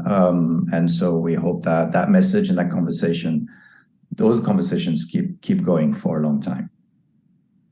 Well said, Ben. And thank you, Dan, Kevin, Ben. Thank you so much for being here on behalf of Trek Talks and the Hollywood Food Coalition. Thank you for being part of our event today. Thank you for sharing this wonderful sentiment and energy of promise and hope through, you know, being here and through talking about Prodigy, of which has been, it's very so close to me. And I think that I can't wait for season 2. I really can't. I know a lot of the fans can't wait as well. If you don't mind sticking around for a few more minutes, I have a couple updates here for Trek Talks and for the Hollywood Food Coalition in terms of what we've been doing so far to generate that hope and to generate that dollar amount, you know, for what we're going to be able to provide for a lot of very needy people. So as Star Trek fans, we love challenges. And as humans, we love overcoming those challenges. So in the spirit of what we're doing here today, Rod Roddenberry has challenged us to make $50,000. Well, what does that mean exactly? It means if we raise $50,000, Rod will donate $50,000 to match. Okay, meaning every donation is worth twice its value. And every little bit helps. If you think that $1 can't help, if you don't think that what you're going to do can't help, well, think about it this way. $20 buys 6 hot, nourishing, multi-course meals for people in need. And with Rod's match, that $20 becomes $40. And those 6 meals become 12. So the exponential growth of what we're doing here is very important. Breaking news, because we have breaking news coming in. We will have a Magic Castle winner who will be announced at the end of the event. So stay tuned for that. Thank you for donating to that particular package. And John and Bonnie will have that announcement later on in the show. And we are also a little bit more than halfway to the goal. So we have 20,000, a little under 21,000, but we also have some donations in reserve that are getting us closer to that halfway mark. So please, please, please make sure that you continue to share and spread all of the knowledge and the love and the hope of this particular event, because there's still a little ways to go to get to that $50,000 mark, but We know that you guys can get us there. Here's how you can. So you can go to givebutter.com/Trek Talks, or you can text Trek to 53555. You can see all of this on the board to the left here, or to the right of me. And then you can scan the QR code on the screen. So that information to be able to donate to get to that $50,000 mark is on the screen in front of you. Now we have about 4 hours left here to spread the word, folks. So make sure if you have social media accounts, if you have ways to spread you have phones, we can also use phones. So tell people what they're missing, tell people how to get in touch with us. Now coming up in the next 2 hours, we will have Jonathan Frakes, Armin Shimmerman, Heidi Roddenberry, Kitty Swink, and Anson Mount. So if you like what you've seen here so far, and if you'd like to see more Trek Talks in the future, please show your support and keep these donations rolling in. Every dollar counts, and even now, every dollar counts. No matter if you think that 1 or 20, will make the difference, please donate what you can. But wait, there's more. We have various items we're giving to people who donate at certain levels. So between 2 and 4 p.m., all people donating at the $300 level will be entered into a raffle. 2 winners will have the opportunity to Zoom chat with 7-time Emmy Award-winning special effects supervisor Dan Curry, who will show you some amazing backgrounds from his fabulous collection of visual images. And working with photos of your choice, he will use photos to composite you or whoever you choose to be in that to be digitally inserted into the image selected. And then Dan will also autograph it, send it back to you in a perfectly sized 8x10 print suitable for framing. There will also be signed photos of today's event from John and Bonnie, a custom-made jingle written for you by Bonnie, or a custom-made bit of doggerel verse by John, both suitable for framing, and the Hollywood Food Coalition clothing item of your choice, a hat, a sweatshirt, or a t-shirt. And just one last sentiment, to paraphrase Edith Keeler in City on the Edge of Forever. Humanity will be able to find ways to feed the hungry millions of the world and cure their diseases. They will be able to find a way to give each other hope and a common future. Let's get one step closer to that Star Trek future, and we can do so by helping our fellow man today. Thank you, everyone, for joining us, and enjoy the rest of the program. Thank you so much, Norman. Thank you, Norman, for that wonderful tote board check. Okay, Bonnie, we have got another wonderful guest coming up. Excellent. What's wrong? Oh boy, I screwed up. I gotta go, Bonnie. I'll be back. I gotta go where, John? I've got to. We've got a guest. John, stop! You're not wearing any pants. Put some pants on, please. Good catch. Good catch. Okay, got the pants. I'll be back. Vamp, just vamp. So wait, you're leaving? Yeah, I'll be back. Okay, I guess I'm vamping. Hey everybody! Again, I'm Bonnie Gordon, and I am also not wearing any pants. John will be back any minute now. Maybe. Bonnie, sorry I had to run. But, guess what? We have a very special guest here. Da-da-da-da-da! Hello. A man who needs no introduction. But in case I do, I'm Will Wheaton. I played Wesley Crusher on Star Trek The Next Generation, and I currently host the Writing Room. John, we're at Griffith Park, just a scant few hundred yards from where the very first shots of Star Trek The Next Generation were filmed in 1987. Oh, the very first day of production in 1987 was right up this road. I have not been here since that day. I thought it would be really fun to take this reproduction of our production report and this iPad. We'll see if we can solve this puzzle and locate location from 35 years ago. 35 years ago. So, first day of production was Friday, May 29th, 1987. Corey Allen, of course, was the director. The title is Encounter at Farpoint. We shot here at Ferndale. There I am on the call sheet. There's a K next to my name, which means kinder. I was a minor at the time. P.S. I'm 50 now. My call was 6:30 in the morning, which was awful. I wrapped at 11:45, except I actually did have to go to school as soon as I was done. And then these are my two stunt guys. And you can see the way that I signed out. A little bit of a peace sign there and kind of a squiggle. So let's put a little bit of context into this for us and for the audience. It's 1987. Yes. The only Star Trek that exists in 1987 is the original series and the 4 movies that it inspired. Next Generation, which today we take for granted, right, which spawned this this whole Star Trek universe of 4 shows and now new shows that are current, right? All of that. Bald Guy Show. Yep. The Mall in Space Yes, Show. right. Lady Captain Show. Sexy Alien Doctor Show. I don't remember that one. That was the best one. I guess I should watch it. You should watch it. So it's 1987, and none of us have, like, we've never done this before. We've had some rehearsals at Paramount, right? But I've rehearsed on the bridge, and it's still all plywood. It hasn't even been dressed yet. So this is your first day. The first day of production is on location. First episode. Ever. And I got to tell you, the truth is, I'm super disappointed that I'm on location in a park for the first day on my science fiction TV show. I never went on location in 4 years. They only took the sexy guys. Oh, wait. That means that I'm a sexy guy? You Wait, were that's that. weird. I was a kid. You were a sexy kid. You were the sexiest kid on that show. I guess that's mathematically correct. Ferndale is this wonderful little park here in Hollywood. We're in the Los Feliz district, right at the base of Griffith Park. The Yes. observatory's up over those hills. Yes. An important piece of Star Trek, right? Yes. So one of the things that Next Generation introduced to the Star Trek universe was the idea of the holodeck. The holodeck was this brand new thing in the Next Generation. We were all very excited about it. We could go anywhere our imagination could take us and have it really work without us ever technically leaving the starship, Sure. right? So on the original series, you'd go see all these great planets and stuff. And for us, we could recreate these things all over the place.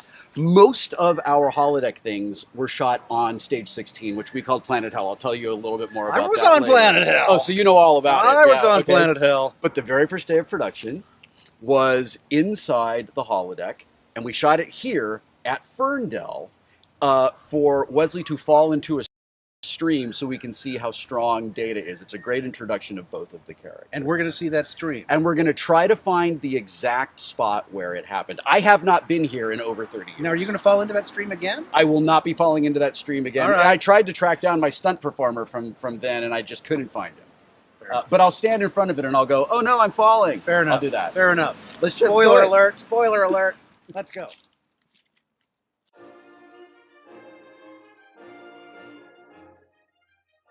This is the first time I've been here in 35 years, and it all kind of looks the same to me, but I feel like the place we crossed the stream is up ahead on our right. I think we shot it right here. This is absolutely it. This is definitely it. This is absolutely where we shot it. We had to build a little rock walkway through here. And then I come walking across it, and in the script, Wesley's like, "Yay, look at me, I'm so silly," and then he falls. And I just so clearly remember feeling like mortified that Wesley was being introduced to the audience as a klutz. Now, was there in the story the suggestion that you were going to drown in that water, or? I think it was implied. I feel like Wesley only goes into a nature, small, gentle stream holodeck with the safety protocols turned off because he really wants to feel alive. So now I understand you actually have the scene. We do. We have the scene. So we'll try to line it up and look at it and see if we can in fact confirm that I'm in the right place. Here's Ferndale from 1987, or the holodeck. This is that's. Oh, look at how young he was. Here I go. Look, like I can do this. This is no problem. I've got it. I'm fine. Whoa, whoa, whoa! Oh dear. Hurry, Data, hurry, hurry, hurry, hurry, hurry! It's so funny how in like 4K you can clearly see it's a stuntman, and you could not on TV in '87. Sorry, I wrecked Star Trek for you. That's all right. That's all right. Wow. Let's go have a martini on the bench. I would enjoy that very much. Did you bring a martini? No, but Let's just go sit in on the place of a bench. martini, we can have a chat. A chat. Fabulous. Fabulous. I should have been clearer in the messaging that I was hoping you would bring the martinis. I'm sorry. That's my all right. bad. That's all I brought right. the Abbey. I'm sorry. After you. Little Insider Hollywood talk. joke. Martini, last shot. Abby, next to last shot. Named after a famous first AD who always called the last shot when it was in fact the second That's to right. last shot. Amazing. I'm really happy to sit down and talk with you about all of this. As the host of the Ready Room, I spend a lot of time talking with Star Trek actors about what they're doing right now, and I rarely get an opportunity to sit down and talk with a Star Trek actor about what we did then, right? Extraordinary. And kind of like where we were at the beginning and what it's kind of meant to our lives, 35 right? years later. Yeah. Next Generation. Deep Space Nine, Voyager, Enterprise. Now we have Discovery, Picard, Lower Decks, Strange New Worlds. 5 shows It's on the amazing. air right now. And if you throw in the Orville as a sibling of sorts, for sure, 6 right? shows. Yeah, Incredible. like whatever particular flavor of Star Trek's storytelling and universe exploration, like you specifically in the audience like, there is something for you on the air right now. So let me ask you, I know you get this question all the time, but you Yeah. know, this incredible life journey of yours. Yeah. I mean, you have kids now who are Yeah. older than you were when you shot this. And Twice as old as I was when I shot this. Older than Frakes was when we shot this. How weird is that? Amazing. When you think about the legacy of Star Trek, just what it means to you personally, Yeah. and I guess to a certain extent, anything you wanted to say about what you think it means culturally, what the significance of Star Trek is, why this happened. Let me tell you what Star Trek meant to me before I was an actor on it. Star Trek told me that there was a place for a weird person like me in the future. Star Trek said, you kind of live in your head, you have this incredibly vivid imagination, you don't really fit in, and nobody is really like making an effort to see who you are and what you care about, that there's this future where people are encouraged without any regard to like their class or their wealth or their status or their race or their gender or anything. Like they are all, everybody has this opportunity to like really do something amazing. That's what Star Trek meant to me as a little kid. I was so excited about this future where growing up in the Cold War in the 70s, we had survived as a species, right? So in 1987, I get cast to work on the show, and it is very much a dream come true for me. Just this opportunity to be part of something that had meant so much to me, and to get to pretend that I'm in the future every single day. Like that's, my childhood was extremely unhappy, and I spent as much time as I could in my imagination. And a lot of that imagination was in Starfleet. Or Star Wars, or Raiders of the Lost Ark. Those are the things that I loved, you know? So when I got to pretend every day that I was on the Enterprise, and I got to walk around the Enterprise for real, right? I got to walk through those corridors by myself. It gave me a place to be. It gave me a place to be home. And it's a feeling that I know I share with a lot of Star Trek fans. Absolutely. Star Trek gives we who love it a sense of home, a sense of belonging, a safe place. And I feel, I don't know how you feel, but I feel right now as a 50-year-old member of the legacy of Star Trek, I feel like, wow, we have been given this privilege to caretake this for a little while, because there's a little boy and a little girl right now who feels the way I did in 1975. And they're going to find Star Trek, and it's going to inspire them and comfort them the way it did for me. Yeah, there's a book I read years ago called Bowling Alone, and it's all about the nature of the way communities are built. And back in the day, you know, you were born into a community where the expectation is you would join a bridge club, you would go to a bowling team, you know, et cetera, et cetera, et cetera. And a lot of those aspects of the glue of society have kind of fallen away. I think this is such a unique cultural thing that this show provides community and allows people to build communities. And we, of course, experience that all the time because we go to conventions and events. It's one of the things we're trying to do in a way with Trek Talks too, is to kind of encourage people to recognize that this wonderful community of shared values is something that you can kind of make happen more in your own specific community. Right. It's interesting getting the letters or talking to kids, or talking to, I shouldn't say kids, talking to adults who were kids when they were, now, even for me, 20 years on. And to realize that you had a significant role to play in a lot of people's upbringing, just as you described how important it was for you as a kid. I hadn't really thought at the time, as a kid who didn't watch a ton of television, how much finding a show that actually kind of spoke to them about the things that mattered to them could be transformative. How long were you part of Star Trek before being part of Star Trek, like kind of, settled in? I knew immediately, even though I didn't watch a ton of television, what Star Trek meant in our culture. Yeah. And because my wife has always said that you would go to the opening of an envelope, for me, it was like immediate. It was the first convention. It was like, I want to go. Yeah. And in fact, I dragged the missus with me, and I got her on stage, and you know, we found a love of low vaudeville, which, you know, has been actually extremely enriching to me. But mostly it was just realizing, as you say, when you actually are out meeting a community of people for whom this, not just our show was a blip in the Star Trek universe, but the nature of the universe itself was so significant, it can't help but make you feel both humble and proud at the same time. I feel like Star Trek fans are a self-selecting group of people who care deeply about human rights and equality and opportunity, not being limited by things that are like imposed by society, right? Like class and things like that. I feel like people who love Star Trek and are inspired by Star Trek are overwhelmingly really good people, inspiring people, people who want to do good things in the world. Well, and we're living in a very sharp-elbowed time, you know. For me, the idea of what this show represents is about a coming together that we will not solve the problems if we don't come together. We Yeah. will not enjoy a positive future unless we come together. I find that as the older I get especially, the more I realize how much that message, regardless of whether or not we ever get there, the aspirational quality of strive to get better Yeah. about being a good neighbor and a good friend, you know, is incredibly meaningful. When we were working on Next Generation, I didn't understand, because I was a kid, how cool it was to be standing on their shoulders. I Yeah. felt very much like we had this responsibility to get out of their shadow, which is a childish way to look at things, and it's the way I looked at it as a child. And then I got older and matured and felt like, oh, we're very much standing on their shoulders. Wow, that's really unbelievably cool. Do you think about ever, there's all these new Trek shows, and they're all great.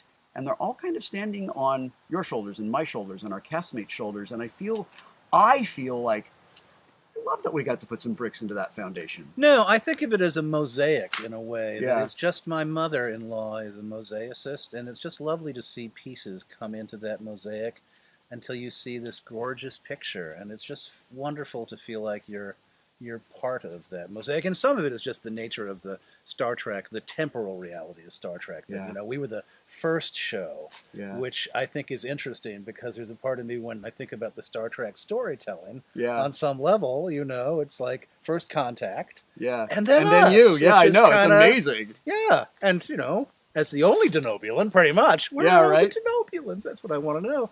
You know, that's Yeah, the thing that felt cool to me. Denobulan It's like- erasure is a real problem it is in a the problem. 24th And century. John, this is an unbelievably wonderful conversation, but they need you back. Bonnie is screaming at me to get you back to the studio. I don't want to get you in trouble. Right. I got to go. Okay. Thank you. Thank you Well, so I've much. had a really good time talking Always with you. a pleasure. Always a pleasure. Thank you. Yeah. Okay, Bonnie, I'm coming. Princess Bonnie! Okay. Made it. Well, I cannot tell you how excited I am. This was the highlight of this show last year. Trektivism. I have an amazing group of people who do extraordinary things for their community. I'm not going to say too much other than ask questions because you've heard a lot about the Hollywood Food Coalition already. I want to hear from everybody here about the work they do, why they do it, the satisfaction they derive from it. I will begin with this. My pal Jay Stobie, who's one of the producers of this show, has defined Trektivism as applying Star Trek's core values to foster community and bring about positive social change, which I think is a pretty great definition. So in talking about your work today, I'd love to address the ways in which the work you do does that stuff. And just because I want to have a conversation, I'd love to also maybe ask you to consider, in introducing yourselves and the work you do, to consider that this is an elevator pitch on a very fast elevator talking to very dumb people. And with that, I'm going to jump in and say, Heidi. Hello. As we go on this elevator ride, I'm honored to be here, thrilled. Thank you, John, and to all of my co-panelists. The Roddenberry Foundation, in 2 words, we strive for universal thriving. To try to give you a quick summary, when Rod and I first dreamed up of having a foundation, we really meant to honor the family legacy, both Majel and Jean, and strive towards achieving this optimistic view of the future. And so we do that through progressive, almost experimental programs that are attempting to infuse catalytic funding for a better world. So I'll leave it there. I know that didn't give too many details, but it's a quick elevator. We're going to come back. We're going to come back to everybody. Matthew? And please introduce yourself. I know that everybody probably knows everybody, but you know, what the hell? I'm Matthew Simone. I co-founded an organization called Esther's Echo. How it started, I was a university student on co-op placement in Sierra Leone, and I had no idea how I wanted to help communities around the world, but I knew that I did. But I realized that what I needed to do instead was help local people in their own communities who had far more knowledge than I did. And I met a woman named Esther Canu who lives in Sierra Leone. She started a school in the middle of the Blood Diamond War, civil war in Sierra Leone. And I realized that when I got back to Canada, the best thing I could do to help was just provide people who already had exceptional knowledge and expertise in their own communities with access to resources. So that's what we did. We started small, kind of friends and family. And then last year we got to do something cool, which was do a Star Trek community fundraiser for Esther overseas. And some people on this panel actually contributed to. So thank you so much for doing that and helping to support us on your platforms. We appreciate it. Fabulous. Jonathan? Hi, I'm Jonathan Frakes. I was asked by my dear old friends who are sitting in the lower left-hand frame of your picture. Kitty and Armin and I go back to New York to, I dare say, in the 70s. And then you flash forward with this long-standing friendship that has put us together on Star Trek. Kitty asked me if I'd like to be involved with the pancreatic cancer organization that she is a proud survivor and the source of our hope. My brother died with pancreatic cancer 26 years ago. Kitty is a 19-year survivor. And I said, of course, I said yes, but I also find that there is I finally found a charity that I can get behind emotionally because of my brother and because of Kitty. And this is our 3rd year together. Trek. PanCan. That's us. PanCan. Kitty, Armin? I'll let Kitty speak first. She is the better spokesperson. Oh, no, I'm not. I became part of PanCan because Charlotte Ray, who many of you probably know from Facts of Life, but I think of sort of as my spiritual grandmother, was diagnosed with pancreatic cancer. And our friend Larry Pressman, who's also a Star Trek person, said, will you be her rabbi through pancreatic cancer? And I said, yes, and PanCan brought me in. And I'm so happy to be part of it. I can offer hope to people. At the time I was diagnosed, there was a 3% chance of surviving 5 years. It's now 12. Now that doesn't sound like a lot in 19 years, but it's a huge number, and much of it has to do with the work of PanCan. And so I'm so proud to be here. And I think one of the reasons why it's important for Trek to be doing it is because Trek fans like science, they like hope, and they like inclusion, all things that are important for pancreatic cancer. I'm Armin Shimmerman. Pancreatic cancer kills a lot of people and kills them relatively fast if they can't be cured. It's a very quick disease and horrible. And as Kitty said, the survival rate has gone from 3% to 12%, which means, and last year it was at 11%. Now, a 1% jump doesn't seem like a lot, but that means that on average about 671 more patients will survive beyond 5 years, which is the hallmark of survival with this disease. So I am here because I want to see that number jump from 12, which it is now, to 20, and I want to see it beyond 20, and whatever I can do to help people so that they don't have to go through what Kitty went through, what Jonathan and his brother went through, what Jonathan's family went through, that so many other people have gone through. I want to see this disease eradicated. I want to see us have a tricorder that takes that disease out of existence. You know, my mother passed away from pancreatic cancer as well in 1990, and she from her diagnosis to her death was 2.5 months. Yeah. So yeah, what you guys are doing is amazing. And you've touched on something that I really want to kind of emphasize today. We're obviously going through some dark times in the world, but something that happens to me every time I travel anywhere and I talk to somebody at a bar or wherever, at a party, I kind of always want to say, well, what are you doing to give back? And it always stuns me that almost everybody is doing something. The people who aren't, I think, are sometimes kind of trying to figure out what their volunteer bliss is. And you mentioned, Jonathan, that this was a cause that really connected to you emotionally. I'm curious if you could kind of talk a bit, and maybe I'd point this especially to you, Matthew, and to you, Heidi, because I think we've kind of talked about, obviously, where your connection is. How did the work that you guys take on, what was the spur and the goad that made you say, this is right for me? How did you find it for yourself? I'll take or Matt or John. Yes, go. Yeah. I'm a little embarrassed about how long it took me to find something to connect this strongly with. I honor Kitty for simply asking me to join. And I found that as they asked, because they want you to tell the story of Daniel's death was horrific for our family, obviously, as you mentioned, and like your mom. They opened him up, they closed him up. You said you've got 5 or 6 months to live. He lived for 4 or 5 months, and he died the week before our daughter was born. So it's a very, but telling the story repeatedly reminds me finally, because I lived with Daniel. Daniel was actually the cute one of the Frakes brothers. So I'll just say no more than that at the moment. So it was a friend and my brother, and he had a young child. I mean, all the shit that everyone has, I had in my family.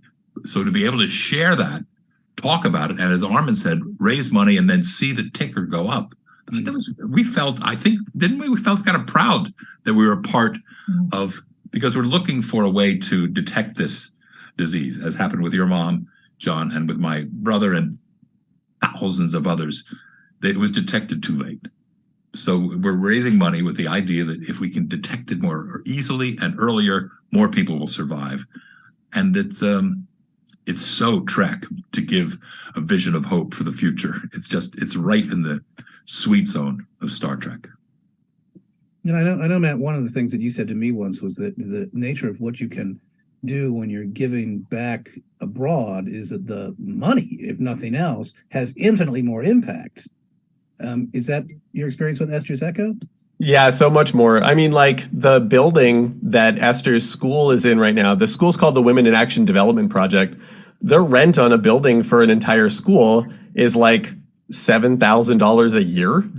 And so if we can raise that money and basically offset that expense to them, then all that funding goes back into the school, into more projects and infrastructure and resources. So it's like every dollar there is multiplied so much more. And that's where I realized, like, if I can be a bridge into communities that believe in this kind of work, then we can do that. And to me, like, the impetus here was just being so humbled because, I was in school as an international studies student, and I graduated, and I'm like, I'm going to go save the planet, right?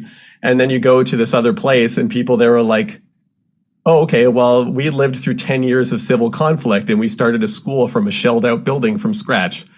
So what do you have to tell us about anything? And I was like, oh yeah, that's a really good point. So what these people really need is that access to funding, because getting the reach out to some of these places in the world, like when I was in Sierra Leone the first time, the internet was still like 15 years back in terms of infrastructure development. So just being able to make these connections to places in the world that are so much better resourced and channeling it, the expertise again is already there. It's the funding channel that's important.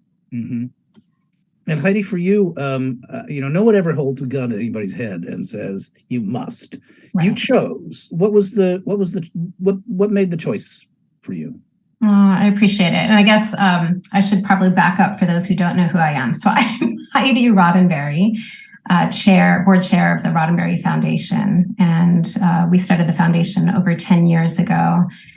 And it's a curious question, what touches your heart and how to connect that to your pocketbook, right? So what we have done is we've created an official family foundation, and we look for things that can be catalytic in the way that if we put money in a place, multiple wonderful outcomes will come from it.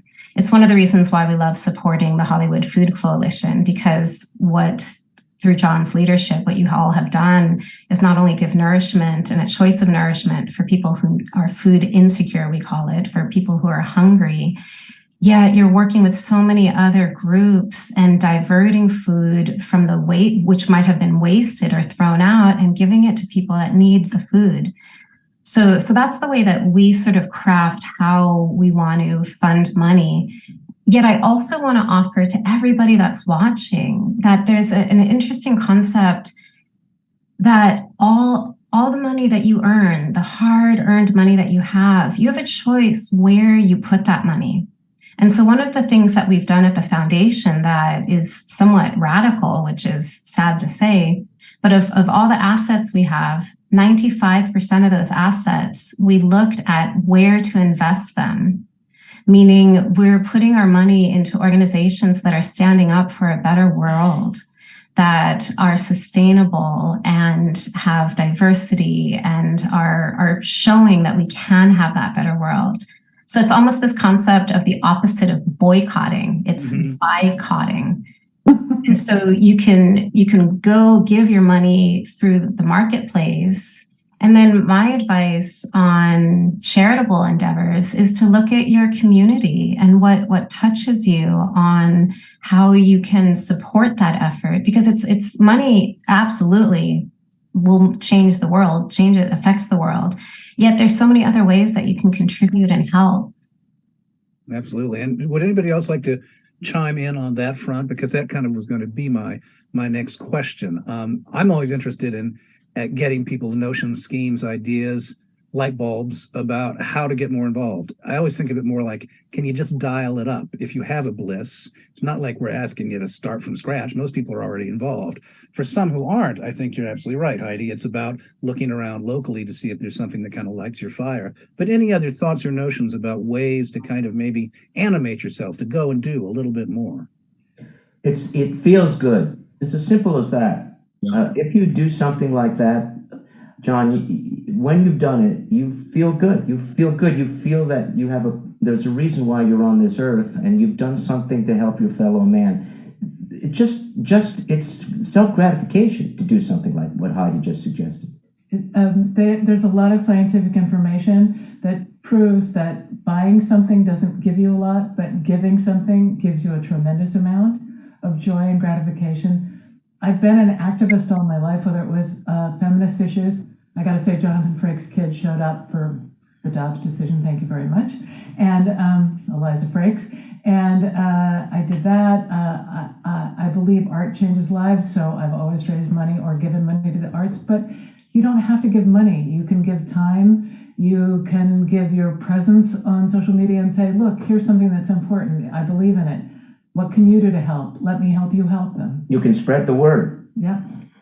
There's one thing that, and forgive me, I'm the moderator, I'm not supposed to talk, but I'm going to say one more thing, which is that the one thing that I think is also really interesting to me about activism is that so much of it is rooted in your friendships and building relationships. This was a dumb thing that Bonnie and I did 15 years ago, but it helped pique our interest. We were on the board of the AIDS Service Center. They had a food pantry.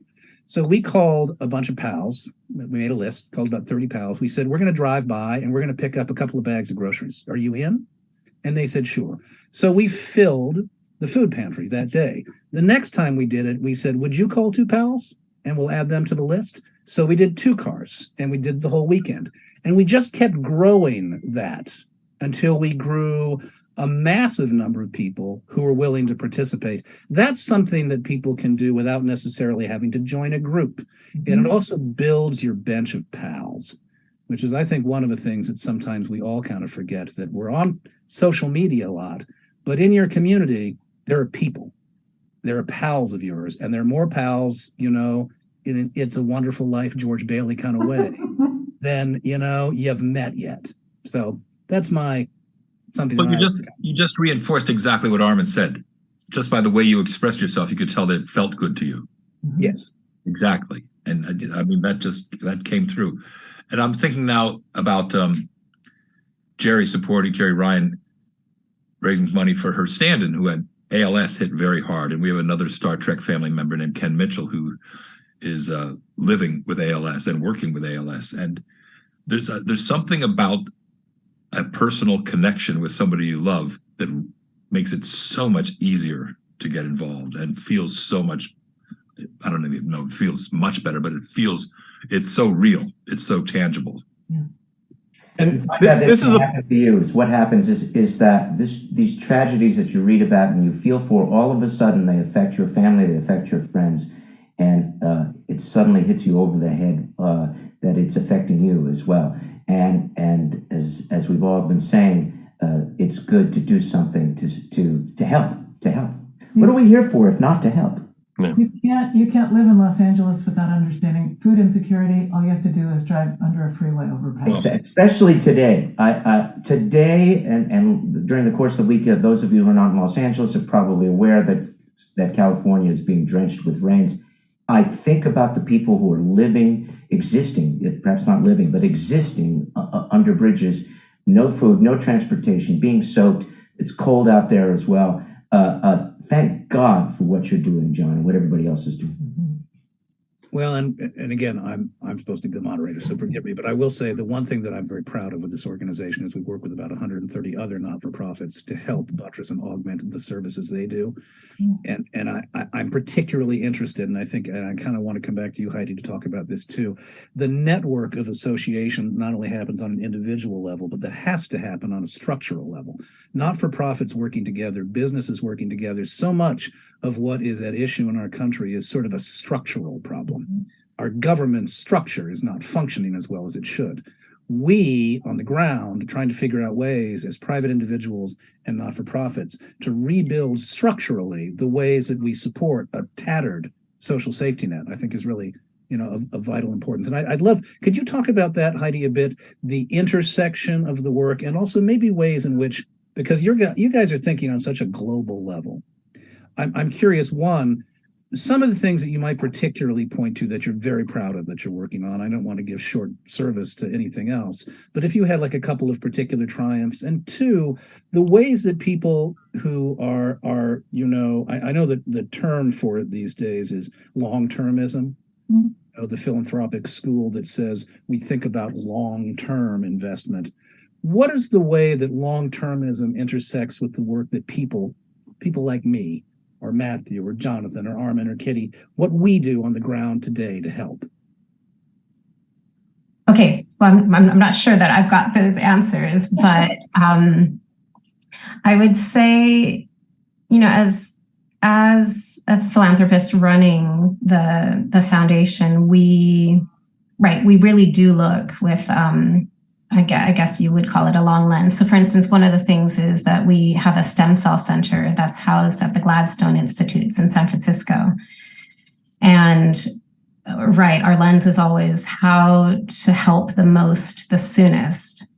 Research isn't exactly the soonest, yet if we can heal the body from the inside, we might not need to have new organs and organ transplants. And so that's one of the long games that we're playing, where we're funding some of the world's biggest brains, Nobel laureates, who are figuring out how to heal us. And then on the other side of it, because we're the Star Trek family, we want to democratize innovation. So we sort of, in balancing those, we also have something called the Catalyst Fund, where we fund almost like early stage organizations that have these wild ideas, the garage tinkerers around the world that we're willing to do what's called venture philanthropy, where we're kind of giving them startup money to see if they can figure out new energy sources or better crop yields, or just an array of ways that it's kind of our shotgun approach to see, as we're scanning the world, what things might be able to get us to a new place.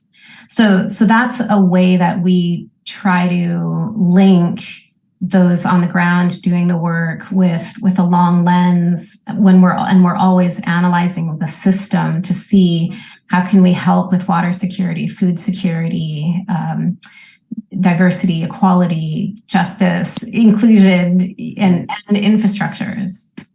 So I don't know if that really answered your question, but no, I realized about 2/3 of the way through the question I was fucking up that question. So that's totally on me.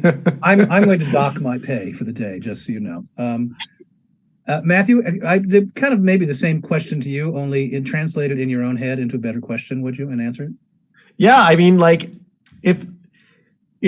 when you're studying international development and when you're looking at how like countries and communities can establish security, it's like a mountain of different philosophies. But if there's one that really cuts through all of them, it's the empowerment of women in communities. That's like the main thing.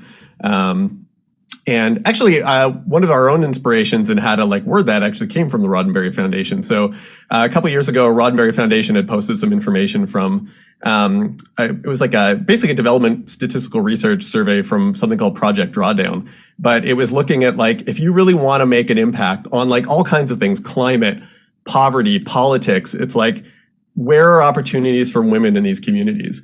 So when I met Esther, who is again, one of the most incredible people I'd ever met in the middle of a war, had said, hey, all these schools are now destroyed in the midst of the civil conflict. And we're going to have an entire generation of young women who are not going to have a chance to be educated. So we need to do something about that.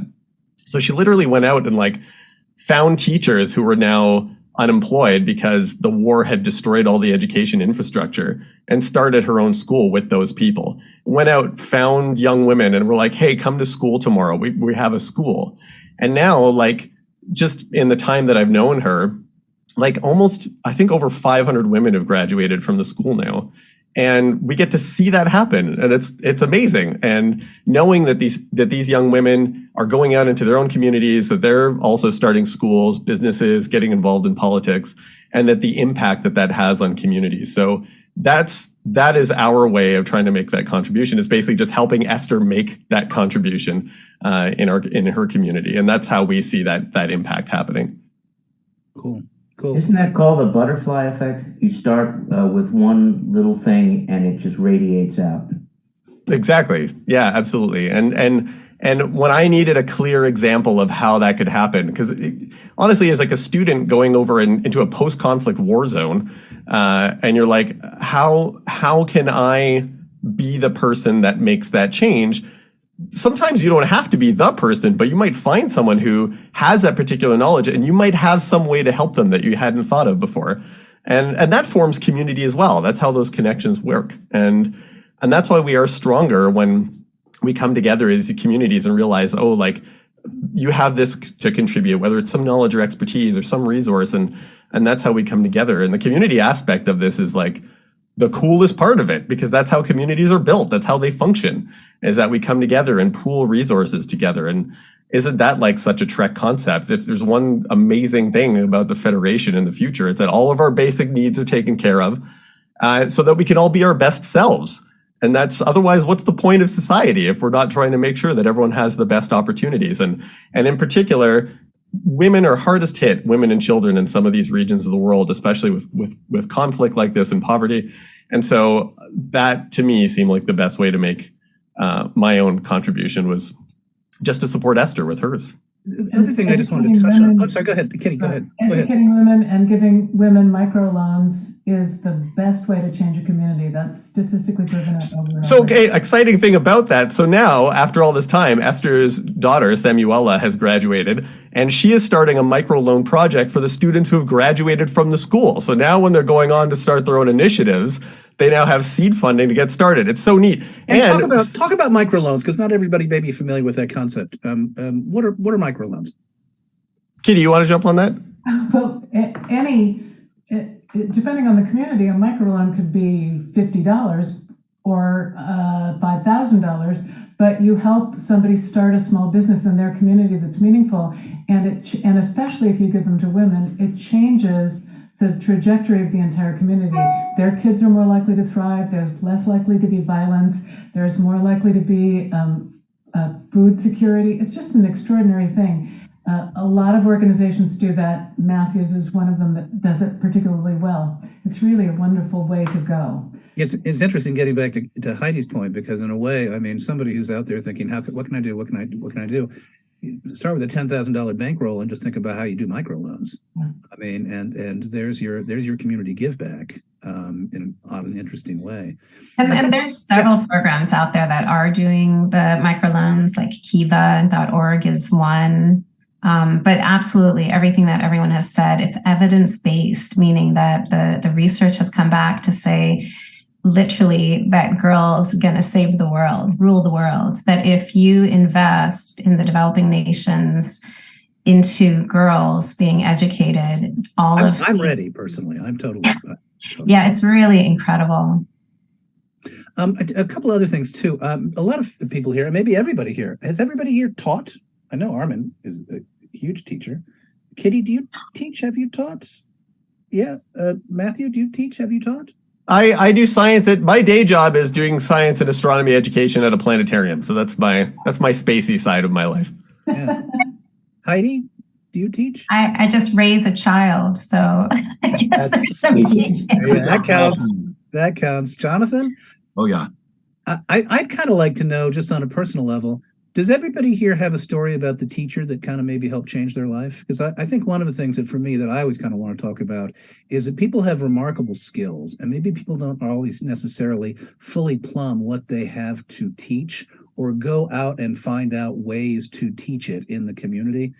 I know for me, I've been blessed with having magnificent teachers in all sorts of different walks of life, from elementary, middle, high school, college, on into my professional years.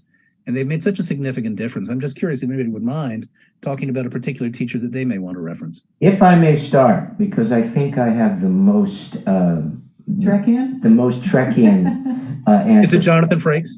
No.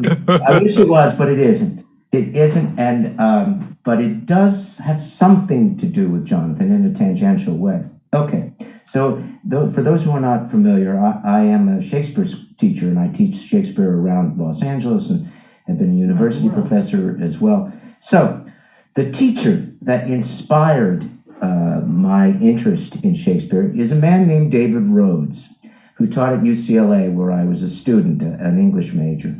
And the reason why this is a Trekkian answer, and he instilled in me a great love for the bard, which I'm forever grateful for. But what makes this a Trekkian answer is one of the reasons that Patrick Stewart became Picard is that David at UCLA had hired Patrick, as well as many other actors, McKellen, blah, blah, blah, blah, blah. to come to UCLA to do work with the students. And oh my God, Bob Justman, who was producer on Next Generation, happened to see Patrick in one of David Rhodes's classes, and went back to Gene Roddenberry and said, didn't say that, said, I found the captain. So, and David and Patrick have been great friends ever since. But that is my teacher who inspired in me the love for Shakespeare. And he's still a friend of ours.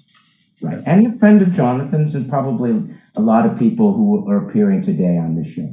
Bob Justman, by the way, was the man who came over from Gene's original Star Trek with Gene to produce Next Gen.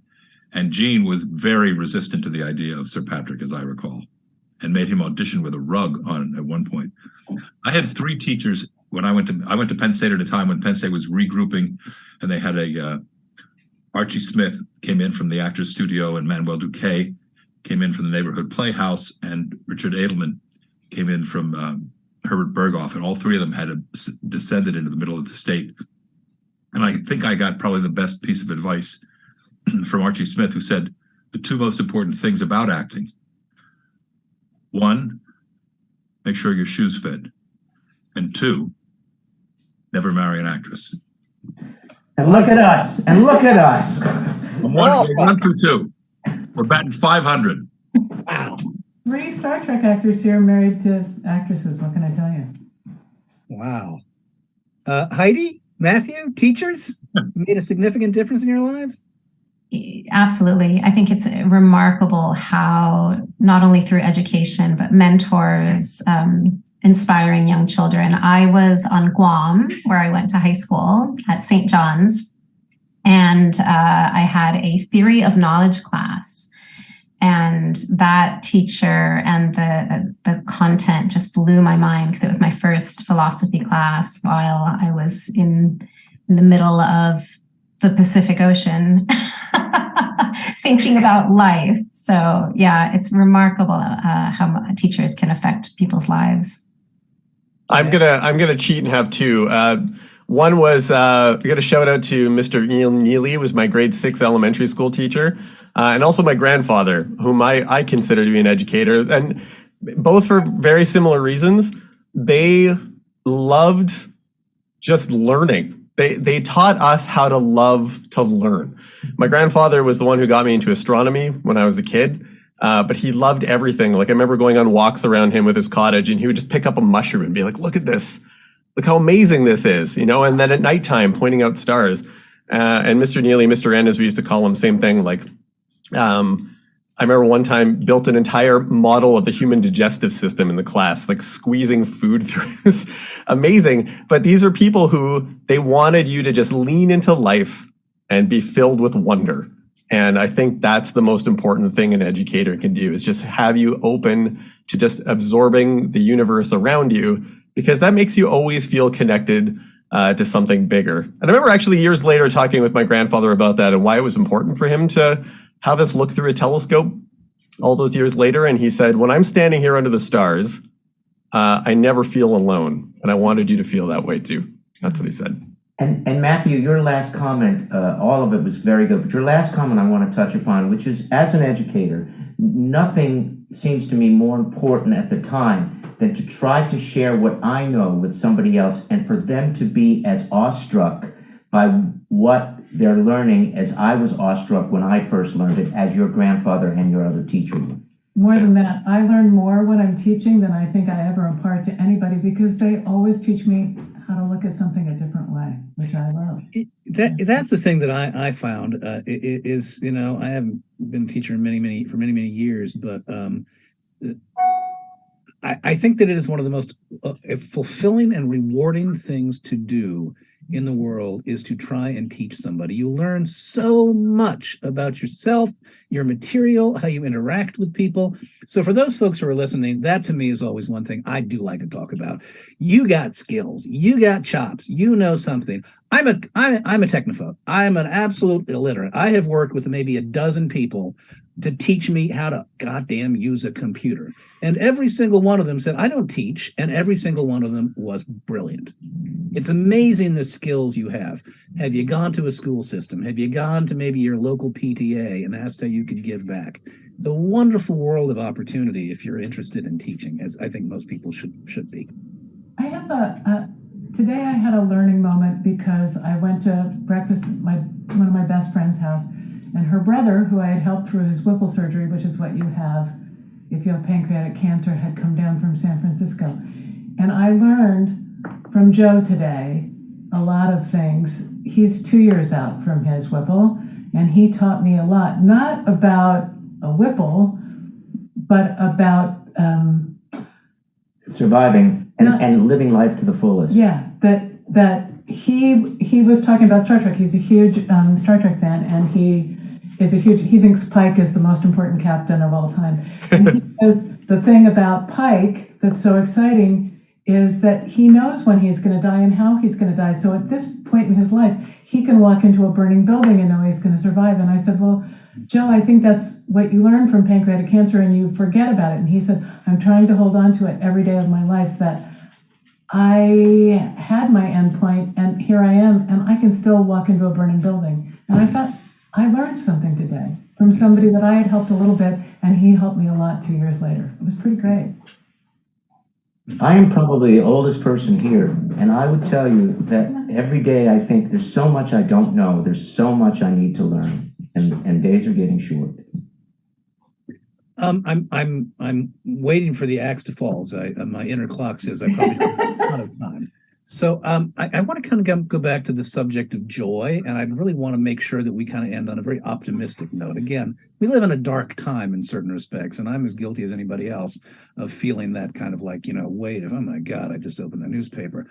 But when I travel and I meet people and I hear about the wonderful things they're doing, I'd love to ask each of you to kind of talk about some of the things that maybe have happened in relationship to the work you do to help people that have most cheered you and lifted you in the last year or so. Just some of the victories that attach to the work you do. And you've kind of alluded to it, but one more whack at that pinata if you've got anything.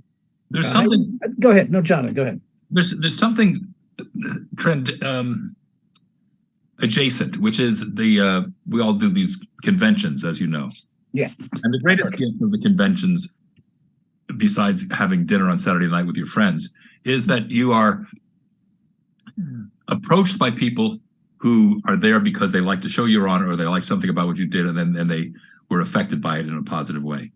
Since I've been involved with PanCan, it's expanded to people who now share. My brother had pancreatic cancer. It's so important to me. So the giving, as Kitty said, is really the best part of it. And then what you get back is the joy that other people feel, because they feel like there's people that you've shared something. It's less painful. It's like saying things makes it easier to handle because it's out there. So you bring joy in a strange way through the truth and through the listening to somebody who's had a very, very rough time and feels comfortable enough to share that with you. And then you're given something from them, and they believe they've gotten something back. And that's joyful in a very kind of dense way, I think. If I may add to that, Jonathan's absolutely right. One of the great things about conventions is you meet people who, as he just said, share some of their tragic experiences with you. And it is a great privilege, a great joy to be one of the people that they want to share with.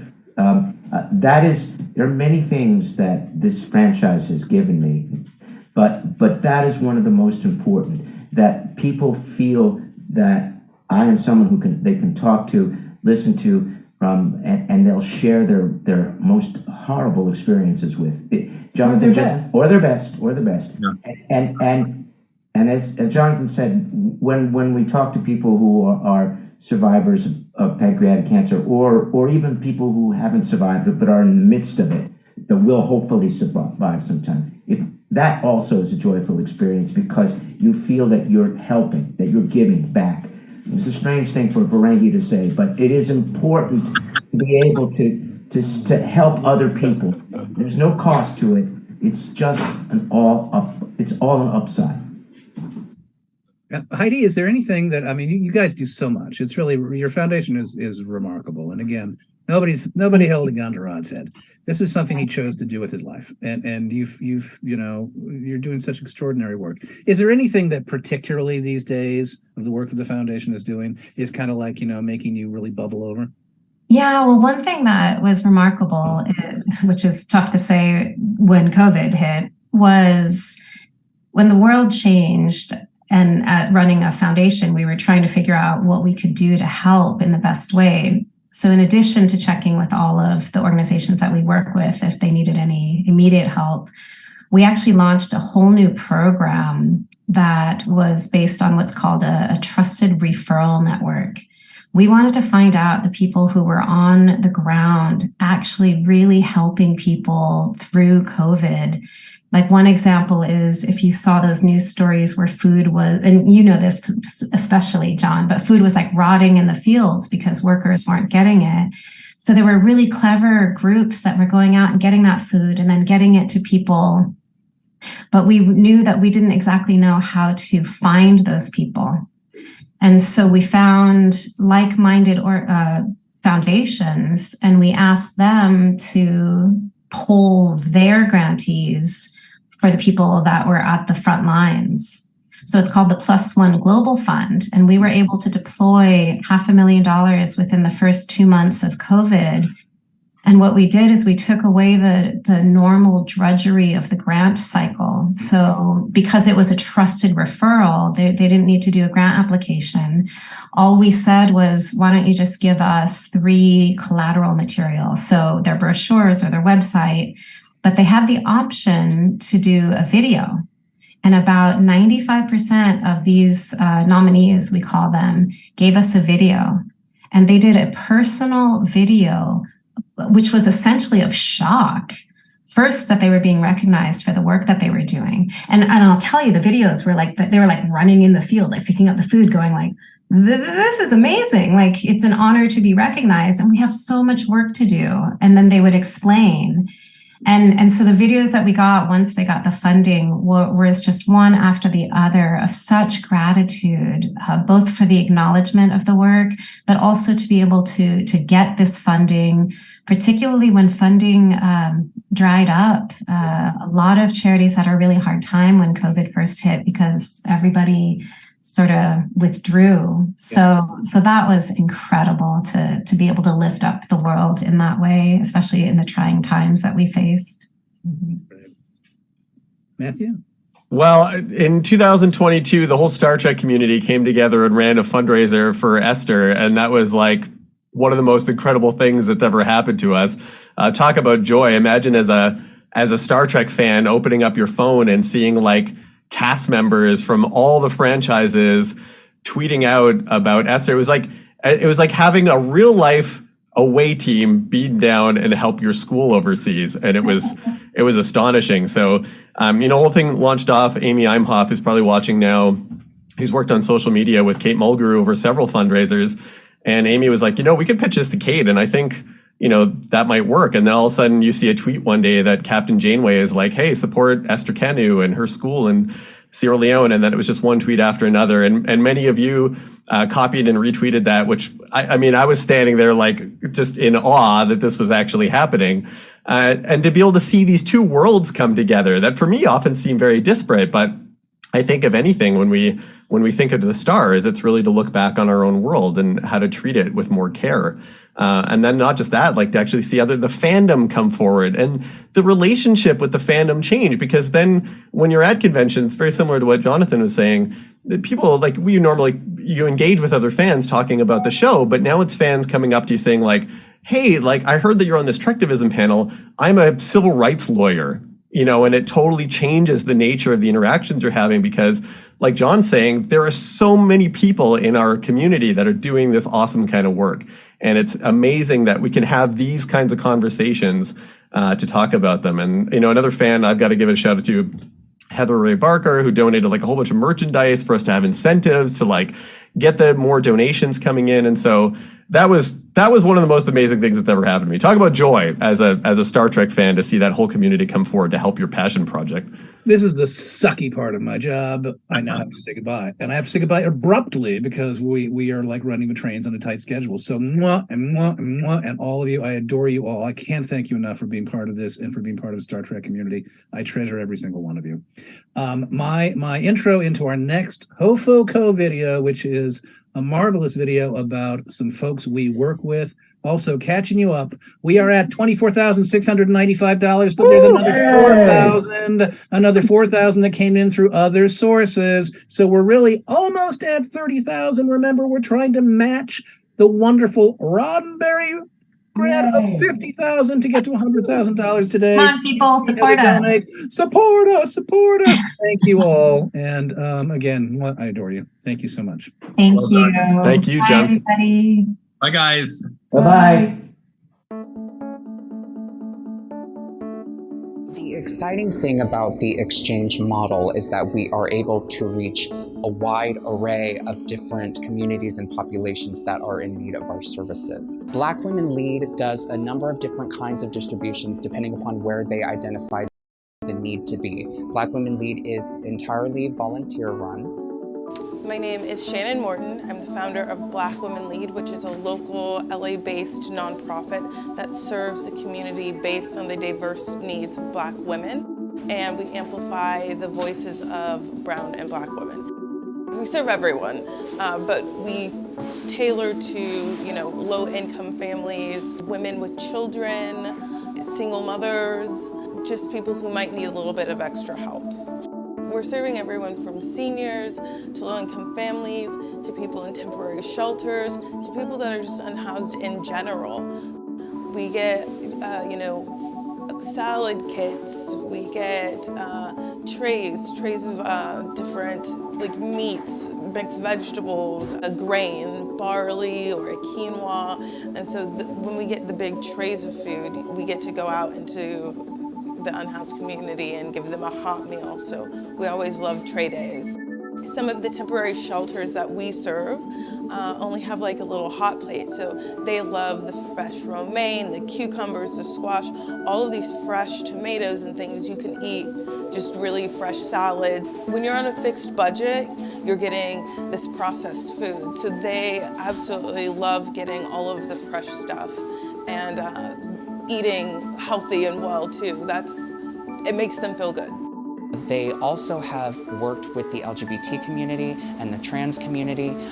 They've been known to go to areas where there is a big presence of trans women who need the food that we provide, and they work with the community, with the LGBT community, to make sure that this food gets distributed. My name is Nicole, and I've been in the past of my life. I've been hungry before, so I know what it's like not to have food. I hooked up with Shannon because she has the ability to come up with food, and I know a lot of people who need food, so she brings it to me. And what I do is I go out and about and I find people who need it, who can use it, and I give it to them. Previous to this hotel, I had a small stint of homelessness, but then I had a job for a couple of years working. I was watching a property for a guy. He sold the property, so I went homeless again. But no, about a year now. I guess it's been about a year. I do know other people who have apartments that they're paying all their money in rent. They can't afford food. So they're very thankful for that. They love it. That's what I'm trying to do. It's hard to get access to it because it's pricey. Sometimes it's pricey, I think a lot more people would eat that way, fresh vegetables and fruits and stuff like that if they had access to it. It's really needed right now. Food is scarce for a lot of people, especially with the economy the way it is, and coming out of COVID, during COVID, when people didn't have jobs or when money, was short, this food has really been able to help a lot of families and a lot of women and a lot of children. People are happy, they're enjoying it. It brings a real smile to their face, I'm telling you. I'm just very thankful that I'm in this position to be able to help other people eat as well as eat myself, good stuff. I appreciate it sincerely and I'm just really grateful that I'm in this position. Everybody has their own story as to why they don't have food, so we're just looking to fill in that gap. Really, at Black Women Lead, we just ask what are the needs and how can we give, and this is the biggest need that I find in the community.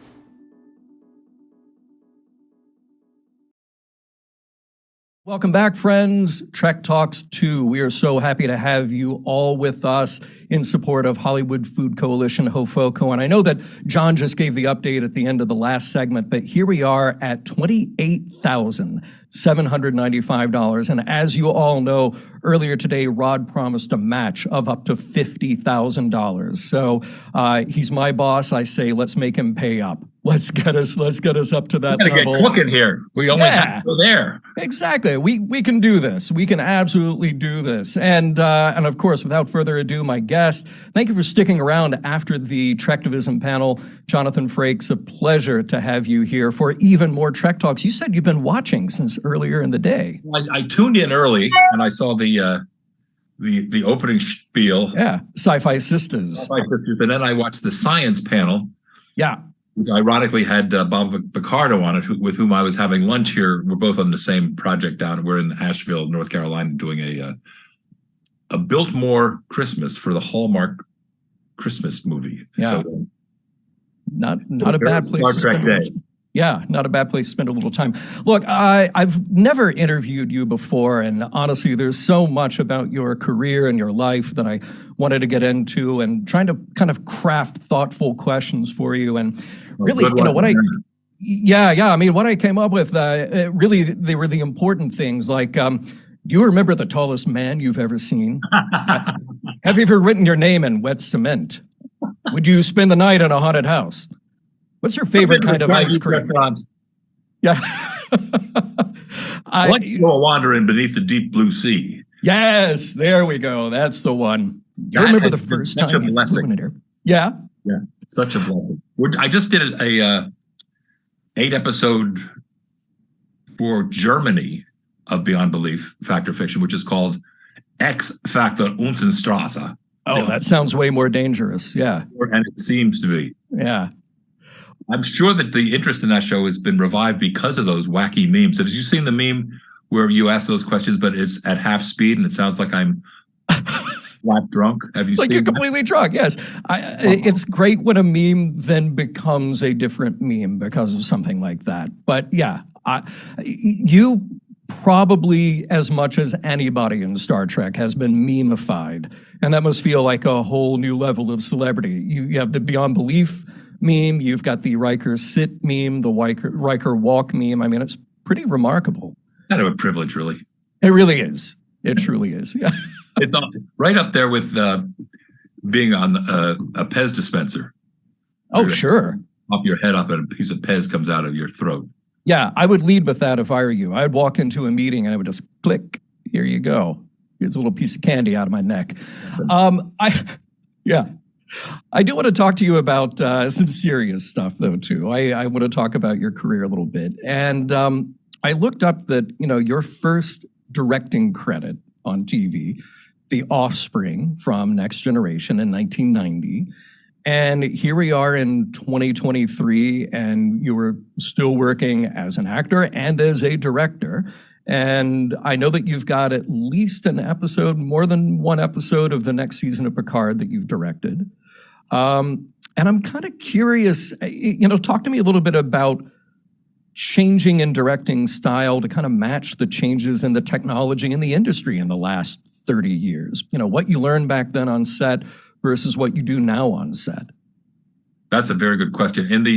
When I was learning to direct 35 years ago, I was learning to direct Star Trek. And our Star Trek, Next Gen, was a very traditional, dare I say, old-fashioned master with coverage, with two shots, singles, very little elegant cinematic, first of all, because of time and money. And so we relied on story and acting. Flash forward to these new next generation of shows, which I'm kind of blessed to be part of, which were inspired by JJ's Star Trek, the films, and they're incredible. The signature is the lens flares, right? Right. And so on Discovery and Picard and Strange New Worlds, you are encouraged to think cinematically and filmically, and as Robbie Duncan McNeil says, to shoot to thrill. And they've got all the lenses you need, they've got cranes, they've got drones, they've got all the toys. So you're really only limited by your own imagination. So the difference in the technique of shooting and style of shooting Next Gen and the style of shooting the new Treks is completely, it's really separated by JJ. JJ inspires that big movie look that we now attempt to find in each episode. And they're not cheap, the episodes, and they don't look cheap. Sure. Yeah. I mean, do you find then that you sort of have to develop a skill at looking at a scene through that technical lens, for lack of a better word? I mean, look, on the one hand, you have to be concerned with the actors, because that is the most important job of the director, is to craft that performance out of the actors. But then you're also looking at things through this very technical eye. Like, how can I make this look cinematic? How can I make this look dramatic? Oddly enough, the danger is in trying to make it look cinematic and forgetting about the story. So I break my scripts down like the way I did when I was acting. I break it into the beats, and I put the action verb in the beats and what the intention is and if you stay with that, hopefully you'll stay with the heart, and then you'll be able to express it. You'll have a visual metaphor, if you will, without sounding too pretentious, of something that is in the tone of the scene that you're shooting. But and I've seen it happen, I've done it, I've seen a lot of directors do it. They think, oh, we'll just sweep in, or we'll use a really silly wide, or we'll go too Dutch, or all the if you notice the filmmaking and you don't get the story, then you've really yeah. I don't want to get into what a mistake it is, but I've made it, and I think we all are guilty of making. We love our shots, right? Yeah. You want to love the people, and you want to love the relationship, and you want to love the story, and you want to know what's happened next, and you want to be moved into the next scene, and you want to know what the stakes are, and you want to find out stuff about, that's what matters. Well, and you kind of have a double advantage because a lot of actors love working with a director who was and is an actor because you're speaking their language, but you also are a Star Trek actor. So you have this other kind of language that you get to bring to the set. I've heard nothing but great things about working with you as a director, particularly on Star Trek. Couple of the things that came up with that. First of all, this nickname of Two Takes Frakes. Is that legitimately earned? Do you try to do 2 takes and then you're out? No, I'll tell you, that's what it sounds like, right? Yeah. It came from the when I was shooting First Contact, which was my first movie, which was a big deal, and it was a studio, and I did a shot, and I remember Patrick was in it, and we came on to him, and then we picked somebody else up, and we came back, and I printed take 1. Everybody happy. Yeah, that was good. So let's move on. And then Paramount's producer, Marty Hornstein, came up to me and said, Frakes, come here. When you work on a studio picture, you have to print at least 2 takes. So hence 2 takes Frakes, which, I mean, I work fast and efficiently, I think. Yeah. It comes from the exact opposite of that. You have to do more. You have to do at least 2 takes so the studio can look at 2 prints of any given setup. Forcing yourself to get there, yeah. I also heard that you have a tendency to break out in song. Is this just the, is that well earned? It depends on the company I'm in. Okay. Not. Yeah. I do enjoy singing. I don't sing well, but I sing loudly. It's like my trombone playing. Not very good, but I am loud. Got it. Some people find it incredibly annoying, and some actors, I mean, obviously from my next gen group, there are a lot of singers in there anyway. But some, I mean, it's eye rolling for some actors, especially actors who don't know me. So it's a risky path that I go down anyway, because I figure you're here on my set. This is how I roll. So I hope it works for you. And you got to be careful again to go back to the without too much levity. The tone of the scene certainly will determine how much singing, or maybe you'll sing an appropriately sad song, but sure, singing is generally when things are not too heavy and tense emotionally. Yeah. You mentioned the trombone, and I'm curious. I read that you grew up with jazz, and that was the inspiration that made you pursue the instrument. Was it the big band trombonists? Was it like Dorsey and Miller? Or was it the later, like Kay Vending, people like that was the influence? The Lawrence Brown, Bob Brookmeyer fan. Okay. And the reason I played trombone is because in Jefferson Elementary School in Bethlehem, Pennsylvania, there were a certain number of instruments in 4th grade, probably a couple of trumpets, and tuba, a flute, and 2 flutes and 2 clarinets, and a trombone. And because I had the longest arms of anyone in 3rd grade, I was given the trombone to take home, and that's how I became a trombone player. I hope you ended up in the yearbook with that, longest arms in the 3rd grade. I think that's... I don't remember yearbooks in elementary school. Oh, see, we did. And I think longest arms, I mean, surely that's worth something. So, yeah, maybe. I want to ask you about when you auditioned for Star Trek. If I read it correctly, you auditioned for Gene. I mean, you auditioned multiple times, but some of those times were with Gene in the room and getting to know him. And he was much more present in that first couple of years of Next Gen. And it seems that he developed a kind of bond with that cast. And I'm just curious what your time with Gene specifically was like. I'm really glad you asked me that, because if people have been watching, at the end of the last panel, I was going to tell a story about Gene, because Heidi was there and because it seemed very prescient. I auditioned 7 times over 6 weeks, which seems bizarre to me, but it's true. And the last few times, the last few auditions, I would be invited into Gene's office before we went to whatever studio executive we needed to convince. And Corey Allen, who directed the pilot, was there, and Gene was there. And I mean, I got to know Gene pretty well by this time, and I think he was sort of pro Frakes for. It sort of seemed to me it was down to Billy Campbell and me. Billy Campbell is a wonderful, from the Rocketeer, and we were not dissimilar. We had similar, I think, energy and all that. But Roddenberry believed so much in the world that he had created that I remember him explaining to me what the 23rd century was going to be like, which is where the Next Gen takes place. And obviously, the key elements are there was no sexism and no racism. But he memorably said to me, and it applies to our last panel and it applies to life. He said, in the 23rd century, in the future, he said, there will be no hunger and there will be no greed, and all of the children will know how to read. Come on. Yeah. Now that was, I get inspired by him thinking about it. And then he sent me off to whatever room we had to go to, and I used to wear the same shirt because I was convinced that the shirt was looking like a baseball player who changes. Right. And this shirt was stiff by this point. I thought this is my shirt. But Roddenberry was he was really helpful to me.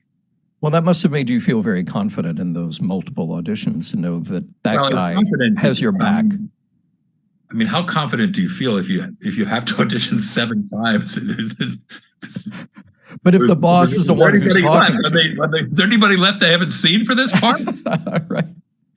Well, there was another thing that I read that said that, going into that audition, you had not seen Star Trek. You weren't really familiar with it. So then you did a crash course. Yeah, I had seen Star Trek, but I had no idea about the cultural phenomenon that it is and still continues to be. However, my beautiful and talented wife, Jeannie Francis, as a kid, had a Kirk poster on her wall. So, of course, she thought I was crazy. Yeah. But this is old enough time that I would go to Blockbuster and rent video. So I would get the tone of the original series of the Bones and Spock and Kirk series, which it wasn't that much like Next Gen, but at least I got a sense of the gestalt of Star Trek. Well, that was really my question for you. So what did you take away from that either helped you with the audition or stuck with you to kind of explain what Star Trek was? I'm curious how that influenced you. That's a good question. I'll tell you what I took away from it, and I Patrick and Brent and LeVar and all of us talked about it. There was that triangle of sarcasm and irony that Bones and Kirk and Spock had, where they took the piss out of each other, that made that show. I mean, it was fantastical, and it had tackled interesting situations, and they were cautionary tales, all the things that we've always said about Star Trek. But they had that little touch of levity in their triangle of the leads. And we always sought it. We always tried to find moments that would have some callback to that or some of that flavor. We never quite did. We do in certain moments, and obviously certain relationships have Worf and Riker have a little bit of that.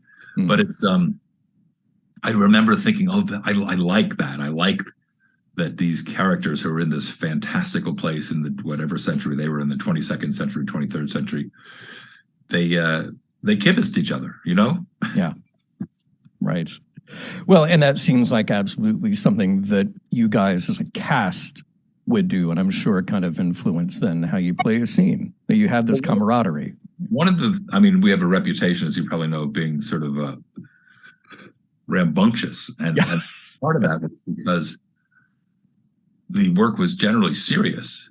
So, and a lot of us were pretty playful human beings. So between takes, I guess we would just let our childish or childlike behavior come out, because there wasn't much of it in the writing, and especially in that first couple of seasons. They took themselves seriously, and then we sort of found a rhythm by the third season that had a little more. And part of that was the familiarity we had with each other, the familiarity that the writers had about the relationships of the characters, and it's Yeah. It's a great ride. All right. Well, we've just got a couple more minutes to go here before we're going to go to our next segment. But I also have to tell you that I don't take these things lightly. I really have to do the research before I talk to somebody. And I sat down the other day and I watched Fantasy Island with a Mr. Kirk Wendover, fabulously played by you in an incredible salmon double-breasted suit. Wow. Yeah. But let's just, look at this. You were alongside Anne Francis, Christopher Norris, Don DeFore. Joanna Barnes, hello. Don DeFore. Okay, Don DeFore, who had a barbecue restaurant at Disneyland in their first year. Here, this is one of your first pro gigs as a TV guest star. It was my first job in Los Angeles. It really was, yeah? Yeah. And you walk onto this set. I was dreadful on it. Now, why do you say that? It's not like they gave you a lot to do. So nervous. I was so stiff. It was like, it was a gig, and it was my first gig, and I'm thrilled. Yeah, how could you not be? I went to those shows. I did those 70s shows.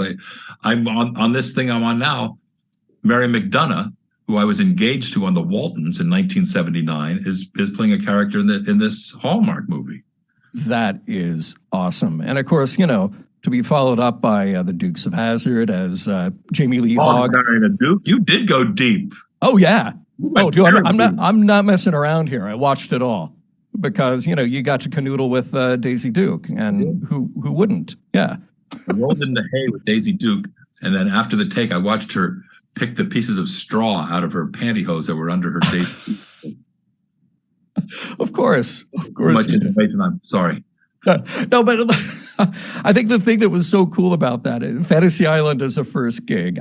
First of all, those shows are absolutely just a slice of time, and they're marvelous, stuff like that, and The Love Boat, and they would fill in with these huge stars from multiple decades of experience, and then you could take a young, fresh guest star like you, throw them in there, and then suddenly you're working with 5 people who have had these magnificent careers. It has to have been an incredible learning experience. It was great. And same thing with Barnaby Jones. Both Don DeFore and the star of Barnaby Jones, they take you to lunch. They take you to lunch at the business in a very old school, thoughtful kind of. It was really. It was sort of a mentoring of sorts. Welcome to the business. I can see you're going to be okay here, and let me just tell you a little bit of this. It was a great time to transfer over there. It was just after the studio system, just after people were universal contract players. So I got there in 78, I think, to LA. And right. it was and those shows, those 80s shows, they're fantastic. Yeah. They're great. Well, tell me, do you do a bit of that with the people that you work with? Yes, absolutely. Yeah. I try to use people who I've had great experiences with. I try to use them as often as I can in casting. And I also, Buddy Ebsen is the name I was looking for. Oh yeah. Thank you, Ian Spelling. Nice. God bless him. Good. Thanks for watching, Ian. He's so good. God, I did an interview with him yesterday. We've talking to each other about Star Trek for 35 years. Wow. All right. Well, I'm sure that we could go on for another 35 about exactly that. Jonathan, we got a break and go to our next video. It has been an absolute pleasure. And thank you for the support of Hofoco and for doing the show with us again this year. John, very nice job. I appreciate it. Thank you. Cheers. Take care. In the words of the immortal Jean-Luc Picard, sometimes you just have to bow to the absurd.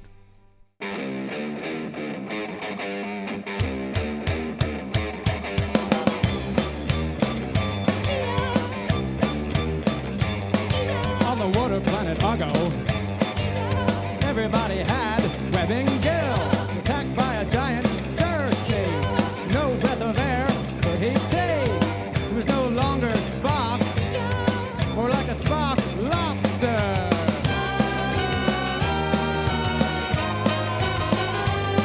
Spock lobster. Spock lobster.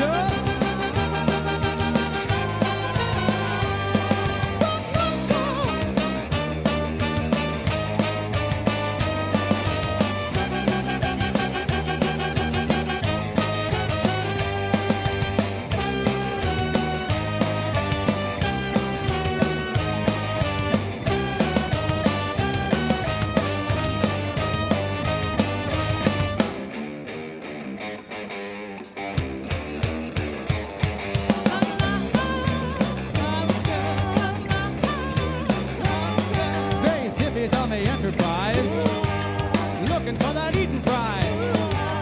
Adam wanted a space jam with Spock on Vulcan, Lyra Man.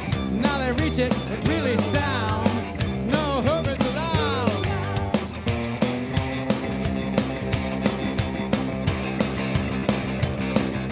Spock, Spock, Spock, Spock, Spock, Spock rock!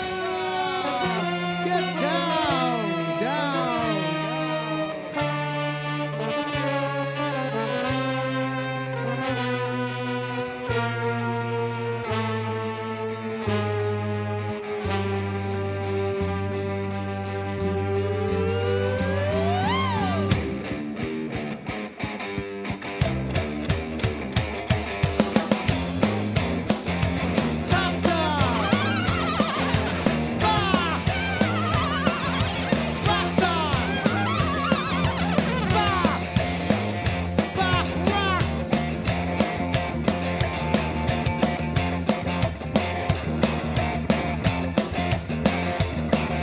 Chicago mob planet, Federation did planet.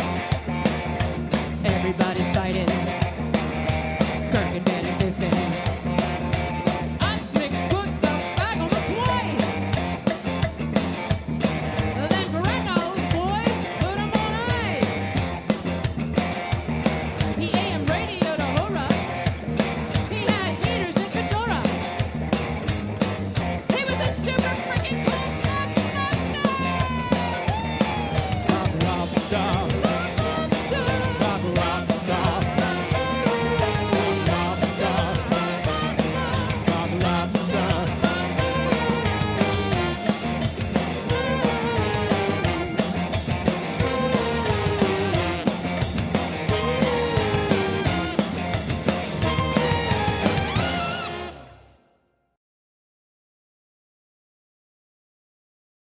Thank you for staying with us on Trek Talks 2, the live stream telethon to benefit the Hollywood Food Coalition. Before we introduce our special guest, which you can all see, I mean, there he is. Let's go to the tote board real quick and take a look at how we're doing. As of right now, Dan, we're doing pretty good. Yeah, we're doing awesome. It's just so great to see this turnout. Right now, on your board, it shows a certain number, but we've got some extra funds that have come in. So right now, we're right around $31,185. Now, of course, earlier in the show, Rod Roddenberry said that he would match up $50,000 if we were able to make that amount. So keep those donations coming in. You can go to givebutter.com/Trek Talks. You can go to trektalks.net, or you can text Trek to 53555, or just put your phone at that big board cube looking thing on your screen. It'll take you right to another way where you can donate. And we're pretty excited. It's been a fantastic day so far, and I have a feeling that it's going to get really better in just a few seconds. Well, speaking of excited, we need no other way to introduce our guest other than this. He is the captain of the Starship Enterprise. Anson Mount, thank you so much for giving us some of your time today and being a part of Trek Talks 2. Oh, it's my pleasure. It's fantastic to see Anson, and as Bill and I are Patriots fans and you're a Titans fans, we didn't really have much to look forward to this weekend. So here we are raising money for the Hollywood Food Coalition. Before I get started with my first question, though, I do want to ask, how's the foot doing? How's the recovery coming along? It's good. So for people who don't know, I had some foot surgery recently that was nothing major. They just cleaned out a joint. But it's still a process and working on the flexation and all of that. But yeah, the Titans this year kind of did one of the yeah. Yes. And it was we kind of bottomed out at a certain point, but you got to stay healthy to be in the game. So absolutely, we have that tie with the Titans because of Coach Vrabel being a New England former great player. So anyway, on to the important things now, because football is not part of our lives anymore this year. Of course, it all started season 2 of Discovery when we first saw you as Captain Pike, and I got to say, this is going to sound a little dark. It's going to sound a little twisted. I've wanted to see that accident that caused Pike's injuries for 50 years. It's something that I've always wanted to see. And Through the Valley of Shadows was just amazing. And the emotion and passion that you put into those scenes was just awesome. And I remember actually sending a direct message to Bowie Kim and Erica Lippold, who wrote that episode, thanking them for showing what I've wanted to see for so long. So a lot of my questions tonight are going to start with, as a Trek fan, because we know you're such a Trek fan. So as a Trek fan, what was it like for you to actually do that scene that is such a part of Trek history, but we have never seen before? Yeah, well, obviously we wanted to get it right. And so that involved a lot of choreography. You know, that set had the potential to be quite dangerous because of everything that was going on. And it's one of those things where, you know, you're in the center of the creative moment, and there are times when you get a POV that other people don't get, and that was one of those moments, definitely. And I think, you know, it reminds me of another moment was in the Inhumans when the Black Bolt's getting arrested, and just a little noise comes out of my mouth and it blows a car down the road, you know, and you get ready to shoot and everybody's like, okay, take cover. And you're out and like, I guess nobody's going to protect me, but all right. The makeup was interesting. I'd never done that before. But more than anything, I really wanted to have that scene in the corridor not just be from current Pike's point of view. I also wanted to get the point of view of future Pike, because I think it's important. It reminded me a lot of the end of 2001: A Space Odyssey, in which that was done very right. And also, if we do ever get a chance to take this all the way to the end, I'm wondering if there is going to be a moment where that scene happens from the other side. That would be simply amazing. That's one of the things I've always wondered about as you watch The Cage, or even the Menagerie parts 1 and 2. You know, because obviously, you know, Pike is in the wheelchair, and really all we have is the boop, as I call it. You know, the blinking light with sound to kind of give us what Pike is feeling. I would love to see it from that perspective, because I think that would just add even more gravity to it, honestly. Looking back at season 2, and today our theme is kind of really the power that Star Trek fans have to affect change. Several times throughout Star Trek's history, you know, they've stopped the show from being canceled. I mean, you know, in the case of Strange New Worlds, the response to fandom kind of helped that show into existence. As an actor, that's got to be a pretty special moment to know that, you know, a character you performed was received so favorably that it went on to its own series. I assume that was the case. It was a conversation even before my appearance on Discovery. Akiva, when Akiva Goldsman joined the Discovery in its inception, he assumed that because he was told it was a prequel, so he was like, "Oh, it's a Pike show." So he shows up in the writers' room and he's like, "Wait, what? It's a different ship." So he was like pulling for a Pike show, and they didn't tell me that, thank goodness. And what I didn't know is that the day we were shooting that first bridge scene was actually I believe that was my first day. And Alex apparently texted to Akiva, "I think we may have found Pike." And yeah, and the rest is history. But certainly I do believe that the fan response moved that past the point of a conversation, because I do believe that the network was excited about that as well. It's pretty amazing to see history repeat itself with Star Trek. Of course, the fans kept the original series going for an extra season with their mass campaign. And then we had the job that you, Rebecca, and Ethan did in season 2. We talked about the accident a few minutes ago, but one of the other things I wanted to ask you about was, because you've talked about how big a Trek fan you are and how surreal it's been for you to be sitting in that chair now as your job and being Captain Pike for so many millions of fans. This season ended pretty incredibly with a quality of life. What was it like for you as a fan, again, to be reading this script and you're saying, oh my God, we're retelling one of the best episodes of the original series, Balance of Terror, complete with an older Pike and an alternate timeline and monster maroons and the whole 9 yards. As a fan, what was that like for you to read that script and be like, wow, this is going to be epic? Because it was epic. Oh, first, I think you meant Quality of Mercy. Quality of Mercy, excuse me, yes. Quality of Life would be a much more boring episode. We just sort of tour the show, like mattresses everybody uses. It's a travelogue. Yeah. Right. It was extremely exciting because it was one of those things that I'd never done before, right? Which is to try to, in a way, recreate an episode of TV that had not only been done like 50 years ago and done so well that it has a special place in the hearts of classic Trek fans. So when I spoke to Chris about it, I was like, I want to match right down to the blocking. He was like, oh no, I'm all on top of it. So when we were doing that first bridge scene, particularly, our director, Chris, our directing producer, had the episode on a computer, and we were trying to match that blocking step for step and camera angle for camera angle. And as you probably saw, the sort of film noir lighting that they used in that episode, we were trying to match that to really give it a sense that Pike has stepped into Kirk's shoes.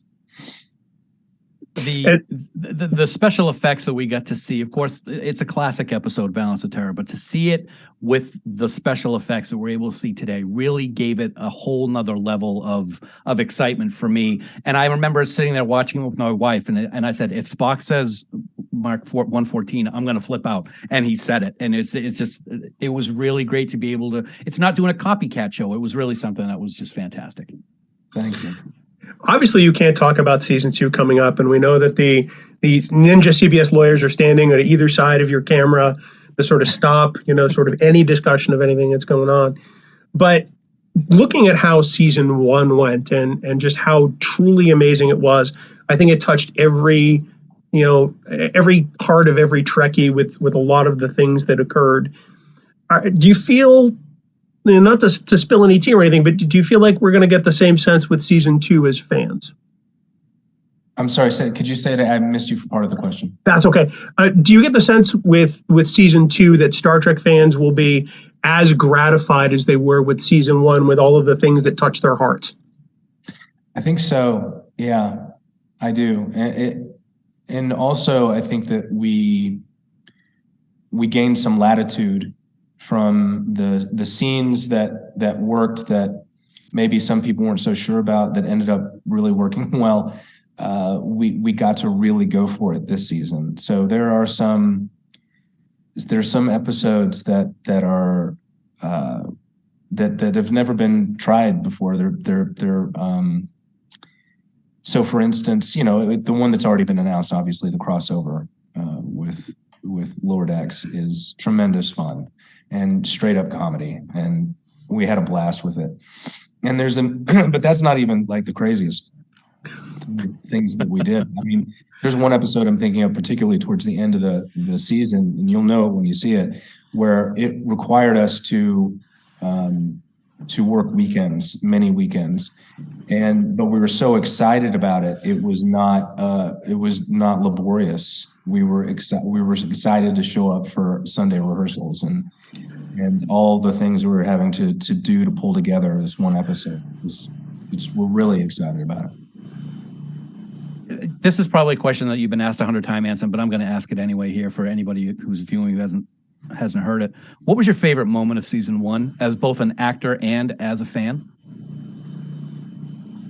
Man, that's a tough one. Oh boy, because I know I'm going to say something and later I'm going to be like, oh, what am I thinking about?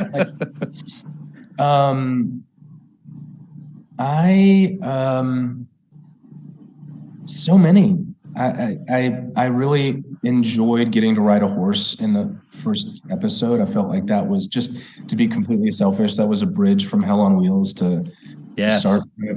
And it was such an unexpected way to start, I think, to have a man on a horse in a science fiction show, but it really is Pike. He's a horse guy. And the fantasy episode was so much fun for us because we got to play opposite again late in the season, and it really woke us all up. And we really went for it. You know, we were like, damn the torpedoes, full speed ahead. We just, as a cast, I was so proud of everybody because we really embraced it. Oh yeah, it's probably my favorite episode of the season. It's the one I most look forward to on the schedule. And then when I finally saw it, I think I watched it 3 times in succession, just because it was just so much fun. Speaking of fun, there's a cast addition this year. A living legend in terms of comedy, Carol Kane, comes aboard the Enterprise. What's it been like to have that sort of different dynamic in the engine room? It's lovely. She is lovely. I love working. I mean, obviously, I've been a fan of hers my entire life. So when I saw her, I was like, what? That's crazy. And so excited and so out of left field. But she is so much fun to work with because she has this quality about her where, you know, she's been doing this for decades, and she has this thing where she never assumes she knows how it's done. And I don't know how she manages to retain that sense of purity in any given scene. There was actually one point she cracked me and Rebecca up because we had this 3-person scene in a corridor, and at the end of it, you know, Rebecca and I walk out to go do something, and usually the camera lingers on the person that remains as for a transition. And we walked out of frame, and Carol goes, "So do I?"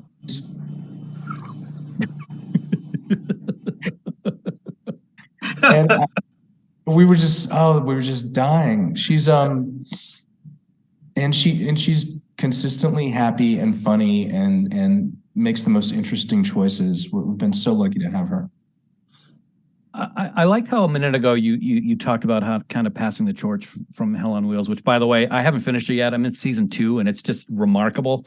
As I said, it's very muddy, but it's remarkable. It's great seeing a Star Trek tie-in with Colm and everybody that does that show is fantastic. I like how you talked about that passing of the torch and Pike on a horse, because one of the things I liked so much before season 1 was aired, but it had been announced, was that poster for season 1, which showed Pike on a horse looking up at the Enterprise. I think that's something that's always good. I'd never really thought about the passing of the torch from Hell on Wheels until you just brought it up, and it makes perfect sense. But question doesn't even have anything to do with Hell on Wheels. I just wanted to bring that up. Is it a more difficult task for you to play this character, knowing that Pike knows the date and the time and what's going to happen to him? Because for the first 50 years of Star Trek, we didn't know that. We only knew that after season 2 of Discovery. So I think John Champion it wasn't John Champion. Armin and Kitty were talking about the fact, which is kind of cool that they're watching Strange New Worlds, that Pike knows what's going to happen and when, so he could go run into a burning building and save people and know that nothing's going to happen to him. Is that something that you think about as you're playing these scenes? And is that something that is still going to be in his mind in upcoming seasons, because it kind of wrapped it up a little bit, at least in my mind, in the season finale? Well, so many things about this job is odd. First of all, that I'm in it. That's bizarre. My wife is texting me. Sorry. That's all right. And I never turn down a text from my wife. Happy man, happy wife, happy life. Spot on. But also, you know, stepping into the role of Pike in the second season of Discovery, sort of joining a show when it's already up and running, that is interesting. And coming in and playing a character where we know the first act and we know the third act, but we don't know the second act. I've never done that before. It's like playing the middle of Hamlet and then, you know, forgetting about Acts 1 and 5. It's right. It's really wild. But the whole thing with knowing his fate, kind of, I don't worry about it too much because I really just, it's a building block of scenes, and I try to work on each scene specifically, and it's also like, I used to rock climb a lot, and even though intellectually, when you set your own ropes and you know what you're doing, you're safer on that wall than you are in a car doing 65 down the interstate. But your body doesn't believe you, right? So the adrenaline is still going to pump regardless. It's I never even thought about it like that. I mean, I've been in the car with Dan before, and I know we're not really safe at any speed, so I can believe that's 100% true, especially at our age. I want to drift away from Star Trek a little bit because, obviously the theme of the day, as we've talked about, is Trektivism. And Anson, you yourself have expressed a desire and often done work giving back. And we were talking off air before about the work you've done with the Bob Woodruff Foundation. I wonder if you talk a little bit about that. Yeah, I'm pretty new to supporting them, and I found them through a great organization called OMAs, and we raised about $90,000 for them this holiday season. And they are a great organization that identifies programs that help impacted veterans and their families, and try to do it in a way that they can more efficiently, say, than the VA. And they have awarded well over $100 million in grants so far. And yeah, I also do some work with Team Rubicon, which I don't know if you know about them, but they are a group of veterans that use their experience in fast deployment to go to places hard hit by environmental disasters. And it was during my work on Hurricane Sandy in New York when I came across them. And when you go down into in an area like that, you find out real fast that there are two organizations that know what's going on. That's the Salvation Army and Team Rubicon. And you also find out that FEMA is not there to come in and rescue everybody. That's not what FEMA does. FEMA goes in and sets up a bureaucracy that's going to be there for a long time, as well as start the planning stage for people to have transitional homes. They're not there to save people. In Team Rubicon, they go in and they identify what needs to happen quickly, and they get it done. And it's turned into a very large, very effective organization that is, in a funny way, has also benefited people who are working through PTSD because it gives them something to focus on. Wow, that's pretty remarkable. I mean, obviously the devastation that occurred in the New York area with Hurricane Sandy was pretty severe, and I've never really been exposed to Team Rubicon now, but I'm absolutely going to look them up. And of course, the Bob Woodruff Foundation, the great journalist who was sustained a serious head injury while covering the war. Certainly, he's come back and made quite the recovery. But I know the work they do, and they do an amazing job as well. Yeah, absolutely. That's one of the things that I love about a day like today, where we're talking about raising money for Hollywood Food Coalition. There are so many other ways to help people, which is the very heart of what Trektivism is all about. So to hear these different types of stories that we've heard, including this one, Anson, thank you for sharing that information. I knew nothing about Rubicon either, so it's definitely something I want to check out. One other question I have for you with regards to Star Trek is, were you prepared for what it was going to be like to be now a part of this incredible universe for the rest of time in terms of conventions and fans and episodes and dealing with people like us? I'll just put it right out there. It's sort of like asking, were you ready to take that LSD?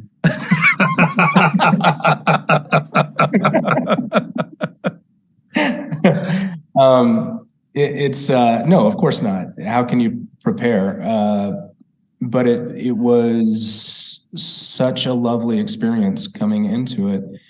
First of all, as a Trek fan, it wasn't even on my bucket list because it never occurred to me that I would be on track, right? Much less be the captain of the Enterprise. And then when it first happened, and I believe that it was at Creation Con, as I was shooting Discovery, people kept coming up to me and saying, "Welcome to the family." Not welcome to the franchise, not welcome to the show, not welcome to the convention, welcome to the family. And that really gets at the heart of what is different about this culture than regular fandom. And so it's been, it continues to be my honor to be a part of it, as well as, I hope it never stops being surreal to me that I'm the captain of the Enterprise, because it feeds into my gratitude. How many people get to say that?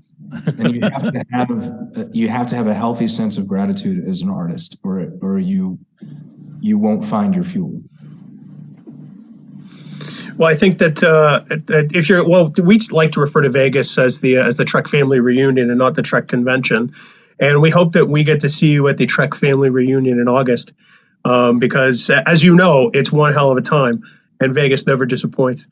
But we're so grateful for your time today, Anson. We know that you got a little one in the house. You're nursing, you're rehabbing a foot, and your life is not dull. Let's just put it that way. So we're grateful for all the time you could spare with us today. We really are. I know. She wants, my friend was asking me the other day, what does your daughter like to do? I'm like, whatever threatens her mortal existence. That's anything that will kill her or maim her, that's what she naturally gravitates towards. Excellent. So I'm going to be watching. My wife is very good at saving her. We can't thank you enough for being here. Congratulations on the success. We wish you all the success in season 2, 3, 4, 5, 6, 7. I'm just throwing it out there. 12. And we look forward to talking to you again really soon. Thanks, guys. I appreciate it. Thanks for all you're doing. Thank you. And now I think what we're going to see is some musical entertainment from our friends, the band 5 Year Mission, and that's coming up straight away. So stay tuned for more Trek Talks. We're 5 Year Mission, and this is The Cage.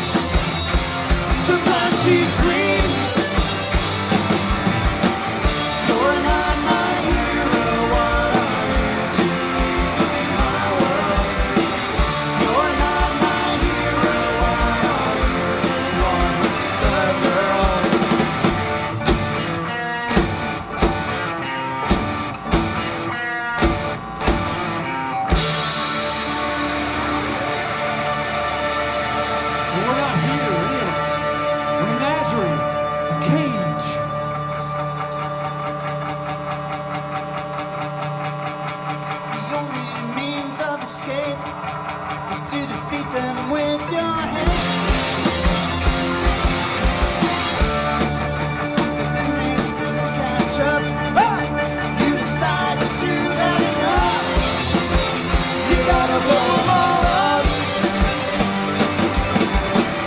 You're not my hero. What are you doing in my world?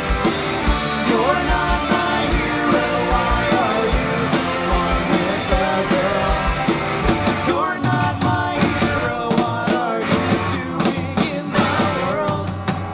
You're not my hero. Why are you the one with the girl?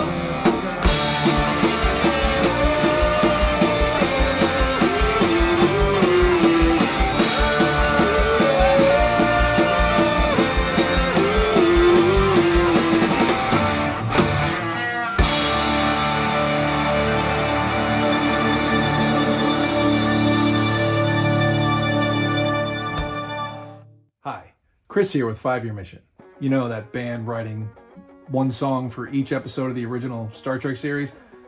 That's us. And although we love writing and performing our songs, on occasion we're given the opportunity to lend our voices to a slightly worthier cause. And what could be more worthy a cause than feeding people who are hungry? The Hollywood Food Coalition has a simple mission: to feed and serve the immediate needs of the hungry every day of the year so they can build better lives.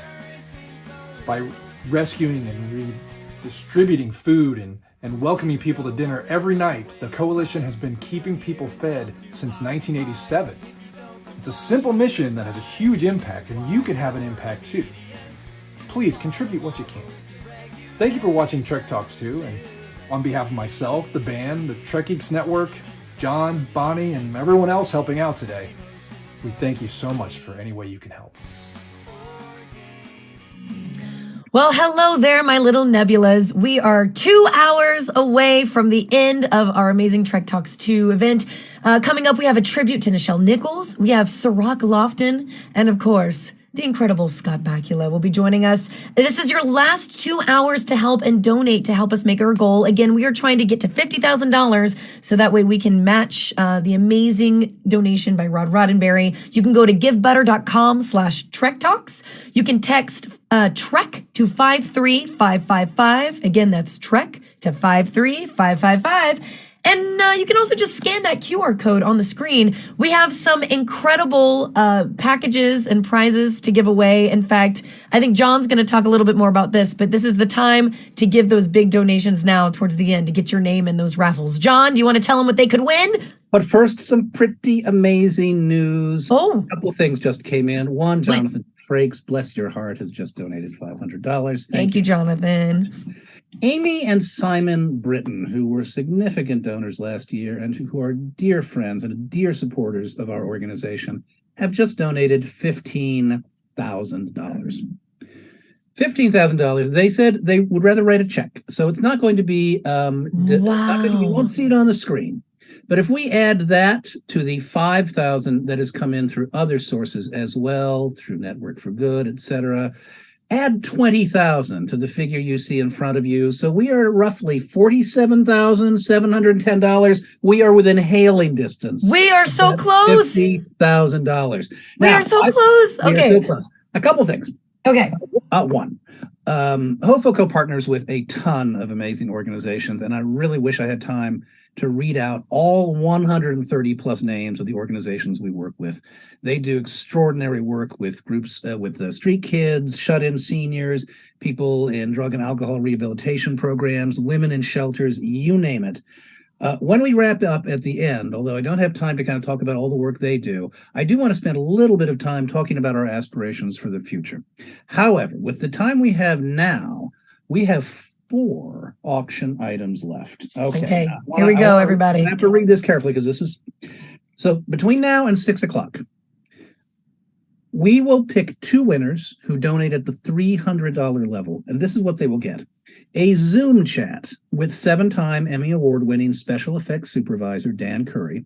He will show you some amazing backgrounds from his fabulous collection of visual images, and working with photos of your choice, He will use your photos to composite you and yours into the image selected. He'll digitally autograph it. He'll send it back to you, 8x10, suitable for framing.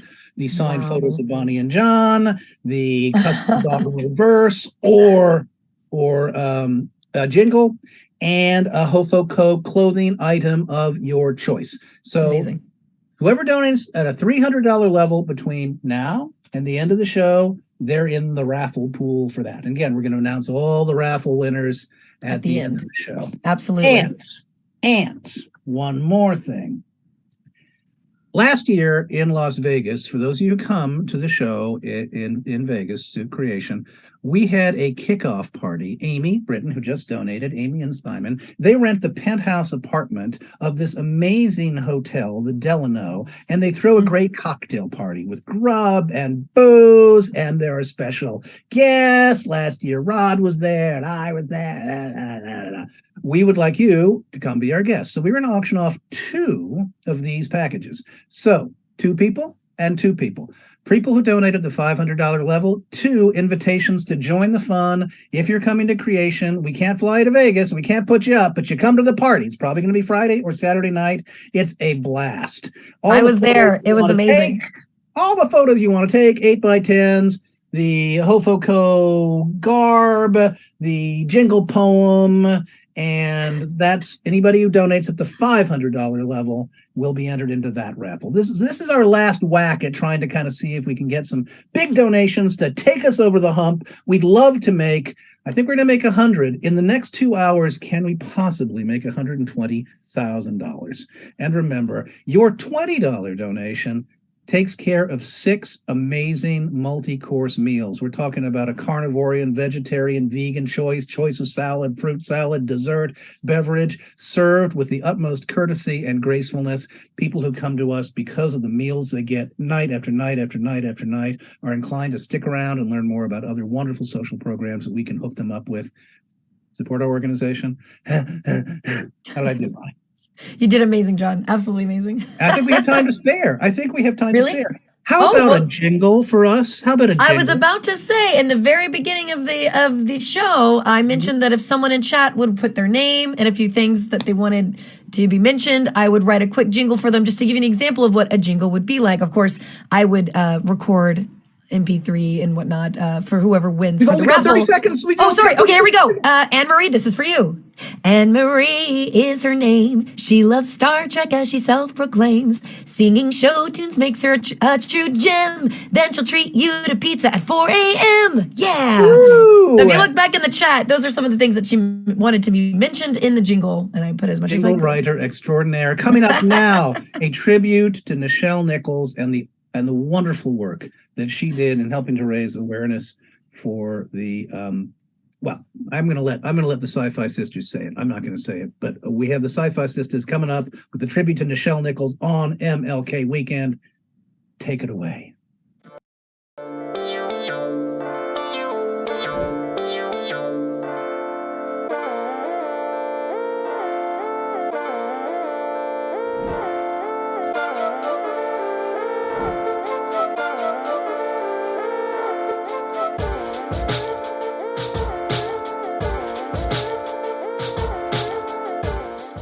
Hi, everybody.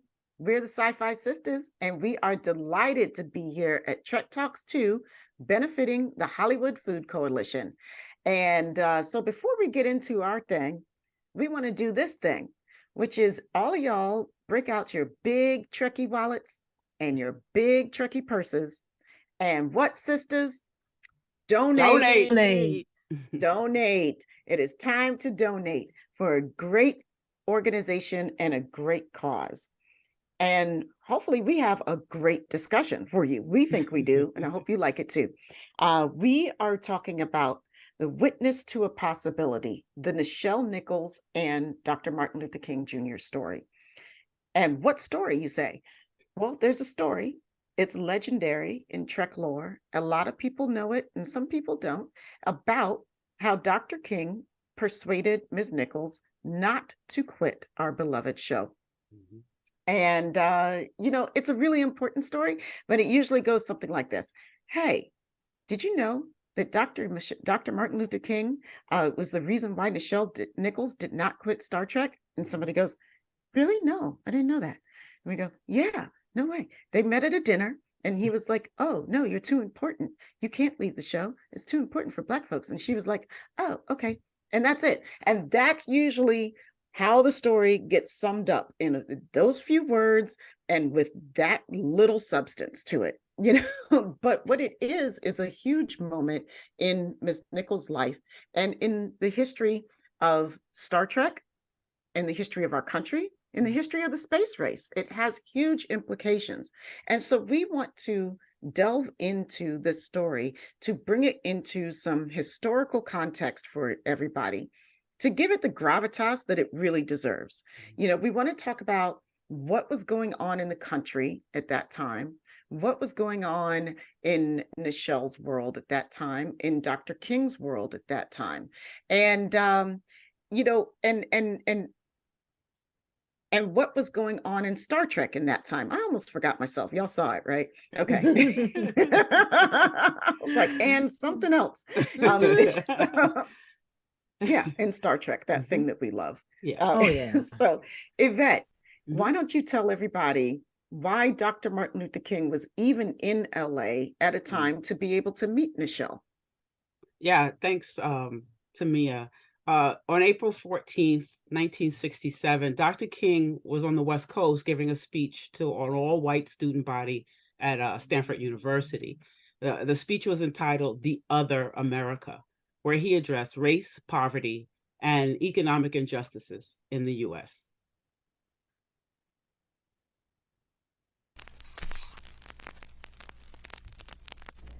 But we must see that the struggle today is much more difficult.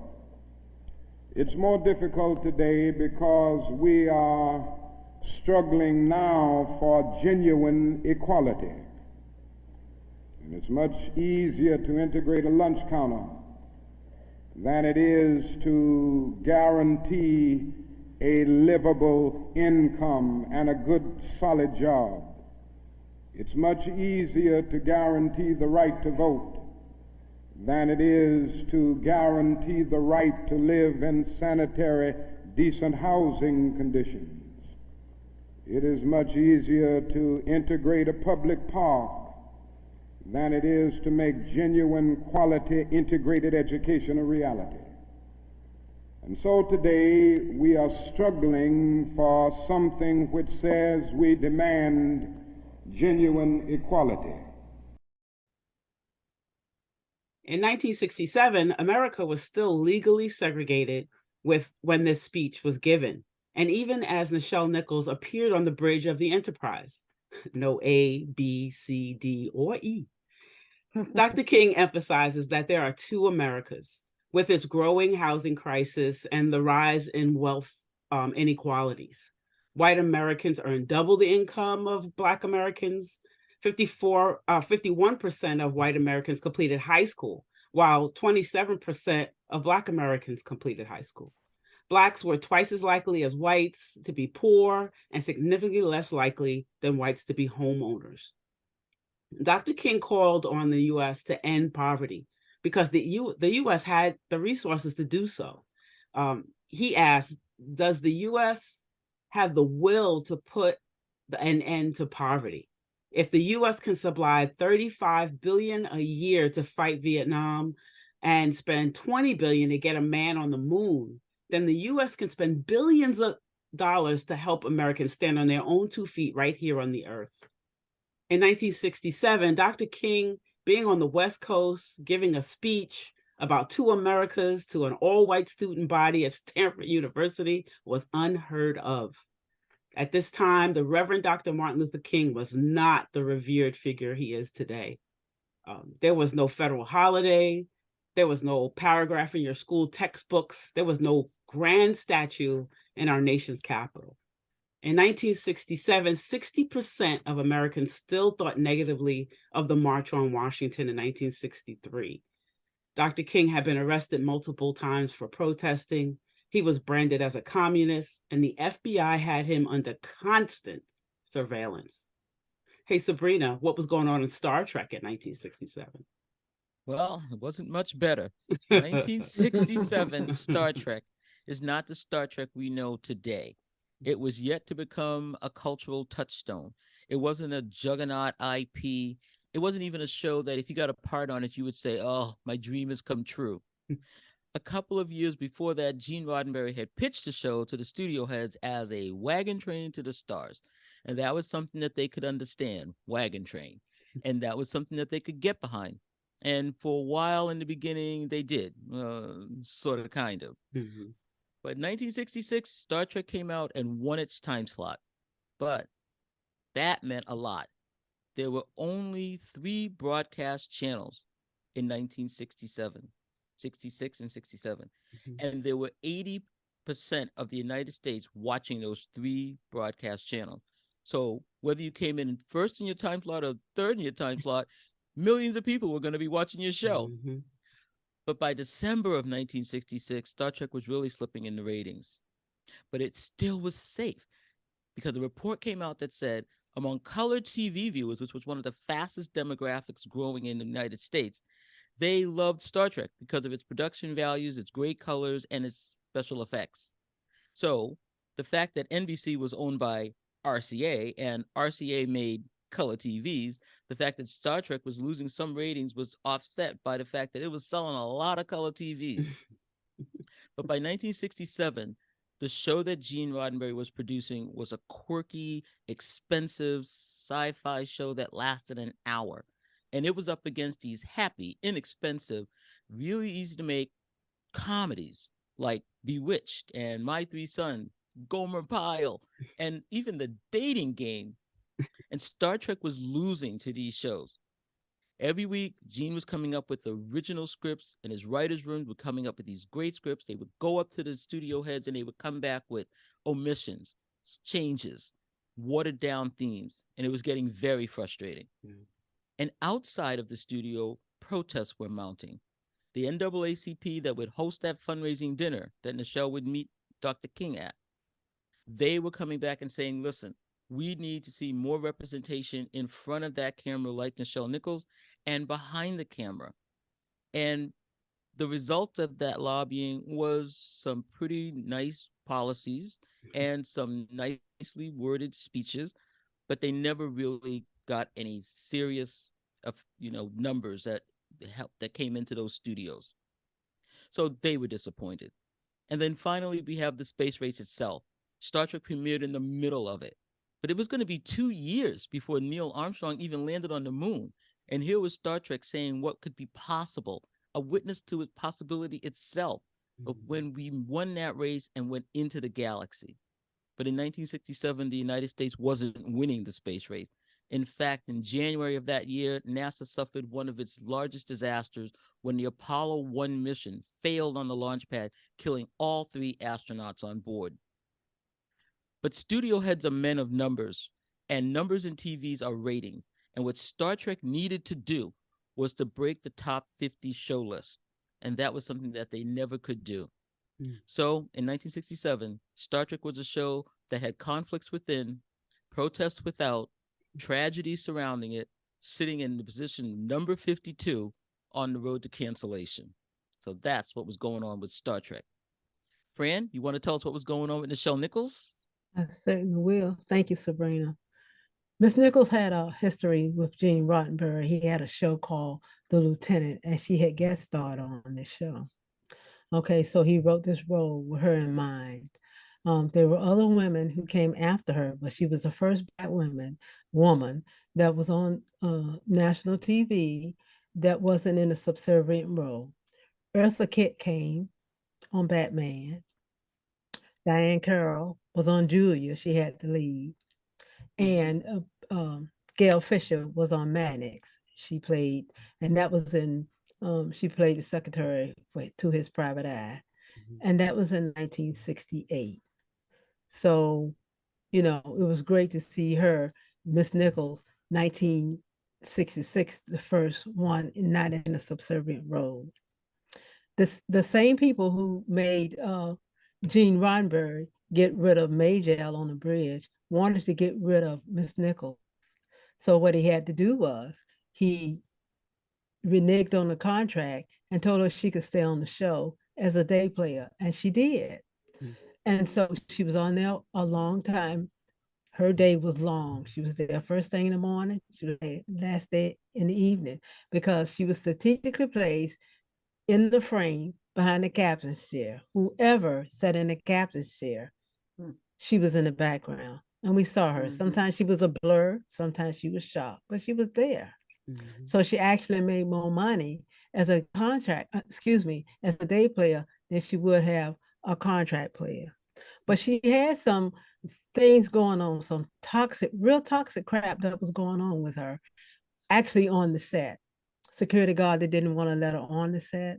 Somebody said that, Grace Lee Whitney was 10 times better than her and that she should have been fired instead of Grace Lee. But the straw that broke the camel's back was the mail, the fan mail. In 1967, fan mail was a big deal. And it wasn't just doing an email and sending it all off. There were steps you took. You went to the post office, you got stamps, you wrote it, you mailed it, whatever. But you did some work with it. Come to find out, she had just as much. I started the email, but no. After going through all that explanation, right? She had just as much fan mail as Shatner and Nimoy did. The only thing is, they were told not to tell her. They were told not to give it to her, but they didn't say that she couldn't come and get it.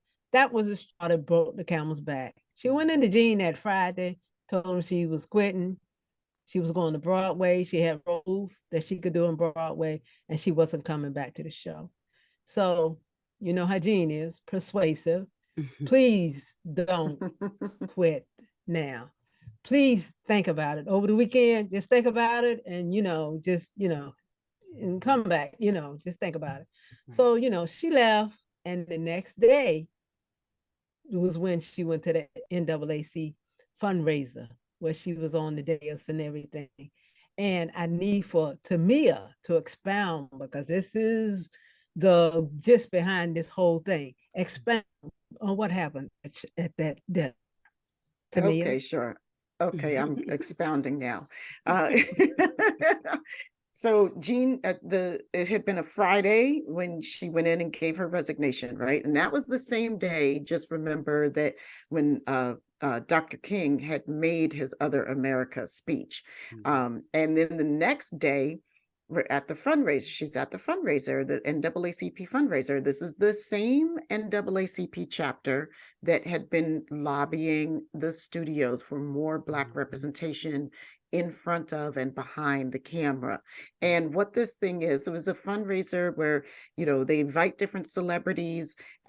People pay a lot of money to come and hobnob with these celebrities. And Nichelle was one of those celebrities who was invited, and she was up on the dais. These people would sit up on the dais and then other people would come and pay.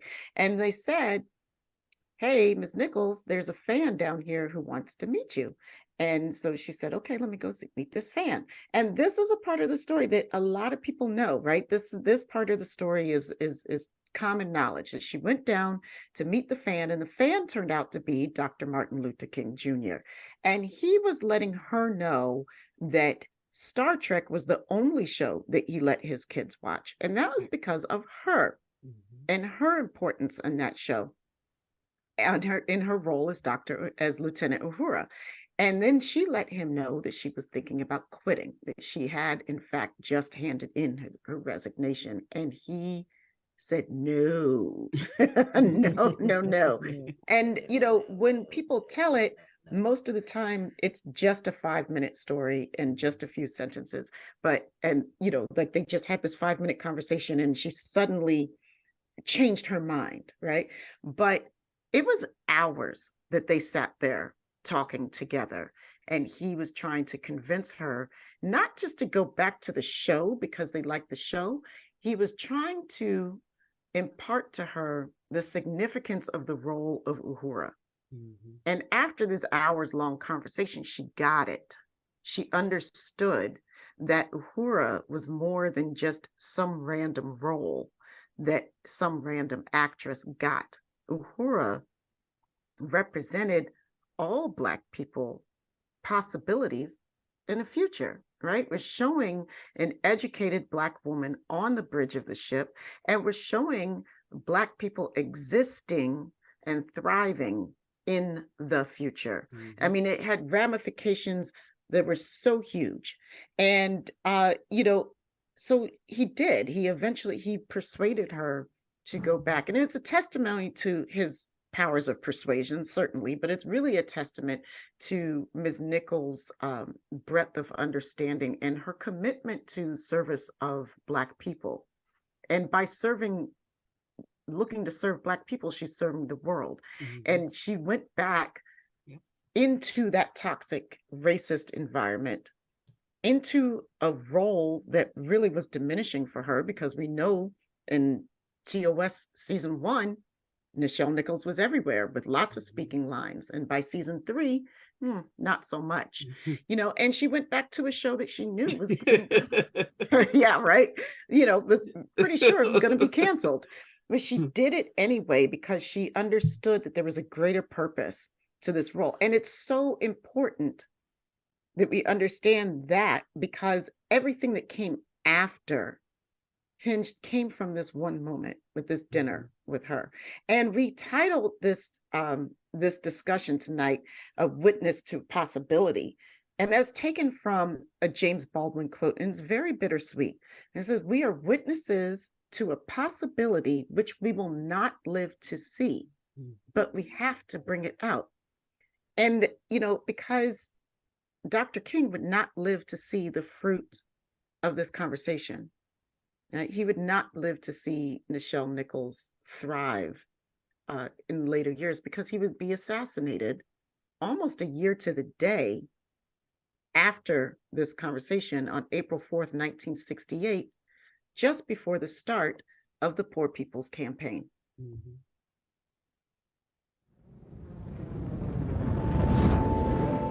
What is a change in society? A change is you cannot even imagine a world any other way. For most of the world, Nichelle Nichols is Lieutenant Uhura, pop culture icon. But what they don't know is that she changed the space program forever.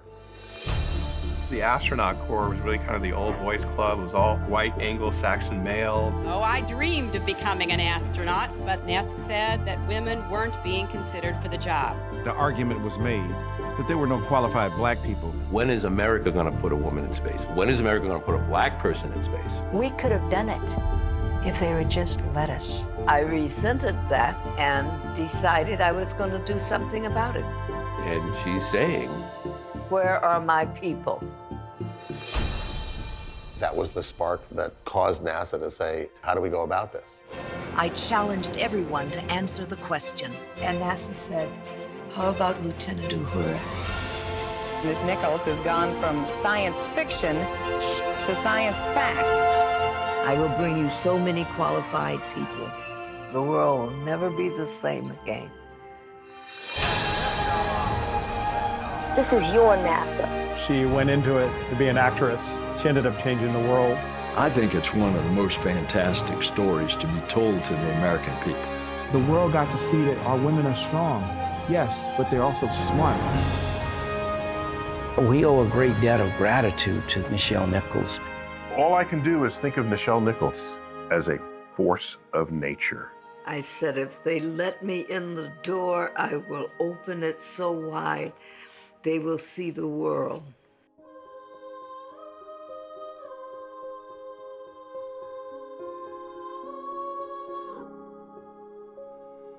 So the next time you retell the story of our beloved Nichelle Nichols and her life-changing conversation with Dr. King, remember the sacrifice he asked her to make, the prescience of his thinking to see the importance of what Gene Roddenberry was really trying to do, and the result for America in entertainment and in our space program, where Miss Nichols personally recruited 8,000 individuals to NASA, like astronaut Guion Bluford, the first African-American in space, astronaut Sally Ride, the first American female in space, astronaut Mae Jemison, the first African-American to fly the space shuttle, and astronaut Ellison Onizuka, the first Asian American in space.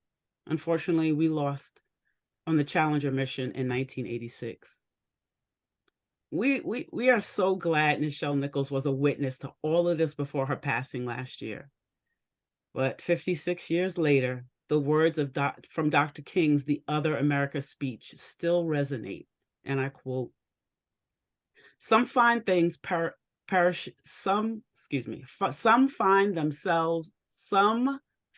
themselves perishing on a lonely island of poverty in the midst of a vast ocean of material prosperity. Today, we ask you to donate to the Hollywood Food Coalition as they do the daily work of making LA a city where everyone has food, community, and support. You can donate at www.givebutter.com/Trek Talks. Donate, donate, donate. Live long and prosper. Happy birthday to ya. Happy birthday to ya. Happy birthday. Happy birthday to ya. Happy birthday to ya. Happy birthday. Happy birthday to ya. Happy birthday to ya. Happy birthday. Happy birthday to ya. Happy birthday to ya. Happy birthday.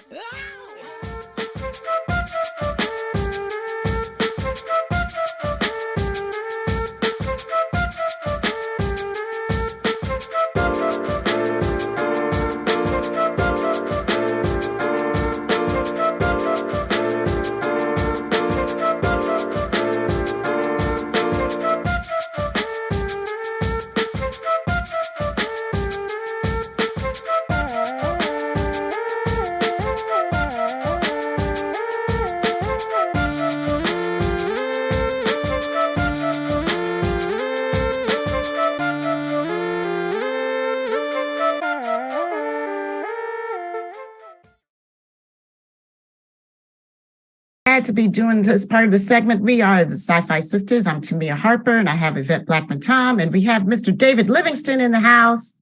So we're so happy to be here as part of Trek Talks 2. Yvette, where are we at? We must have raised a lot of money. Yes. We have raised a lot of money. I see on the board there that it says 31,810.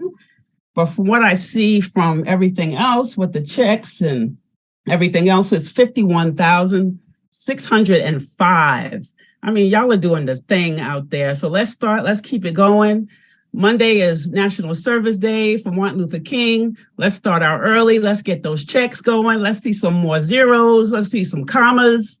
Let's get it done. Donate to Trek. You could text to Trek 53555. You can use www.livebutter. Did I say that right? Butter? No, Give Butter. Give Butter. See, I'm trying to get butter right. GiveButter.net or .com. You know how it is. You guys have been giving all day. Use the scan code. You got the QR code. Text to 53555. Let's get it done. Go ahead, Tamia. Hit it. Well, I am honored to be here with you, Mr. Livingston. You are a true legend in the Trek world and a true gem of a human being. So I don't know if you've been able to tell folks a little bit about your role with Hollywood Food Coalition. In 2019, I did a photo exhibit, which I partnered with the Hollywood Food Coalition, and it was on the Unhoused in Los Angeles. And subsequent to that, John Billingsley asked if I wanted to join the board of directors for the coalition, and I have been on the board for the last 3 years. And I just want to say to the entire audience and everyone that has donated, I am so grateful from a personal basis for your generosity. It's a wonderful cause, a great charity. We help a lot of people. So again, thank you to everybody who's donated. Thank you. I think it's a really fitting that we're doing this telethon. on this weekend, a weekend of service, and how wonderful. There's so many ways that people can be of service. And I think that you exemplify that in the way that you are involved with the Hollywood Food Coalition. And look who's here. Okay. Hey, You know what? Sirach. That's my usual introduction. Woo, CP. What's going on? Sci-Fi Hey. Sisters in the house. What's up, Sci-Fi brother? Sisters and Sirach Lofton. It's the combination that won't quit, baby. How you doing? Amen. And David Amen. Livingston. David Livingston. And David Livingston. Yeah, Hi, I mean, Sirach. the legend. What's up, David? How are you? Good, thank you. How about you? I'm doing well. I'm doing Great. well. I just saw that panel that you guys had with talking about Nichelle Nichols and you know how she came to meet Dr. King. I thought that was very interesting, especially some of the backstory there about what was going on at the time. I didn't know, you know, what Dr. King was doing and what the circumstances were that kind of led to that meeting. I thought that was very interesting. So thanks for bringing that to us. Of course. Thank you. Thank Of you. course. I'm glad you watched it, you know, because I think about your history on the show. When I think about that moment in time with Dr. King, it's like in my head, no, David, stick around, man. Stick around and hang out with you us. ain't gotta leave. You are honorary brother today. You That's honorary. right. Come on. we just did a podcast with Mr. Livingston. Stick around. Stick around. Okay. That's it. But Yeah, like we love Sirach, I see in my head this direct correlation from Paul Robeson to Dr. King and Nichelle in that moment. And then I also see from Nichelle and her sense of activism, her sense of civic activism going directly, a direct line to Avery, and to Avery Brooks. And then I think about how wonderful it must have been because he's such a man with purpose, right? And what a figure to be around, to be you at such a young age, to be around him and steeped in that tradition of service and doing something much larger than yourself. Can you talk to that at all? Well, from what I observed, you know, Avery was inspired heavily by Paul Robeson. He spoke about him often. And as a result, I actually went on a journey of getting to know who he was and the legacy that he left. Unfortunately, it's not a common knowledge for those of us that were around during that time period. It's not one of the legacies that has transferred without going in depth or actually looking for it. It's not one of those things that's easily handed down as far as the amazing accomplishments Paul Robeson did in his life. But, you know, one of the amazing things that Nichelle Nichols represents and that I got to witness firsthand was a level of class, a level of elegance, a level of grace, a sophistication that she carried herself with, and a respect for herself that ultimately demanded other people to respect her. So I think those are the qualities that she embodied that were really some of the underrepresented qualities of Black people in general. You know, always more of the negative stereotypes or, you know, or what we see in the media. But for a woman like of her status, of that kind of elegance, to be a representative of us, because there are many of us that kind of identify with that or want to strive for that kind of greatness. And I think that's what she exemplifies. I think that's what Avery Brooks exemplifies, a standard of excellence that, you know, that Black people can gravitate towards and kind of use as an example for the kind of person they want to become. You exemplify that yourself. Yeah, you do. So, you do. I've just learned from them, and I try my best to learn from people, all people, not just, you know, great Black people, but just all people in all spectrums of the demographics. Everyone has something to offer, and there are different things that we can learn from each other, especially when it comes to how you conduct yourself with grace, when you are trying to be educated and give a point and make a point. And you also know that you're representing something like, the first thing that we represent when we grow up is our family name, our parents. The last thing you wanted to do was somebody to say, "I'm gonna tell your mom or your dad about what happened." That's the wrong thing. Yeah. No, thank you. So we represent that. You go out into the streets and you represent your last name, and it can follow you back home, and you were accountable for what you do. And the last thing you wanted was to have your parents hear something bad about, you. And then people saying bad things about you. So that's the first environment that we're most familiar with. And then we start to expand and learn about ourselves and say, oh wait, I'm part of this group, and I identify like this, and I'm also part of this race. I'm part of this religion or this ethnicity, and then it expands outward from there. But ultimately, it starts with just your home body and your mother, your father, your brother, sister. And as you expand out, you learn about yourself, and you have this awareness of consciousness, and you start to realize, okay, there's a lot more going on here. There's a whole history that's been handed down. There's a whole tradition that I have to uphold. And when you start to realize those things, then you at least I have tried to represent it in the best light as possible, and carry that torch forward for the next generation. I think you're doing an amazing job of that. You're a person that, of course, so much of our mind eye, because we rewatch Deep Space Nine like continuously. There's this little boy on the screen, who we watched grow into a young man, but the present Sirach, the man Sirach, is a whole different thing, and he's somebody that we have a great respect for.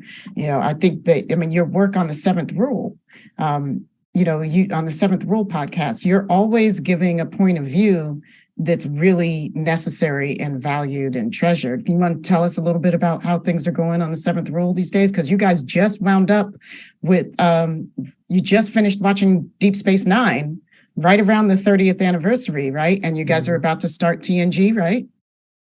Yeah, well, we've just wrapped up Deep Space Nine, and that's been an ultimate treasure to sit there and watch from beginning to end the journey unfold, and for me to understand a lot more about the characters that I grew up around, but didn't know so much about the work that they put in, and the different level of appreciation when I see the work that everyone did, when I see the amount of effort that it takes for the writers to come up with stories that are as great as there were, for the directors to execute those stories, for the producers to make sure that all of the dots are, pointed and the T's are crossed. And I just feel like at this point, I have a different appreciation for it. I do realize that I'm going to stay in people's mind as that the kid from Deep Space Nine, and I'm okay with that because with the cool clothes. I'm okay with that. I'm all you right and your with that. Cosby sweaters. They tried to put you in like the equivalent of the Cosby sweater. I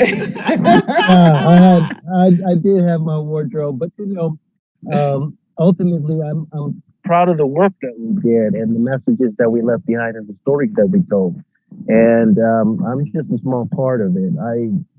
I'm proud of the work because as I watched it now and look at it with an adult perspective and different set of eyes, and I can see my daughter and myself at that age, and I can see that the stories were impactful and still resonate to this day. And so, art of good storytelling, a lot of the books that I read growing up made huge impacts on me.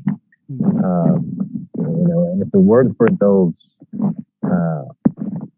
various authors that wrote those great timeless pieces of work, my life would have been molded in a different way. It helped give me perspective on just what I wanted to be and how I wanted to perceive things. And the legacy of the legacy of that work that stands the test of time. I'm sorry, make sure I'm able to be heard, but the legacy of the work that stands the test of time, I think, is really a testament to stories that resonate with people, that are true, and that encourage you to think. And if you accomplish that, then I think the rest is left for history to let it judge and observe in its own way. So here's a question. Did you ever have the great fortune of being directed by the wonderful and fabulous Mr. Livingston? Oh, we can't hear you, Sarat. Yeah, I've had the pleasure of working with Mr. Livingston, and that's part of the thing is there's no question that David has a tremendous amount of passion. Like, he loves the work that he does. He loves putting in that work. He enjoys being there, and that energy is infectious. And when you find somebody who's on the set and they care about the moments, and they care about the script, and they care about the product being quality, then that is contagious. And so then, the rest of us begin to care more. The rest of us want to take more time to analyze scenes and think about perspective and think about what kind of backstory we can make up for a character or for a scenario that'll add depth and, and make it rich. And that's what David does a great job of, is, thinking about things and saying, well, why would you, and putting it together so it makes sense. And I respect the work that he's done over the years. I respect the time that I got a chance to work with him, the chances that I've worked with him. I got to meet his son, who's, I'm sure is fine as man as he is. And, it's been a real pleasure. And that's part of the greatness of the show, is that it's not just one person's genius. It's not just Gene Roddenberry's genius. It's not just Rick Berman's genius. It is a collaboration of genius. And that's why I respect what I see, and why I believe it's stand the test of time in such an eloquent way, and looks so beautiful even all of these years later. Rob, thank you for your generosity. That is so wonderful of you to say. I'm basically a kid at heart, and on DS9, my favorite moments were working with you and Aaron. I got such a kick out of your energy and your innocence and your vitality. I fed off that. So I am grateful to not only you, but to all the other actors, because as a director, you live and die by the people you're working with, you're photographing. And we had just the most amazing cast on Deep Space Nine.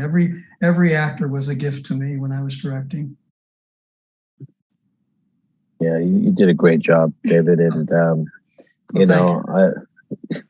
I had so much fun with you. Actually, you have a very youthful spirit, and that's one of the things that I also recognized at the time, was that even though you're older than me, there was a youthful spirit inside of you that was, like a big kid, just with this great story that you want to tell visually. And so I felt the passion and the enthusiasm. I think you always brought that to the table. I've never seen you really just on a down kind of, phoning it in type of way. You're always giving it 100%, 110%, David. So, you left it all out on the field. And I think that people who watch can see that. Thank you. It's a gift to be able to direct for the show. I always felt like a kid in a candy store. I felt it. I just want to say one thing about Avery. You mentioned the journey from Paul Robeson to Avery. One of the most emotionally gratifying moments that I ever had in live theater was seeing Avery's one-man show on Paul Robeson. And I wish that, I don't know if it was, maybe you would know, Sirach, was it ever filmed? Because it's an extraordinary performance that Avery gives playing Paul Robeson. Just extraordinary. Yeah, it hasn't been filmed to my knowledge. I wish that it was, so that people could, go on YouTube and look it up for themselves. But, there's a lot of work that Avery did that is, I don't know, maybe just gone in the wind, or maybe somewhere in some universities they have the archives. But, I tried to look up the work that he did as the director of the National Black Arts Festival in 95 and 94. I couldn't find photographs. I couldn't find any evidence of what that event looked like. I'm sure it's there somewhere, but it hasn't been uploaded on YouTube. And there's other stuff that he's done too. I mean, I watched the Paul Robeson. He also did a Satchel Paige performance where he played Satchel Paige, and he was just telling the life story of Satchel Paige. And I thought, like the Paul Robeson, it was so incredible. I mean, it was like you sit down and you're taking away by his performance, where you sit down and you're watching him and you're saying, wow, I feel like I'm watching the man himself. And that's how deep he gets into these performances, and the range of emotions, the crying, the laughter. I don't know about you, David, but when I watched Paul Robeson, I was full out crying watching that performance. There were moments when he was crying on stage that I was crying, and I looked around and everybody was crying around me. We were all crying with him. Avery's mesmerizing is the word I use. Yeah. We've only got a few minutes left, so I wanted to say thank you so much. And I think that's one of the reasons why it's so important that we continue to tell our stories. And, one of the reasons why the Sci-Fi Sisters exists, and one of the reasons why we're doing what we try to do. So, and we're thanking you for speaking to this history that a lot of us don't know. And now we can go forward out there and take this into the world and look for it and try to and bring it into our own lives, so we can put out be something better for ourselves. And also, you said in that in the interview that I heard, or the panel, one of the things that Dr. King said was how easy it is to integrate a lunch counter, but how difficult it is to find equality in other spaces of the world. Right. And when you talk about the production side and studio executives and those kinds of places, it's harder to break into those things. And so there's still a lot of work left for us to do. And I believe that that's part of this, this journey, is passing the torch forward and saying, okay, guys, let's get into those other spaces. We did the lunch counters, we did the buses, we did airplanes. Yeah. But y'all got to go and do the corporations. Y'all have to do the genuine equality. Yep. Yeah. Genuine. Yep. Yep. Right. Thanks so much, Sirach. Thanks for hanging around, David. Yvette, what you got for us? You got something to take us out. Yeah. So real quick, the party, the party for two people at Amy's, the cocktail party for $500 is still available.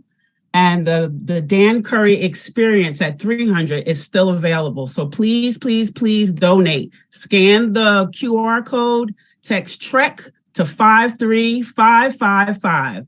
I'm not going to say give butter because I don't think anybody understands what I'm saying. So y'all got to jump on that Dan Curry, man. He's a hell of a guy, man. He's got a whole lot of information. Somebody out there should jump on that. That's right.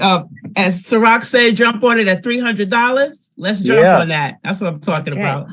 Yeah. Thank you, everybody. Thanks, everybody. We got some Make more. sure you check out the 7th Floor too, guys. That's it. Check.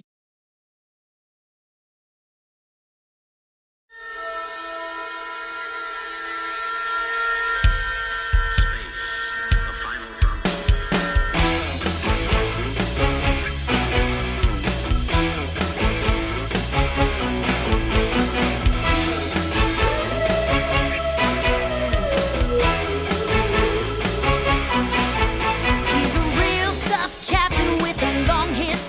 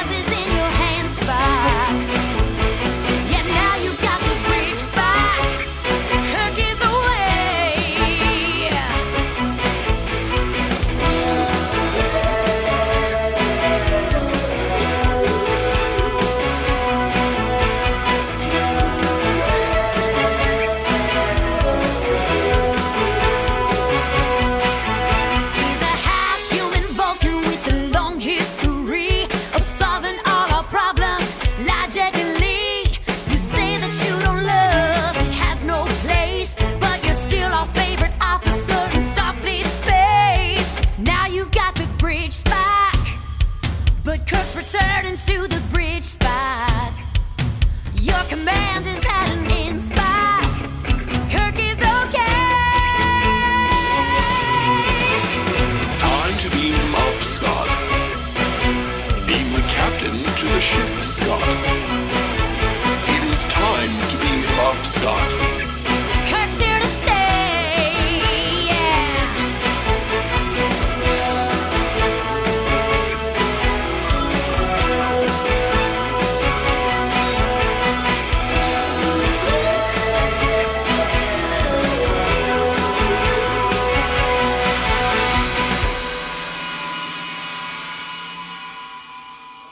I didn't really know what else to do. I just stood there. I was like, well, I'll just stand here.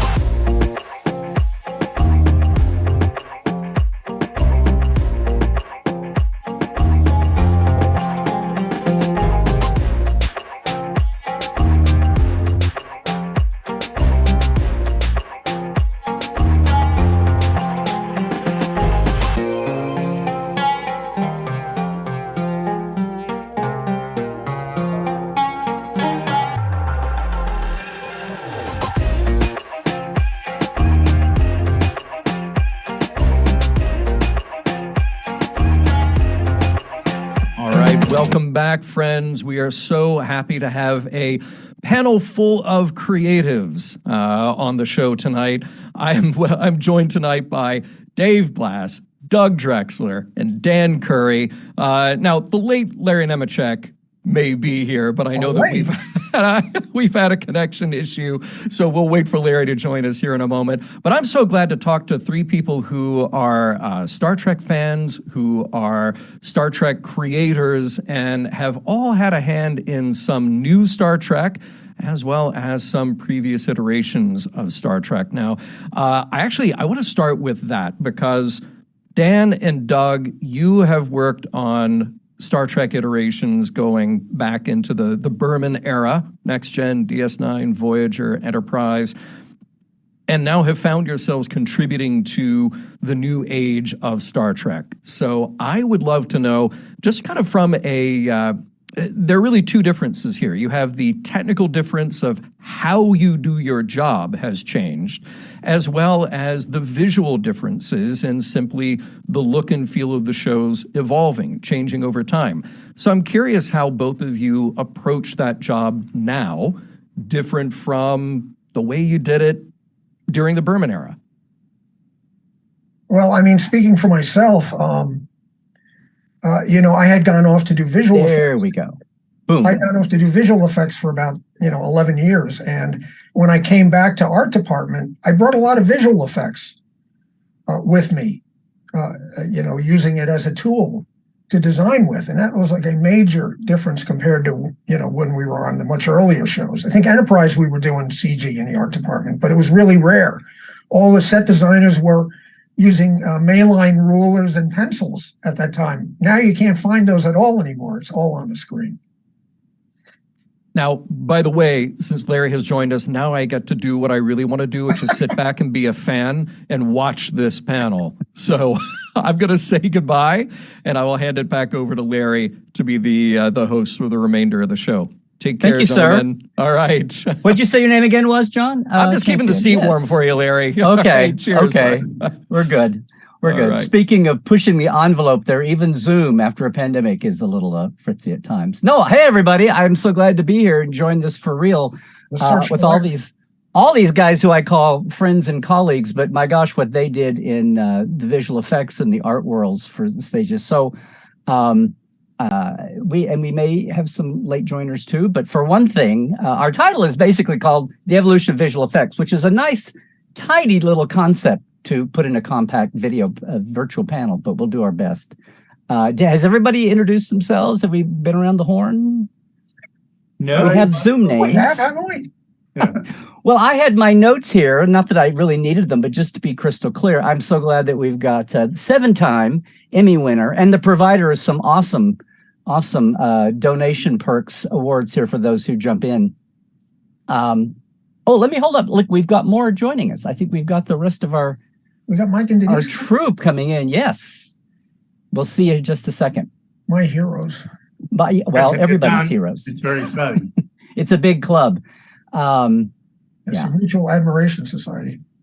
Well, I was just saying, Dan's not only got his Emmy Awards behind him, and he's got his knowledge here of the and a founder and a big part of the Visual Effects Society, but he's been good enough to donate a couple of big packages for donations. And there we've got Mr. Michael and Ms. Denise back with us too.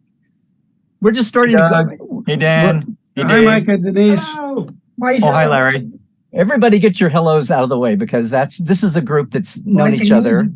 Yes, and still continues to, which is awesome. Family. We're talking family, you know? Yeah. I mean, Which everybody's been here for Hollywood Food Coalition and this day. I was going to say, it's not about a contest or anything, but this is the final hour of the telethon, the webathon, Trek Talks 2, and they saved the best for last, but at least it's been all actors and writers' rooms so far, and here we've got the folks who really make the enterprises go, I'm going to say.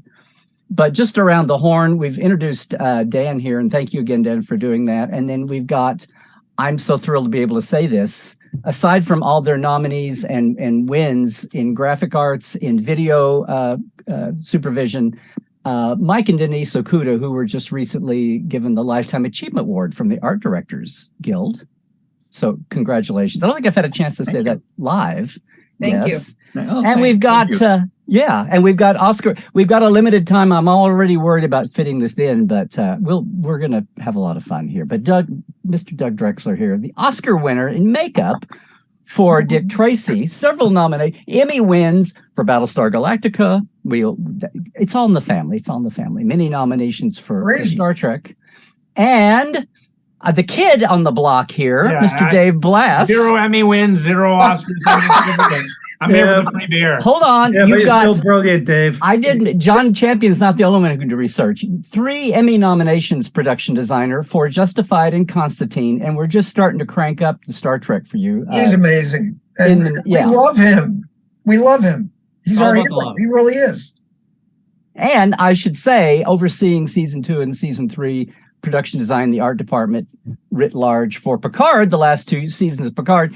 And all the people you're seeing on screen now, everybody on our panel has had a hand in that. So that's thanks to you, sir. So, So here's a tip for all you young production designers out there. If you want to do a good job designing something, hire people who are smarter than you are.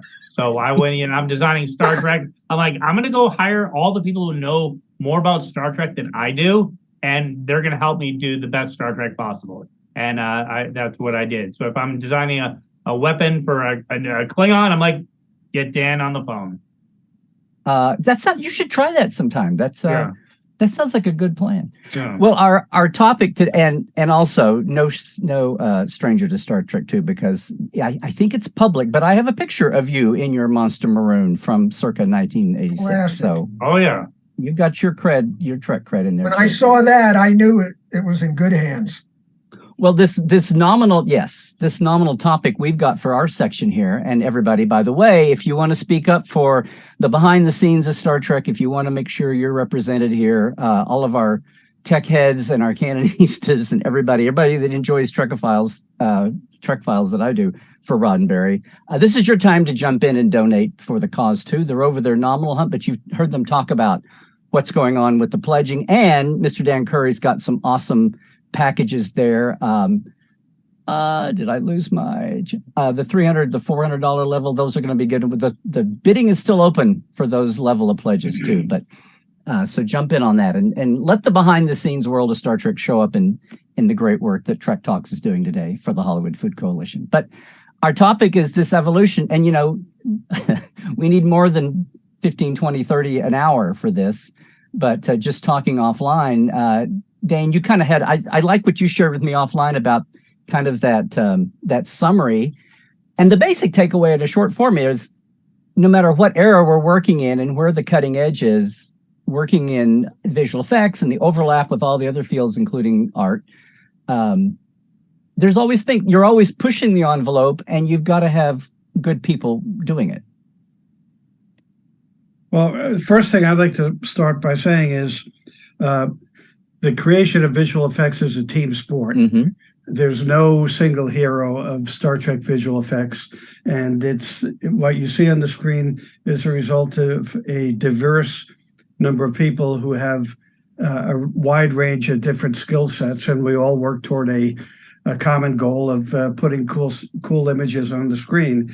And the evolution of visual effects is basically doing the best you can with the tools at hand. And as the tools get better, the visual effects got better. And we started doing things, as I call, from alchemy to algorithms, where in the beginning, those who were capable of seeing objects and materials and phenomenon independently of their original purpose and their real scale. When I would go to the hardware store, I would look at the plumbing section and not see pipes and sleeves to fix broken tubes. I would see spaceship parts.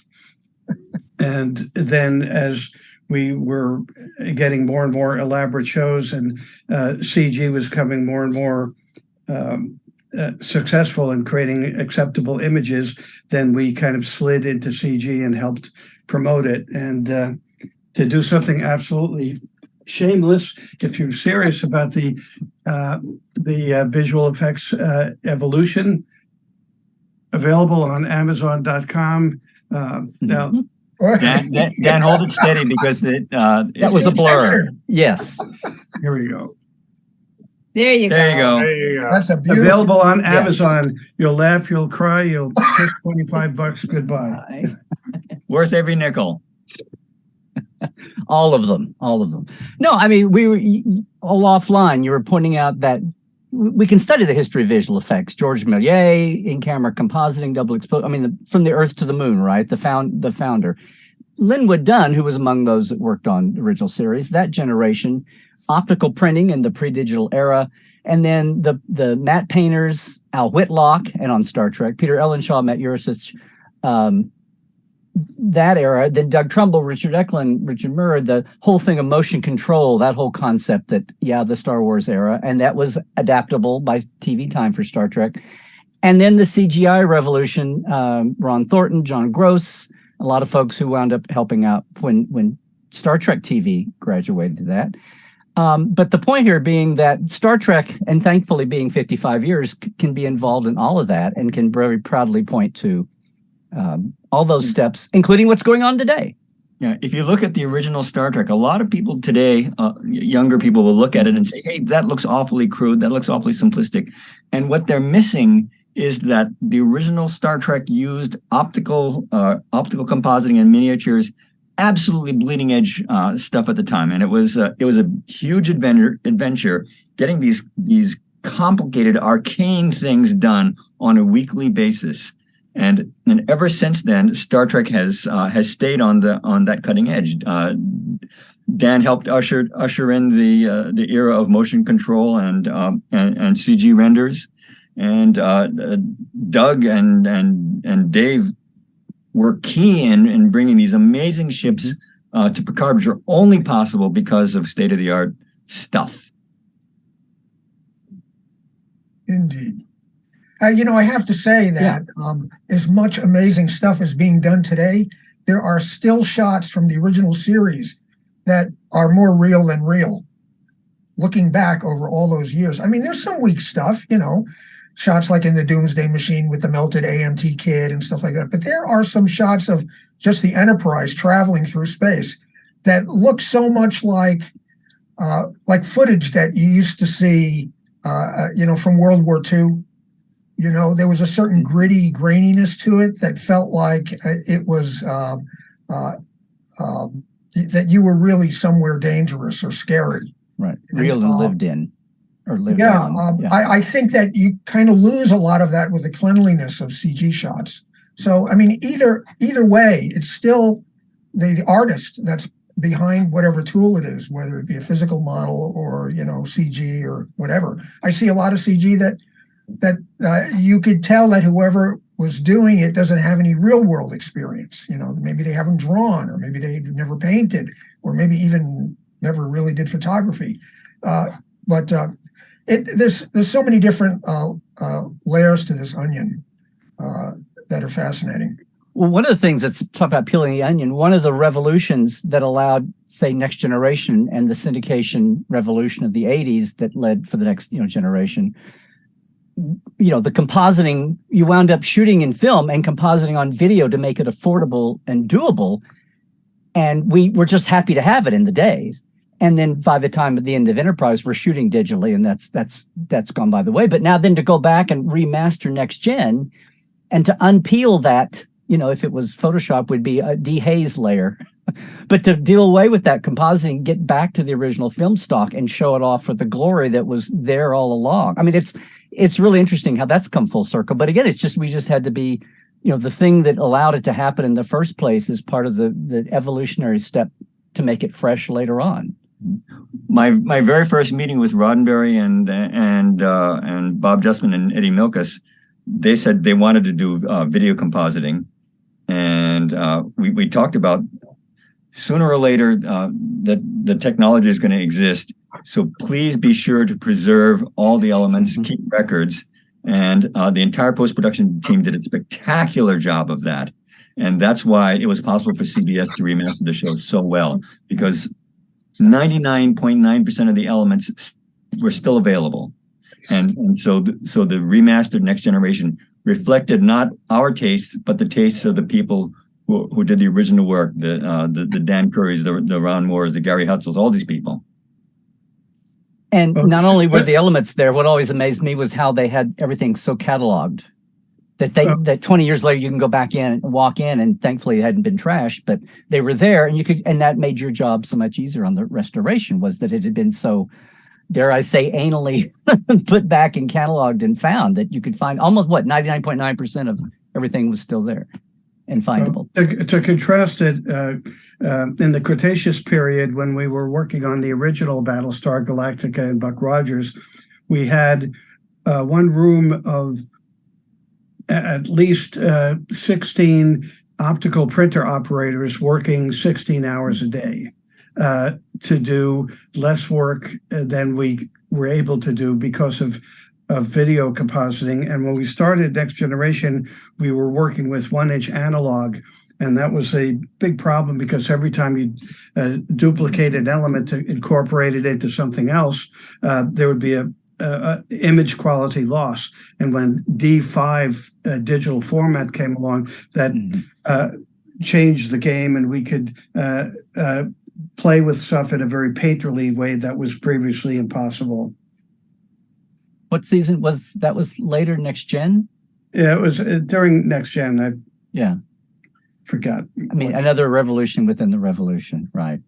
Well, I want to bring it up today. We're still obviously pushing the envelope, but that's one thing. There's always time and budget and the technical, but Star Trek, by just the sheer number of hours, is a big chapter in this book, is out there pushing the envelope, and like the innovations that everybody, you talk about the amazing teams over the years, it's not just what you're given, it's what you're pushing and what you're evolving and pioneering. Well, and we also have this really fascinating era where people have worked with physical models and made the transition across and adapted, like going from when Star Trek eventually started using more CG and Battlestar Galactica took off. That is, it's been amazing to exist over that transition, such an amazing transition. And Dave, go Denise, yeah. I think this next season of Picard, season 3, and Dave can talk to this, is really quite extraordinary. It's very exciting for people to be able that are going to be able to see the events unfolding, and a lot of that is in visual effects, but a lot of that is also the tie-in between the production design and being able to be more fluid. And I know that Doug did some amazing work on Picard, and of course Dave steered us all in the right direction, and it's all because we love Star Trek too. I mean, there's the skill, but we also we love the soul of Star Trek. Yeah, has it always? Oh, go ahead. No, it was great working because I think going into the new season, and what was fabulous was we went right from season 2, and we finished season 2 on a Friday and started season 3 on a Monday. There was absolutely no time in between. So we were just really rolling with it. And to have someone like Doug and everything there working in 3D models, and we had John Eves as well, and John's a 2D guy, but John and Doug have worked together for years, and they were able to coordinate and really there's a shorthand. And then Mike was working with us on the practical sets that we had to build, because we have all new spaceships for season 3 that just didn't even exist in anyone's mind. And all of a sudden we get these new scripts, and it's like, oh, we got 5 new ships and this and this, and we're like, wow, okay, we got to really get busy. And it was a combination of the visual effects and the practical units all working together, and then the cross hatching, because everything has to match up. It's like, what's the view screen look like? Is it a view screen window, whatever? And then how to, what do we see, and how does it work with the ship? So it was exciting. And then the newest generational change technology has been that AV wall, and now you've like real time, all post composited actors and technicians can work with the reality that's created. We looked at it, and it's one of those things that everyone's like, oh, that's a great idea. I'm like, it's a great idea, but you need to get like 3-4 months lead time on designing it, because as opposed to a green screen where you show up and you're like, okay, there's green, we'll figure it out later. With the AR wall, you have to have figured it out already. So when the actors and everyone show up, everyone knows what's going to happen. Everyone knows what everything looks like because you're looking at it. And with Picard, we just didn't have that time frame, and so then it just went green. But it's still you have to know how things work, and as Kirk would say, you got to know why things work in a starship. Exactly. Well, one of the great things we had on Picard, because Dave mentioned the 2D graphics, is we had institutional memory. We had people who had done it before. We had people like Jeff Mandel, who had a huge background on so many Star Treks. We had Monica Fedrick. We had Alan Kobayashi. All these people that know what makes a Star Trek tick. They may not necessarily know what makes this one tick. They'll figure that out. But to have people who knew what was done before was part of the wonderful thing that Dave did, bringing people onto the show so they could hit the ground running. Including a new Worf weapon specially designed by Mr. Curry once again. Right.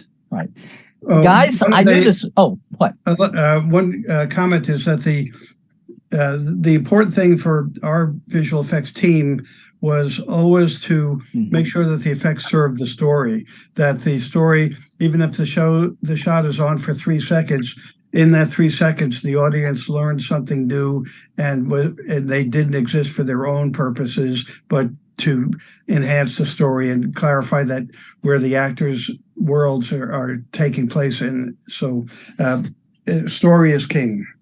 I know. Guys, I knew, yes. Bravo. I knew this would happen. I knew that we would have so many luminaries here for Star Trek, such a great topic. And it's such of an interest for so many Trek fans out there. This is the part that, yeah, it's inspirational, aspirational stories, and it's cool to live in the future. But oh my gosh, this universe, and it's so fully realized and made real, and behind the scenes, it's cutting edge and pushing the envelope. We have to wrap it, but I just want to say thank you to everybody. Dave Bless, Doug Drexler, Dan Curry, Mike and Denise. It's your time out there, if you're enjoying our panel here, to jump in for Hollywood Food Coalition. Mr. Dan Curry has donated a couple of prize packages there for sure. If you're giving at the 300 and 400, I believe, level, that's still open for another bit, and so we're turning it back over. Thank you guys for joining and helping out with Trek Talks today and Hollywood Food Coalition. And I guess we're back to the control room. Trek well, everybody. Thanks for having me. Thank you. We are about to wrap up the second Trek Talks event. What a wonderful day. We can't thank you enough, everybody who stuck with us for 8 hours. What a wonderful set of conversations. We want to show you our video one more time, the Hollywood Food Coalition video. I want to say thank you again to the magnificent Anali Ray. Thank you, John, for everything you do, and thank you, Star Trek community. Shall we do this one more time? I think we're beating the horse. All right, let's. Okay, we're trying to really get you to do this. I can't, my fingers want to come together because my fingers are intensely they're coalition builders. Look I've done it. My fingers. I've done it in just 3 months. In just 3 short months, ladies and gentlemen. Let's go to the video one more time again. Mwah, mwah, mwah, and thank you. Welcome to the Hollywood Food Coalition. Our longest standing program is our community dinner program, which is located right here in Hollywood, 7 days a week, 365 days a year. The team prepares a 5-course restaurant-style meal from rescued food through our community exchange. At the dinner, we strive to create a welcoming and dignified experience that allows us to build trusting relationships with all of our guests. To be able to plan a menu as a chef, to be able to provide nutritional meals as a chef for our guests, the idea of hospitality really does excite me. On average, we serve about 200 to 250 free nutritious meals each night to our unhoused and low-income Angelinos with absolutely no barriers. Leveraging this trust, our community wellness program identifies barriers to meeting their additional health and housing needs. We collaborate with other local nonprofits to more effectively provide services such as housing navigation, physical, mental health care, and other essential services. We partner with UCLA so that people who are not comfortable going to the hospital can come in and get regular medical care. We have the UCLA Vision Clinic, we have showers, we have haircuts. We try and do all the things that people might need to have access to and make it easy for them to have access in one location. Our Community Exchange is one of our newest programs. It was launched in May of 2020 in response to circumstances brought on by the COVID-19 pandemic. There were businesses who wanted to help by contributing their excess food that would otherwise go to waste. And there were also a growing number of nonprofits who struggled to access nutritious foods for their communities. Leveraging technology, we developed a concierge service that allows nonprofits to customize the quantity and type of food they want to receive. We are able to bring in larger donors like farms, distributors, and grocery stores to greatly improve the quantity and quality of food that we are able to rescue and provide to our dinner program and provide to our neighboring community organizations that are feeding those in need. To date, we have served over 130 small and medium-sized nonprofits who would have otherwise been unable to collect from traditional food banks. Some of the temporary shelters that we serve only have like a little hot plate, so they love the fresh romaine, the cucumbers, the squash, all of these fresh tomatoes and things you can eat, just really fresh salads. They absolutely love getting all of the fresh stuff. There's so many stories about why people fall out of housing or fall out of employment.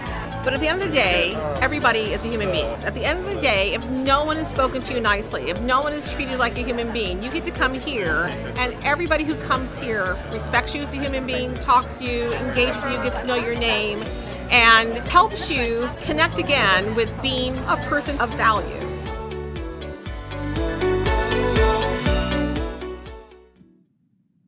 Well, Bill, here we are again. Going to have another great discussion to wrap up a phenomenal day. But before we do that, I think you have some information about some new numbers. I do. Let's go to the tote board, Earl, if you don't mind. We've been doing Trek Talks 2 all day, and we are so excited right now. Obviously, you see some more donations coming in on the screen, but right now, total, all combined sources, we're looking at $54,305. That includes the extra donation sources that you see on the screen. But of course, there's still time to donate. You can go to givebutter.com/Trek Talks or scan that QR code you see on your screen, or you can text TREK to 53555 to get your donation in on the secure portal, Ken. Amazing. Well, the fact that we're about to talk to this amazing individual is just beyond words for me. You know, I could say, oh boy, to reference Quantum Leap, but I won't. I could say it wrong and say he was on NCIS Nolans, but I won't. Now, simply put, he is Captain Jonathan Archer of the good old NX-01. Mr. Scott Bakula, truly, I can't tell you what an honor it is to have you here today for this extremely special occasion. Thank you for being here and welcome. It's my pleasure. Thanks for having me. It's just such a joy, Scott. You know, we talked to so many people, and last year after Trek Talks, we heard from a lot of people who said, you have to invite Scott Bakula next year. We've heard from people this year who were so excited when we announced you as a guest. But I want to know if in the year since Enterprise has gone off the air, are you truly aware of how popular Enterprise has become, especially in the advent of streaming? I probably am not. So that's nice to hear, though. We hear about Enterprise from people all of the time, and I think that the thing that they key in on most is Enterprise's hopeful quality of exploration. You know, Deep Space Nine had certainly its own tone going through the Dominion War, and Voyager was kind of Star Trek with a crew lost in space. But Enterprise kind of recaptured that sort of spirit of what Star Trek is all about, which is kind of what today is all about. But you know what? We hear from people all over the place, and in hindsight, what does that make you feel? Well, I have to say that when we were in the midst of making the show, and when we were kind of not cut short, but when we got our fourth season done, we all talked about hoping that the show would be more appreciated as time went on, because I felt like we achieved something pretty wonderful in those 4 years, especially in my opinion, the last 2.5 years, which I talked about before. But yeah, that kind of building through the Xindi element, and with the 9/11 component fusing the writers' brains and minds and hearts. You know, we were always, I think, hopeful, all of us, that we'd done a lot of good work, and that we would hope that we would be appreciated as time marched on. But I'm thrilled. I love that spirit of the show, which is what we were going for from the get-go, and which is, I liken it to the original show. And there was that positive, I mean, my character had that going forward, and that kind of just the Wild West aspect of it all. But at the same time, let's do something for humanity. Let's put humanity out there in a good way. Let's try and work with other. You know, he didn't go out with a lot of chips on his shoulder about who he would or wouldn't, you know, do business with. Once he got past the Vulcan thing, I think it was pretty much free sailing. And I was really, really pleased with where we ended up on the show, and I'm really glad to hear that people are enjoying it. It really is amazing, Scott. We have on our podcast, we sometimes do what we call deep dives into episodes from all across the shows. And whenever we do Enterprise specific episodes, the response that we get is amazing. I mean, we get good response for all of them, but Enterprise has really come into people's hearts, especially over the last, I'd say, 5 or 10 years, Bill, somewhere along those lines. It's really great to see. Now, of course, we know that Enterprise was unfortunately short-lived. It was the time of UPN and all that. Now, I've heard stories that some stations in Texas would air local high school football games instead of Enterprise on Friday night, which is just ridiculous. But do you think that if Enterprise had continued, if it was on a different network than UPN, do you think it would have gone longer than the 4 years, or do you think everything that was happening at the time kind of all contributed to that?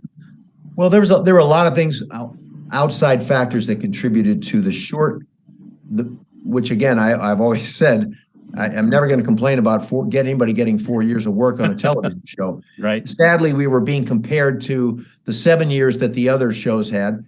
that were all syndicated shows. Had we Right. been syndicated, we would have gone an easy 7, kind of easy breezy, and our numbers were beyond what anybody else had done when we started out. But the nature of network television, and it was just a different animal. There were lots of changes in the hierarchy of not only of Paramount but of the networks, and we were there at kind of at an unfortunate time. And yet, I still have to say, gratefully, we had 4 seasons. But I think it would have been nice to do more. We certainly had more stories to tell, and we had places to go, but it didn't work out. And you can't really point a finger at one person or another. There were so many elements to the beginning of UPN and the transition there in terms of Dean leaving, and just people at Paramount left also, and a lot of champions that were Star Trek folks kind of left during the course of the 4 years. It was a strange time and volatile time, but we slugged our way through it, and I'm so glad that we got the 4 years, because there was a moment when we were only going to have 3, and that would have been a real shame. Yeah. Well, I think that's a great testament to fandom, especially, and that's kind of what this day is all about. I mean, this is about the power of Star Trek fans, Yes. Especially in using it in causes for good, and I think that's really what kind of is the impetus behind this whole telethon. I want to take a moment to ask you, because we know throughout your career you've been active with charitable causes. Are there any that you are actively working with now, or that you'd want to mention? Well, I've done for years. I mean, we do lots of stuff with the arts, because we've had kids in the arts. So we're constantly doing things with ballet companies and with school theater programs. And so I always tell people, if you can help out in any of those, any artistic endeavors for young people, whether it's support buy a trumpet for a band, that in your school or whatever, try and do. And those are kind of smaller deals, but the kind of grassroots parents, they're the people that keep those things going, because they want their kids to be exposed to those things. I worked with Broadway Cares for years, and I still do. That's kind of like a long running charity that I've been involved with. But I'm actually at a interesting kind of looking at this year as a year to try and maybe put more of a stamp on a particular group. I know we do lots of work with the LGBTQ community, and lots of support there. Animal rescue shelters. My wife especially is involved in that, and but this particular idea of providing food and care and necessities for people that are less fortunate is a wonderful and so it's such a worthwhile cause. And I love the fact that you're collecting food, unused food that would be going to waste, and repurposing that and getting that out there, because that always drives me crazy. Being on movie sets and TV sets, what happens to the food, and we do a pretty good job of getting it out there at the end of the day. And you're always like, where are you going right now? I said, why'd your car loaded up? Oh, I'm taking it down to, such and such. Well, it's 1 o'clock in the morning. Should you be doing that? And oftentimes it would be a woman from the crew who is driving food over and dropping it off, and so I feel that our industry does a lot of good work, when we're working, and making sure that people get. But these kinds of causes that go on continuously and are in the trenches every day, all year long, year after year, that you're to be applauded. And boy do we need people like you and groups like this working hard. I think that's one of the things I find so amazing when I think about it. We've been involved with the Hollywood Food Coalition with our good friend, and of course your good friend John Billingsley and David Livingston, for a couple of years now. I can't wrap my head around the fact that they have not missed a single night of providing a hot meal to those in need since 1987. That just blows my mind that it's been every single night without missing a single night. It's amazing. So I'm so proud to be part of it, and all the organizations that you spoke of. I'm a big animal lover, so I think it's great.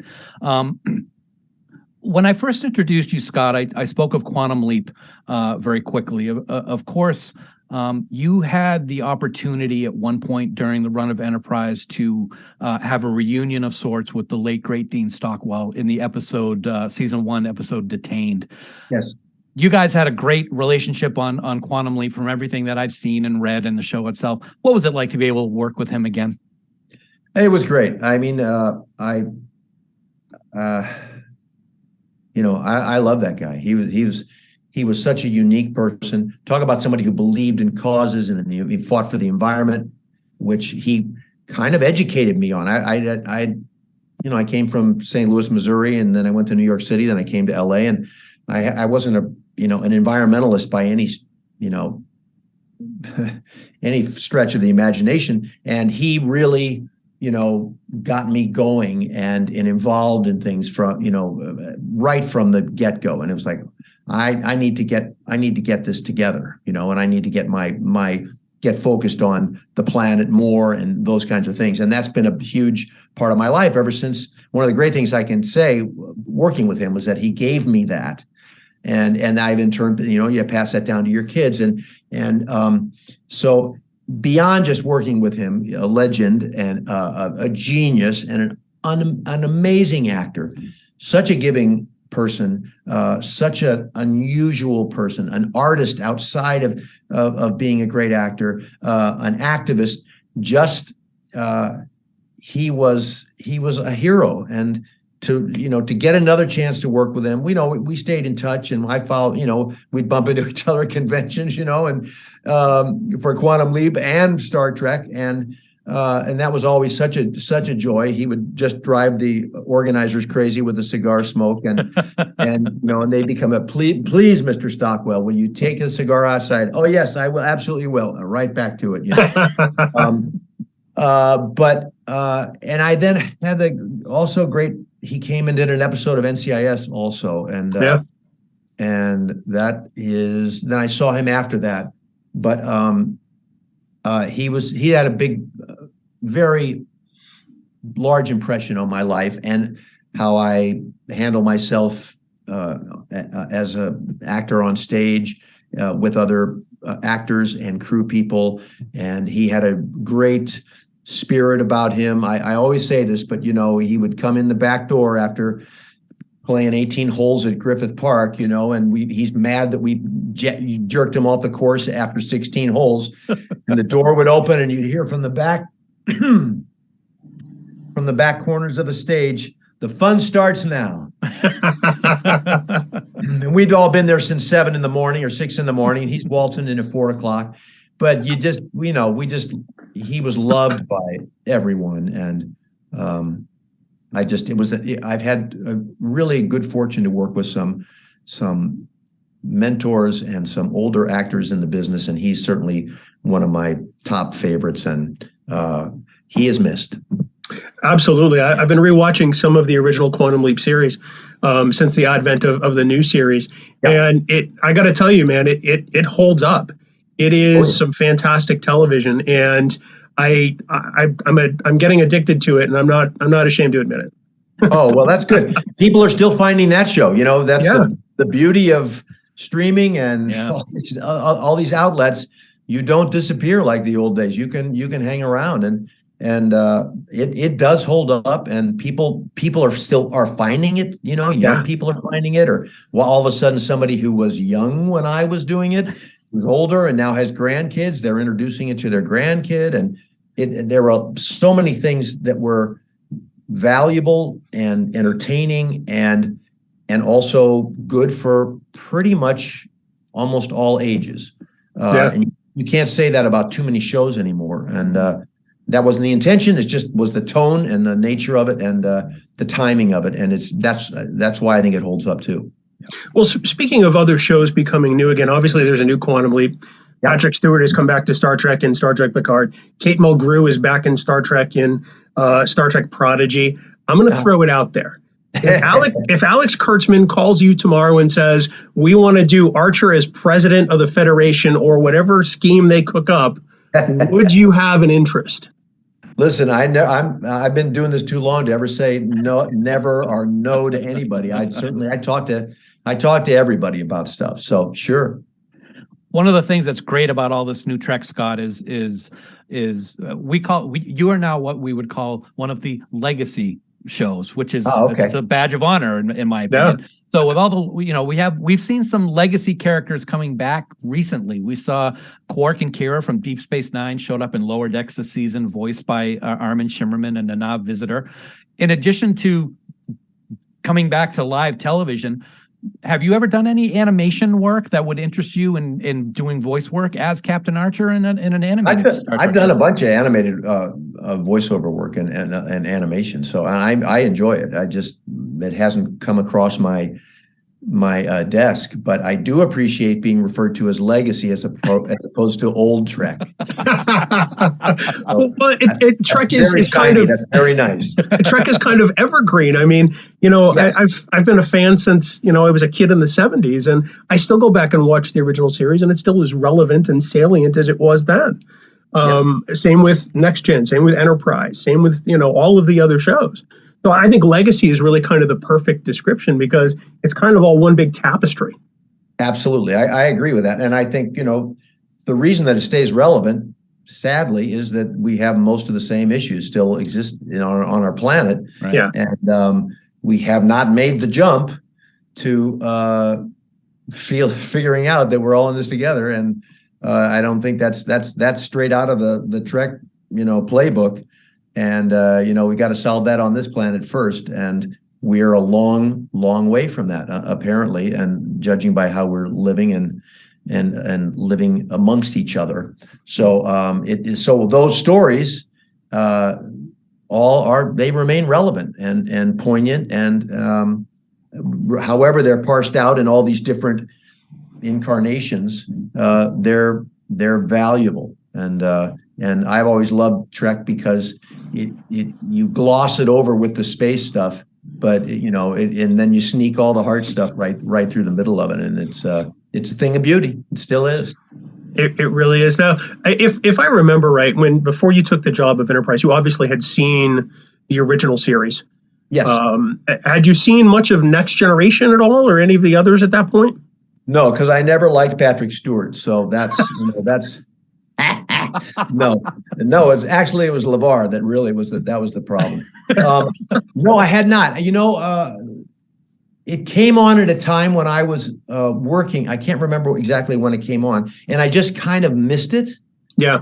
And if that makes any sense at all, and kids were happening and all kinds of stuff, and there's a time when I just watched much less of everything. And I was doing a lot more theater back then, and that's nighttime, so I never, but it's, I've seen a lot of it since then, and I've gotten to know those people, and what a magnificent crew that was and is, and a joy to know all of them and their craziness. They are just all wackadoos, and I love them all. They're a blast. That's great.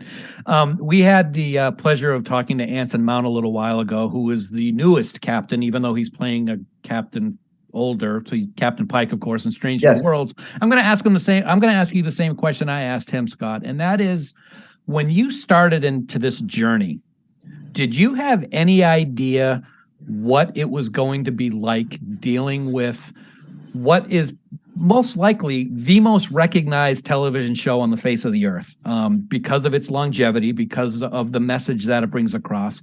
Did you know what it was going to be like to become Star Trek legend in your own right as Captain Archer, and what it means to people to love this show and to have the effect it does? I will say to you right now, I have never had the opportunity to speak before. Star Trek literally saved my life back in 2000. I was on the verge of suicide, and if it wasn't for the show, I would not be alive today. What is something like that to you as an actor who goes from job to job after time? What is it like being part of the Star Trek universe? Well, first of all, I'm glad Star Trek was around. Thank you. So you seem like a wonderful man, and you have wonderful energy, and I'm glad you're talking with me right now. Bill shaking his head. I had the a taste of it with Quantum Leap because it's about the sci-fi fan. That's really what it comes down to. And so I'd gotten an inkling of that. I did Lord of Illusion, so I got some more sci-fi and Clive Barker stuff, and I did a couple other. I did Invaders, and I did some other things. Oh yeah. So I did the reboot of the miniseries of that. So I had a sense of it in terms of the demanding nature of a sci-fi fan. And I've always found that to be just a driving force to be good and be better and be truthful. And because what I discovered was, and even though this was at the early stages of things lingering on in the Ethernet, that whatever you do is going to be around and going to be picked apart, and it's going to be treasured or not treasured. And so there's a responsibility, and I like that. I thought this is good, and I like this fan. You don't have to be afraid to ever dumb it down for the sci-fi fan. And I so appreciate that. I know writers appreciate it, and I think the fans appreciate it because they're being challenged. And you've got to live up to the challenge. So I think it's a wonderful marriage. It's why I've done so much sci-fi in my life, because I'm a sci-fi fan. I love sci-fi, but I like this. I like the relationship, and I've got fans, Quantum Leap fans from the first Quantum Leap convention back in '91 or whenever it was, that are still follow me around when I'm in the theater in London or wherever, and they show up. And now I've got Star Trek fans that are following me now. That's 20, we went off the air in 2005, but that's a lot of years now. And there's a responsibility, and there's it works. I think it works great for an actor and for the fan to have this kind of relationship. Nice. I was just thinking your next sci-fi project should probably be a revisitation of the Disney Sunday night movie I-Man. There you which go. You did in 1986. That's right. That's right. I left that out, but that was the first one. Yeah. Oh, I know. I watched it. I remember watching that in '86 going, oh, wow, that's pretty cool. And then when you turned up on Enterprise, I'm like, hey, that's the guy from I-Man. Well, clearly, you and I went on separate paths for about 2 decades. Yeah, we did. We did. What can I say? Well, I mean, I was a teenager then. There were some strange years, Scott. I got to tell you, it's all right. It's okay. It's okay. But that's quite a jump from I-Man to Enterprise. It is. So you missed Quantum Leap then. I saw it kind of because when I was doing the whole college thing at one point, and of course you have different priorities in college. I got you. Yes. Beer was among those. Yes. But we've only got you for a few more minutes. I want to ask you, you're an actor. I mean, you work professionally. When you unwind and you want to binge something, what do you disconnect with? What do you like to put on? Well, we watch a lot more than I think probably we ever used to, because of the opportunity to grab something, to not have to be there on Thursday night at 10 o'clock. Right. Be able to pick it up. But, we watch, we watch little bits of everything. I'm fascinated to see what's the date today? Oh, so Your Honor just is out. So I keep looking at that billboard. Oh, Cranston? Brian. Yeah. And it looks like, is he King Lear or what is happening here? And I'm kind of fascinated to see how they solve another season on that show, which was great. Of course, you're asking me, and I'm blanking on other shows, but we watch political stuff. We watch Bill Maher every Friday when he's around, and but we've watched the murder, true life murder shows that we're all being hit with now, that we're going to have for years, but we've enjoyed those. We watched. I'm just thinking of stuff that's flying on my head. We watched Severance. That when that came that out, was so good. Right? Some unbelievable performances in that. Yeah. The Old Man. I mean, we're kind of. We feel like we've watched it all during this whole COVID era. Yeah, it seems like so old news to say, I love Ted Lasso, but I just love Ted Lasso, and then I never thought I would like Schitt's Creek, and then that came on. I was like, oh my God, this is so great. They were so, that was anyway. So I'm a television fan, and then we do the movie thing too. Yeah. So let me ask you this, Scott, because it's interesting that I hear no from a lot of actors. Have you watched Enterprise? Have you watched your own show? Because I've talked to a lot of people that don't like to watch what they've been on. So I'm glad to hear that you've watched it. That's fantastic. Oh yeah, no, I did. I was involved in. I saw all the dailies, and so I was involved in that at the time, and I like to see. That show also is different than like a straight ahead drama, or there's so many special effects, and you're working with all these people every day. And in a way, I'm honored. I was honored to work with those people on our show, because I felt lucky to be in the middle of all these geniuses who were just, and then you'd see what they did with, we turned it in, and here it comes, and holy cow, that space fight was amazing. Yeah. But I was just rocking inside my little, ship along with everybody else, and feeling foolish, and the makeup and the costumes and all of those things. We had so many extraordinary people working on the show. I don't know why our show didn't win 10 Emmys every year for just the technical side of it. It just what Bob Blackman did, every week was insane, and Michael, and anyway. And you'd see other people winning the makeup and everything. It's like, okay, that's nice. But we were like in another league.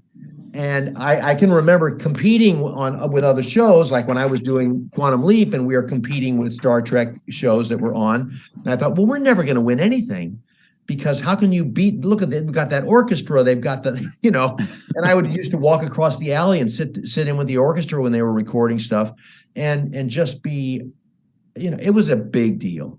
Yeah. And it still is a big deal. And it was meaningful to me to be a part of it. I'm just glad you didn't say you only watched the episode with Billingsley in it, because you would have been done in like 10 minutes. Less. We love John. We had to give him. Yeah. We can keep kicking him all the way out the door.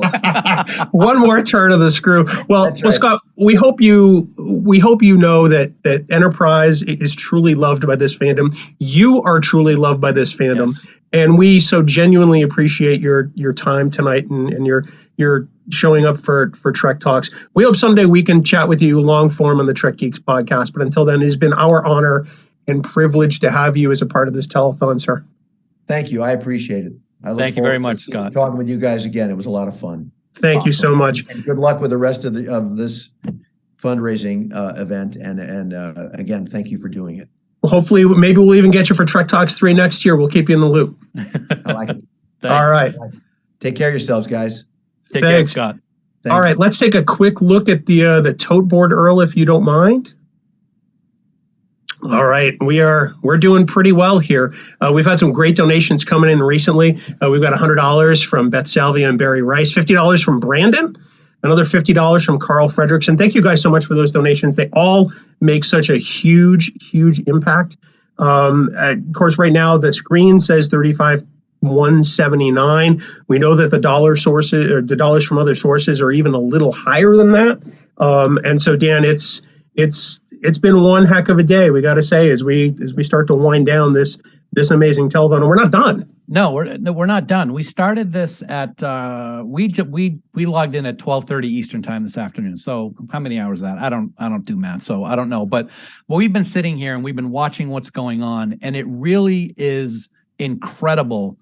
We did it last year and we were like, what are we getting ourselves into? How is this going to turn out? And it was fantastic. Watching what's been going on today over the last several hours, as I'm sure John Champion, Bonnie Gordon, and John Billingsley will say, has been so humbling. And it's just something that I am so proud to be a part of. And I'm kind of speechless, even though I'm rambling. Let me jump in and give you the true final total. Please. Here we go. As you all know, we have had a number of gifts come in through other sources. Amy and Simon's munificent donation of $15,000, most notably. The grand total is this includes Rod Roddenberry's $50,000, which we set out to match today. We have done. match, yeah. We have made $105,579. Amazing. Unbelievable. Unbelievable, We're everyone. going to talk for another 10 minutes. That's right. We want 110. Let's get 110. Come on, people. Let's just assume that some people out there who are listening were going, I'll wait until the very end. Right. Well, here it is. You got a few more minutes. Yeah. Not only do you have a few more minutes, though, you can keep donating after the telethon is done for what I think the next few days. Is that right? Or you can donate till the end of time. Oh yeah, for any time you want. Yeah, Again, we don't want to think that this is it. You can keep donating for as long as you like. Not want to squelch your generous impulses. This will live on YouTube forever, as last year's has lived. And hopefully in subsequent years, you can just watch us age slowly. I think it's pretty safe to say, John, that we are announcing that there will be a Trek Talks 3 next year. I think it's pretty safe to assume that that's going to happen. Yes. Bigger and better than ever. And for those of you in chat saying I look like a Las Vegas showgirl, you're not so far off. I have another gig after this that I have to race to, so I had to change before. But thanks for the compliments. So I've got a few announcements. One, those of you who entered our, for lack of a better word, a little quasi-competition to win some prizes. Everybody who donated, we can't thank you enough. All of our donors today, all of our guests, of course, all of our magnificent hosts. But we did unfortunately have to draw from amongst a number of contributors to get these prizes. So not everybody is going to walk away with, I wish I could say we have fabulous parting gifts. But here's But you do. The love that you've given and helped the needy and has been a part of the Star Trek family. The love should be a gift enough. Yeah. That's your answer, John. But from the 10 to 11 slot, the Dan Curry Prize Package number 1, Melissa Lintinger and Brian Fingerett. Hey. And Prize Package number 2, Jeff Happ from 11 to 12. And this, remember, this is 2 8x10s, a jingle or a poem, and some wonderful Star Trek wardrobe hats, I believe. 11 to 12, Marina Krauchek and Michael Pasquale. Also the fabulous Dan Curry items, 8x10s, and a jingle or a poem, and a sweatshirt. Magic Castle, you were going to join Bonnie and I for a night at the Magic Castle. And who is it? It is Mars Devore. Mars Devore. Wow. Yay! Nice. Bravo. Excellent. Okay. 2 Dan Curry Zoom chats. Tina, I'm going to butcher this. VUORENMA. Tina V. Tina V. That's good. Tina V. Sounds good to me. Nice. Tina V. And Janet Harlow. And Amy and Simon's Gala in Las Vegas. Oh, that's going to be fun. Creation Convention, Colleen White and Tara Pollen. Awesome. We have your information. We will be in touch. We will arrange all the details. You can pick the poem. You can pick the jingle. I'd pick the jingle if I were you. But a couple of other things as we wrap up. If you're in LA and you want to volunteer to sign up and cook or serve or help us rescue food, every Sunday we also have a wonderful Sunday sack lunch distribution program. We didn't talk about that. People all over Los Angeles make amazing multi-element sack lunches, and we help to distribute them through the intercession of about 15 or 20 other cool groups all over the city. You can help us send those lunch bags out to help people in need. You can always go to trektalks.net. You can always go to the Trek Geeks. You can go to the Roddenberry podcast. You can go to hofoco.org. So many places to get so much information. And I want to thank also the magnificent Earl Green. Yes, Earl. My God. Yeah. The wizard behind the curtain. MVP. How do we do this? We do it because this guy, Earl Green, out of the kindness of his heart, donates his hours and his labor and his smarts and everything to make this go so seamlessly. Seamless. Thanks, Earl. Yeah. Amazing. But I also have to thank, and I had to write this down because there's so many wonderful people. I have to thank my co-host Bonnie Gordon, Bill Smith and Dan Davidson, the phenomenal Sci-Fi Sisters, Yvette Blackman-Tom, Tamia Harper, Fran Taylor, Sabrina Wood. It's just like the Oscars. This is as close as I'm ever going to get.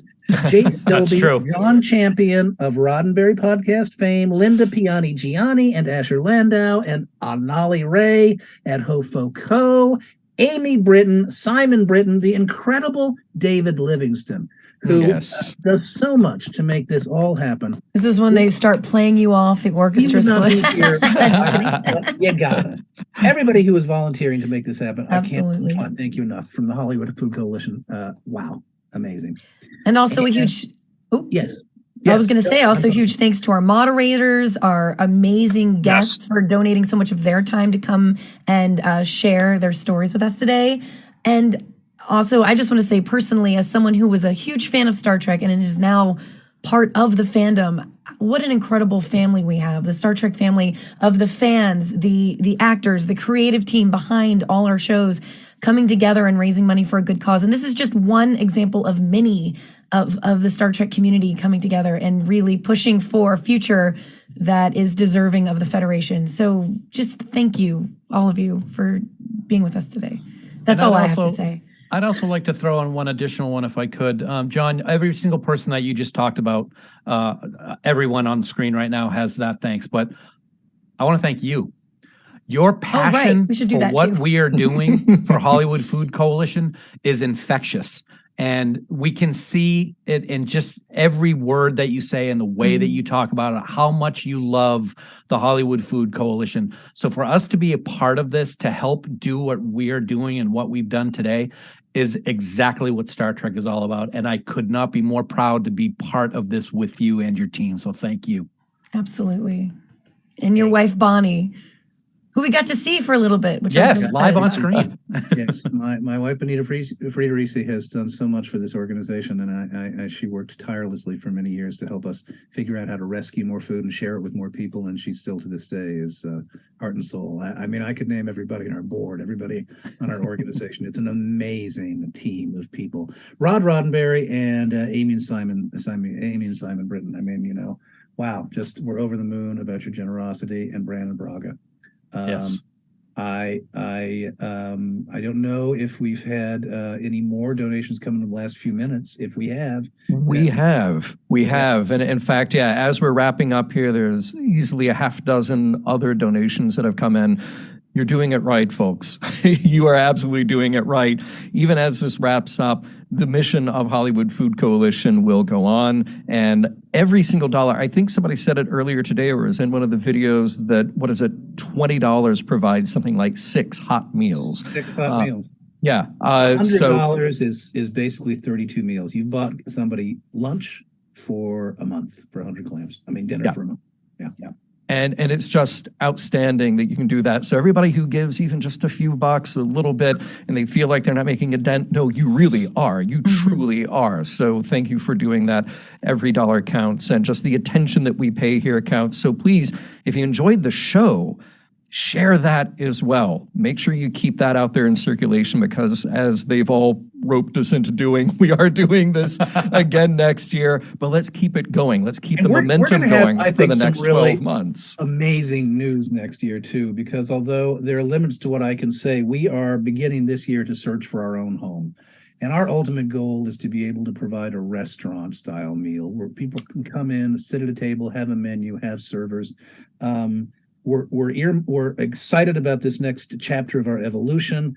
We're also looking forward to be able to expand the facility to the point where we can have a daytime presence, and we can have more and more of our partner organizations come join us on the same campus, so as to provide ultimately a form of a one-stop shopping center for people in need. So all of the various social service needs can be answered in one location.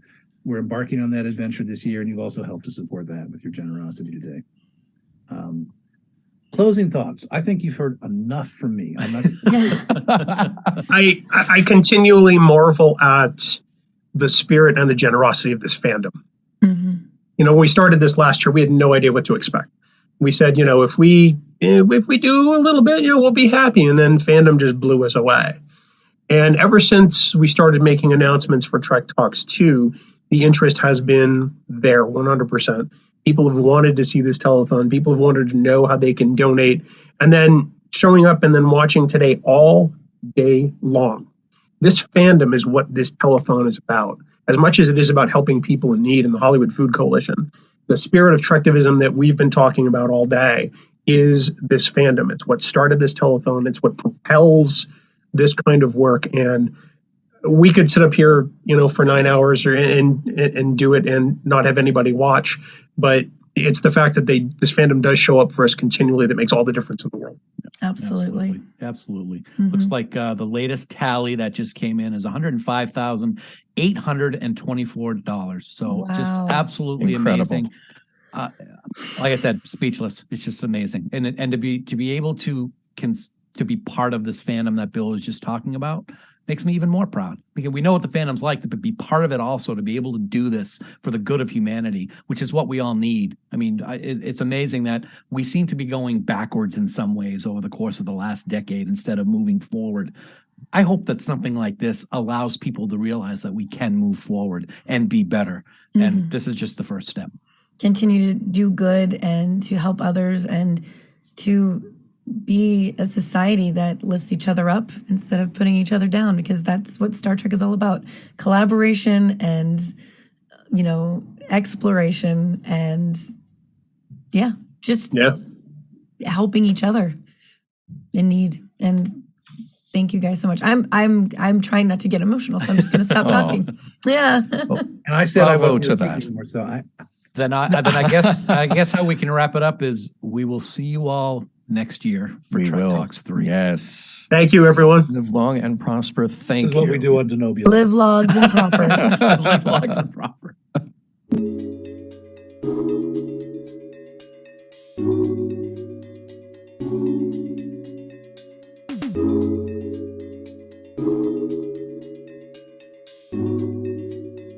Thank you.